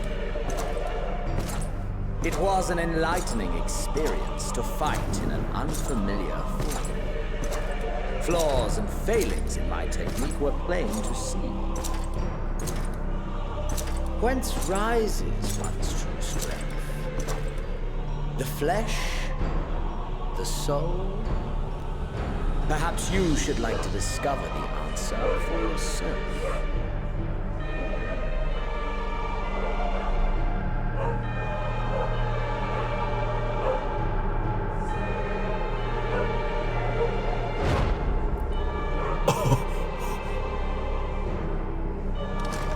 What the?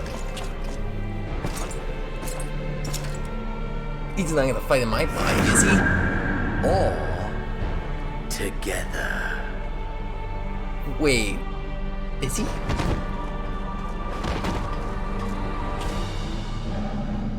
Oh.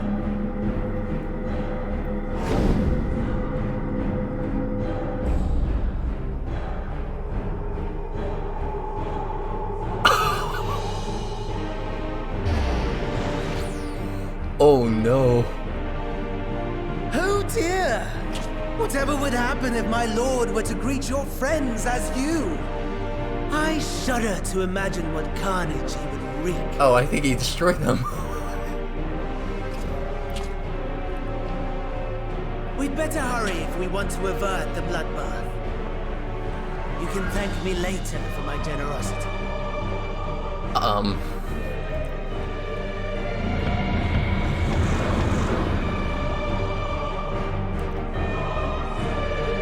Oh god, this is...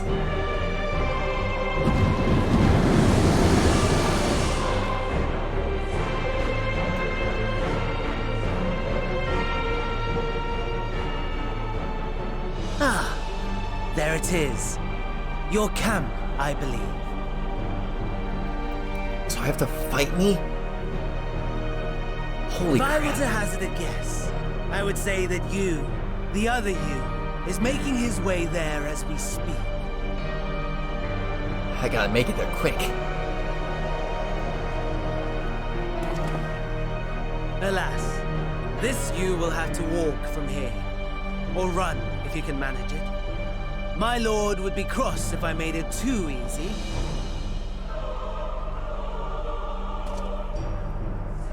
Such ingratitude. I'd not squander this fighting chance. After all, you've obstacles enough to overcome. Right on cue.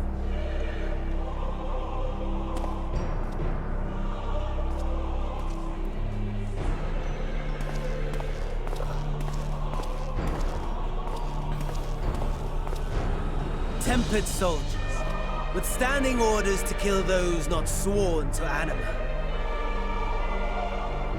Under normal circumstances, you would make short work of them. But on this occasion, the odds are not so heavily stacked in your favor.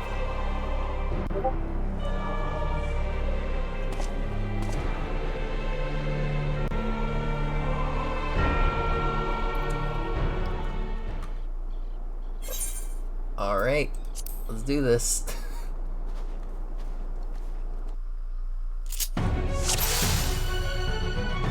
Alright, in the coming battle you'll fight this unknown Imperial.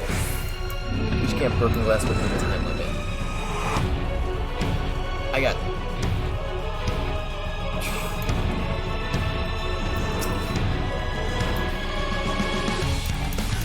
Don't familiarize yourself with that new body.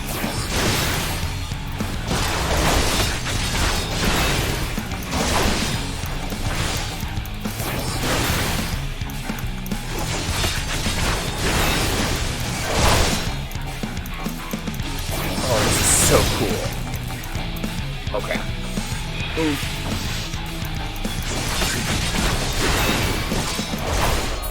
Not bad at all, given your diminished capacity. Nevertheless, 'twould perhaps be prudent to keep to the shadows, scurrying about like a rodent. Right. Imperial, Tempered Imperial has breathed his last.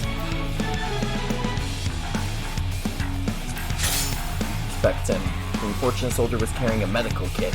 Maybe use medical kits to restore depleted HP. But can only carry a limited number. More can be found by inspecting fallen soldiers or red match tech. Sweet.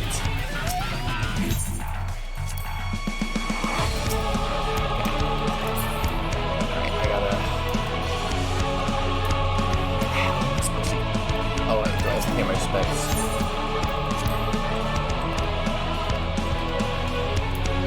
Okay. I don't have time to like read through that. I can read it through it later. Okay, I gotta be careful.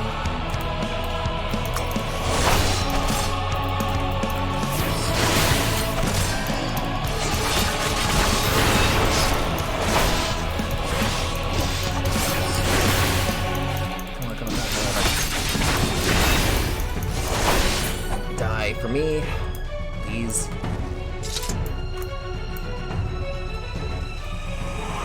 God, I don't recover either. This is weird. Oh boy. Okay, I got a medical kit. Flying kill. Oh god. I think I can do this.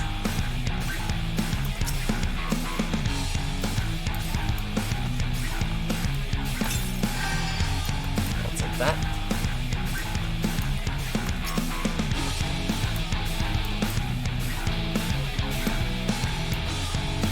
Cease Imperial. Come on, come on. Gotta make my way quick.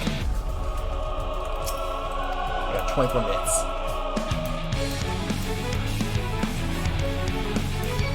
Crap. Go away. Jeez, there's so many. Oh god. Shit.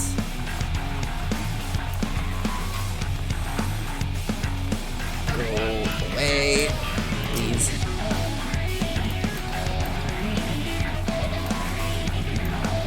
Where are they gone?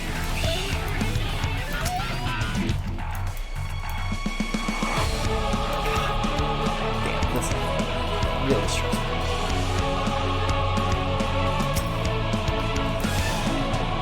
Ooh. That's very good.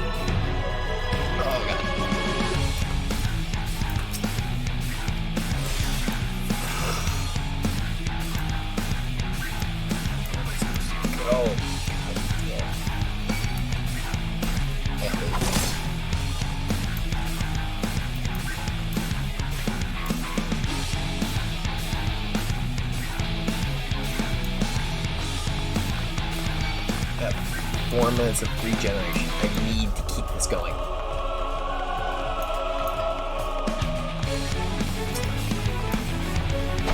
Medical kit. Go.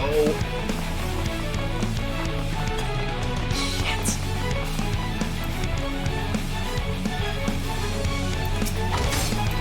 Oh, you assholes.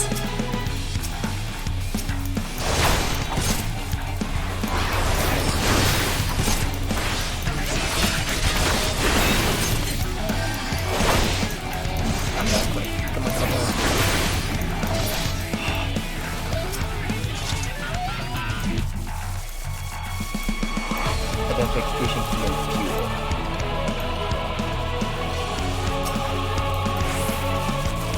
I don't know if that's gonna be, but okay. Oh god. Seriously? What was I supposed to do?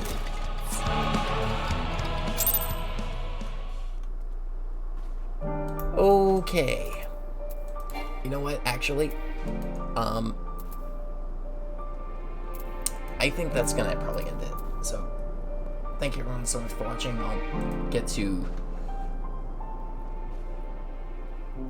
I'll continue this later, but yeah, thank you everyone so much. I'll see you all for the next part. Bye.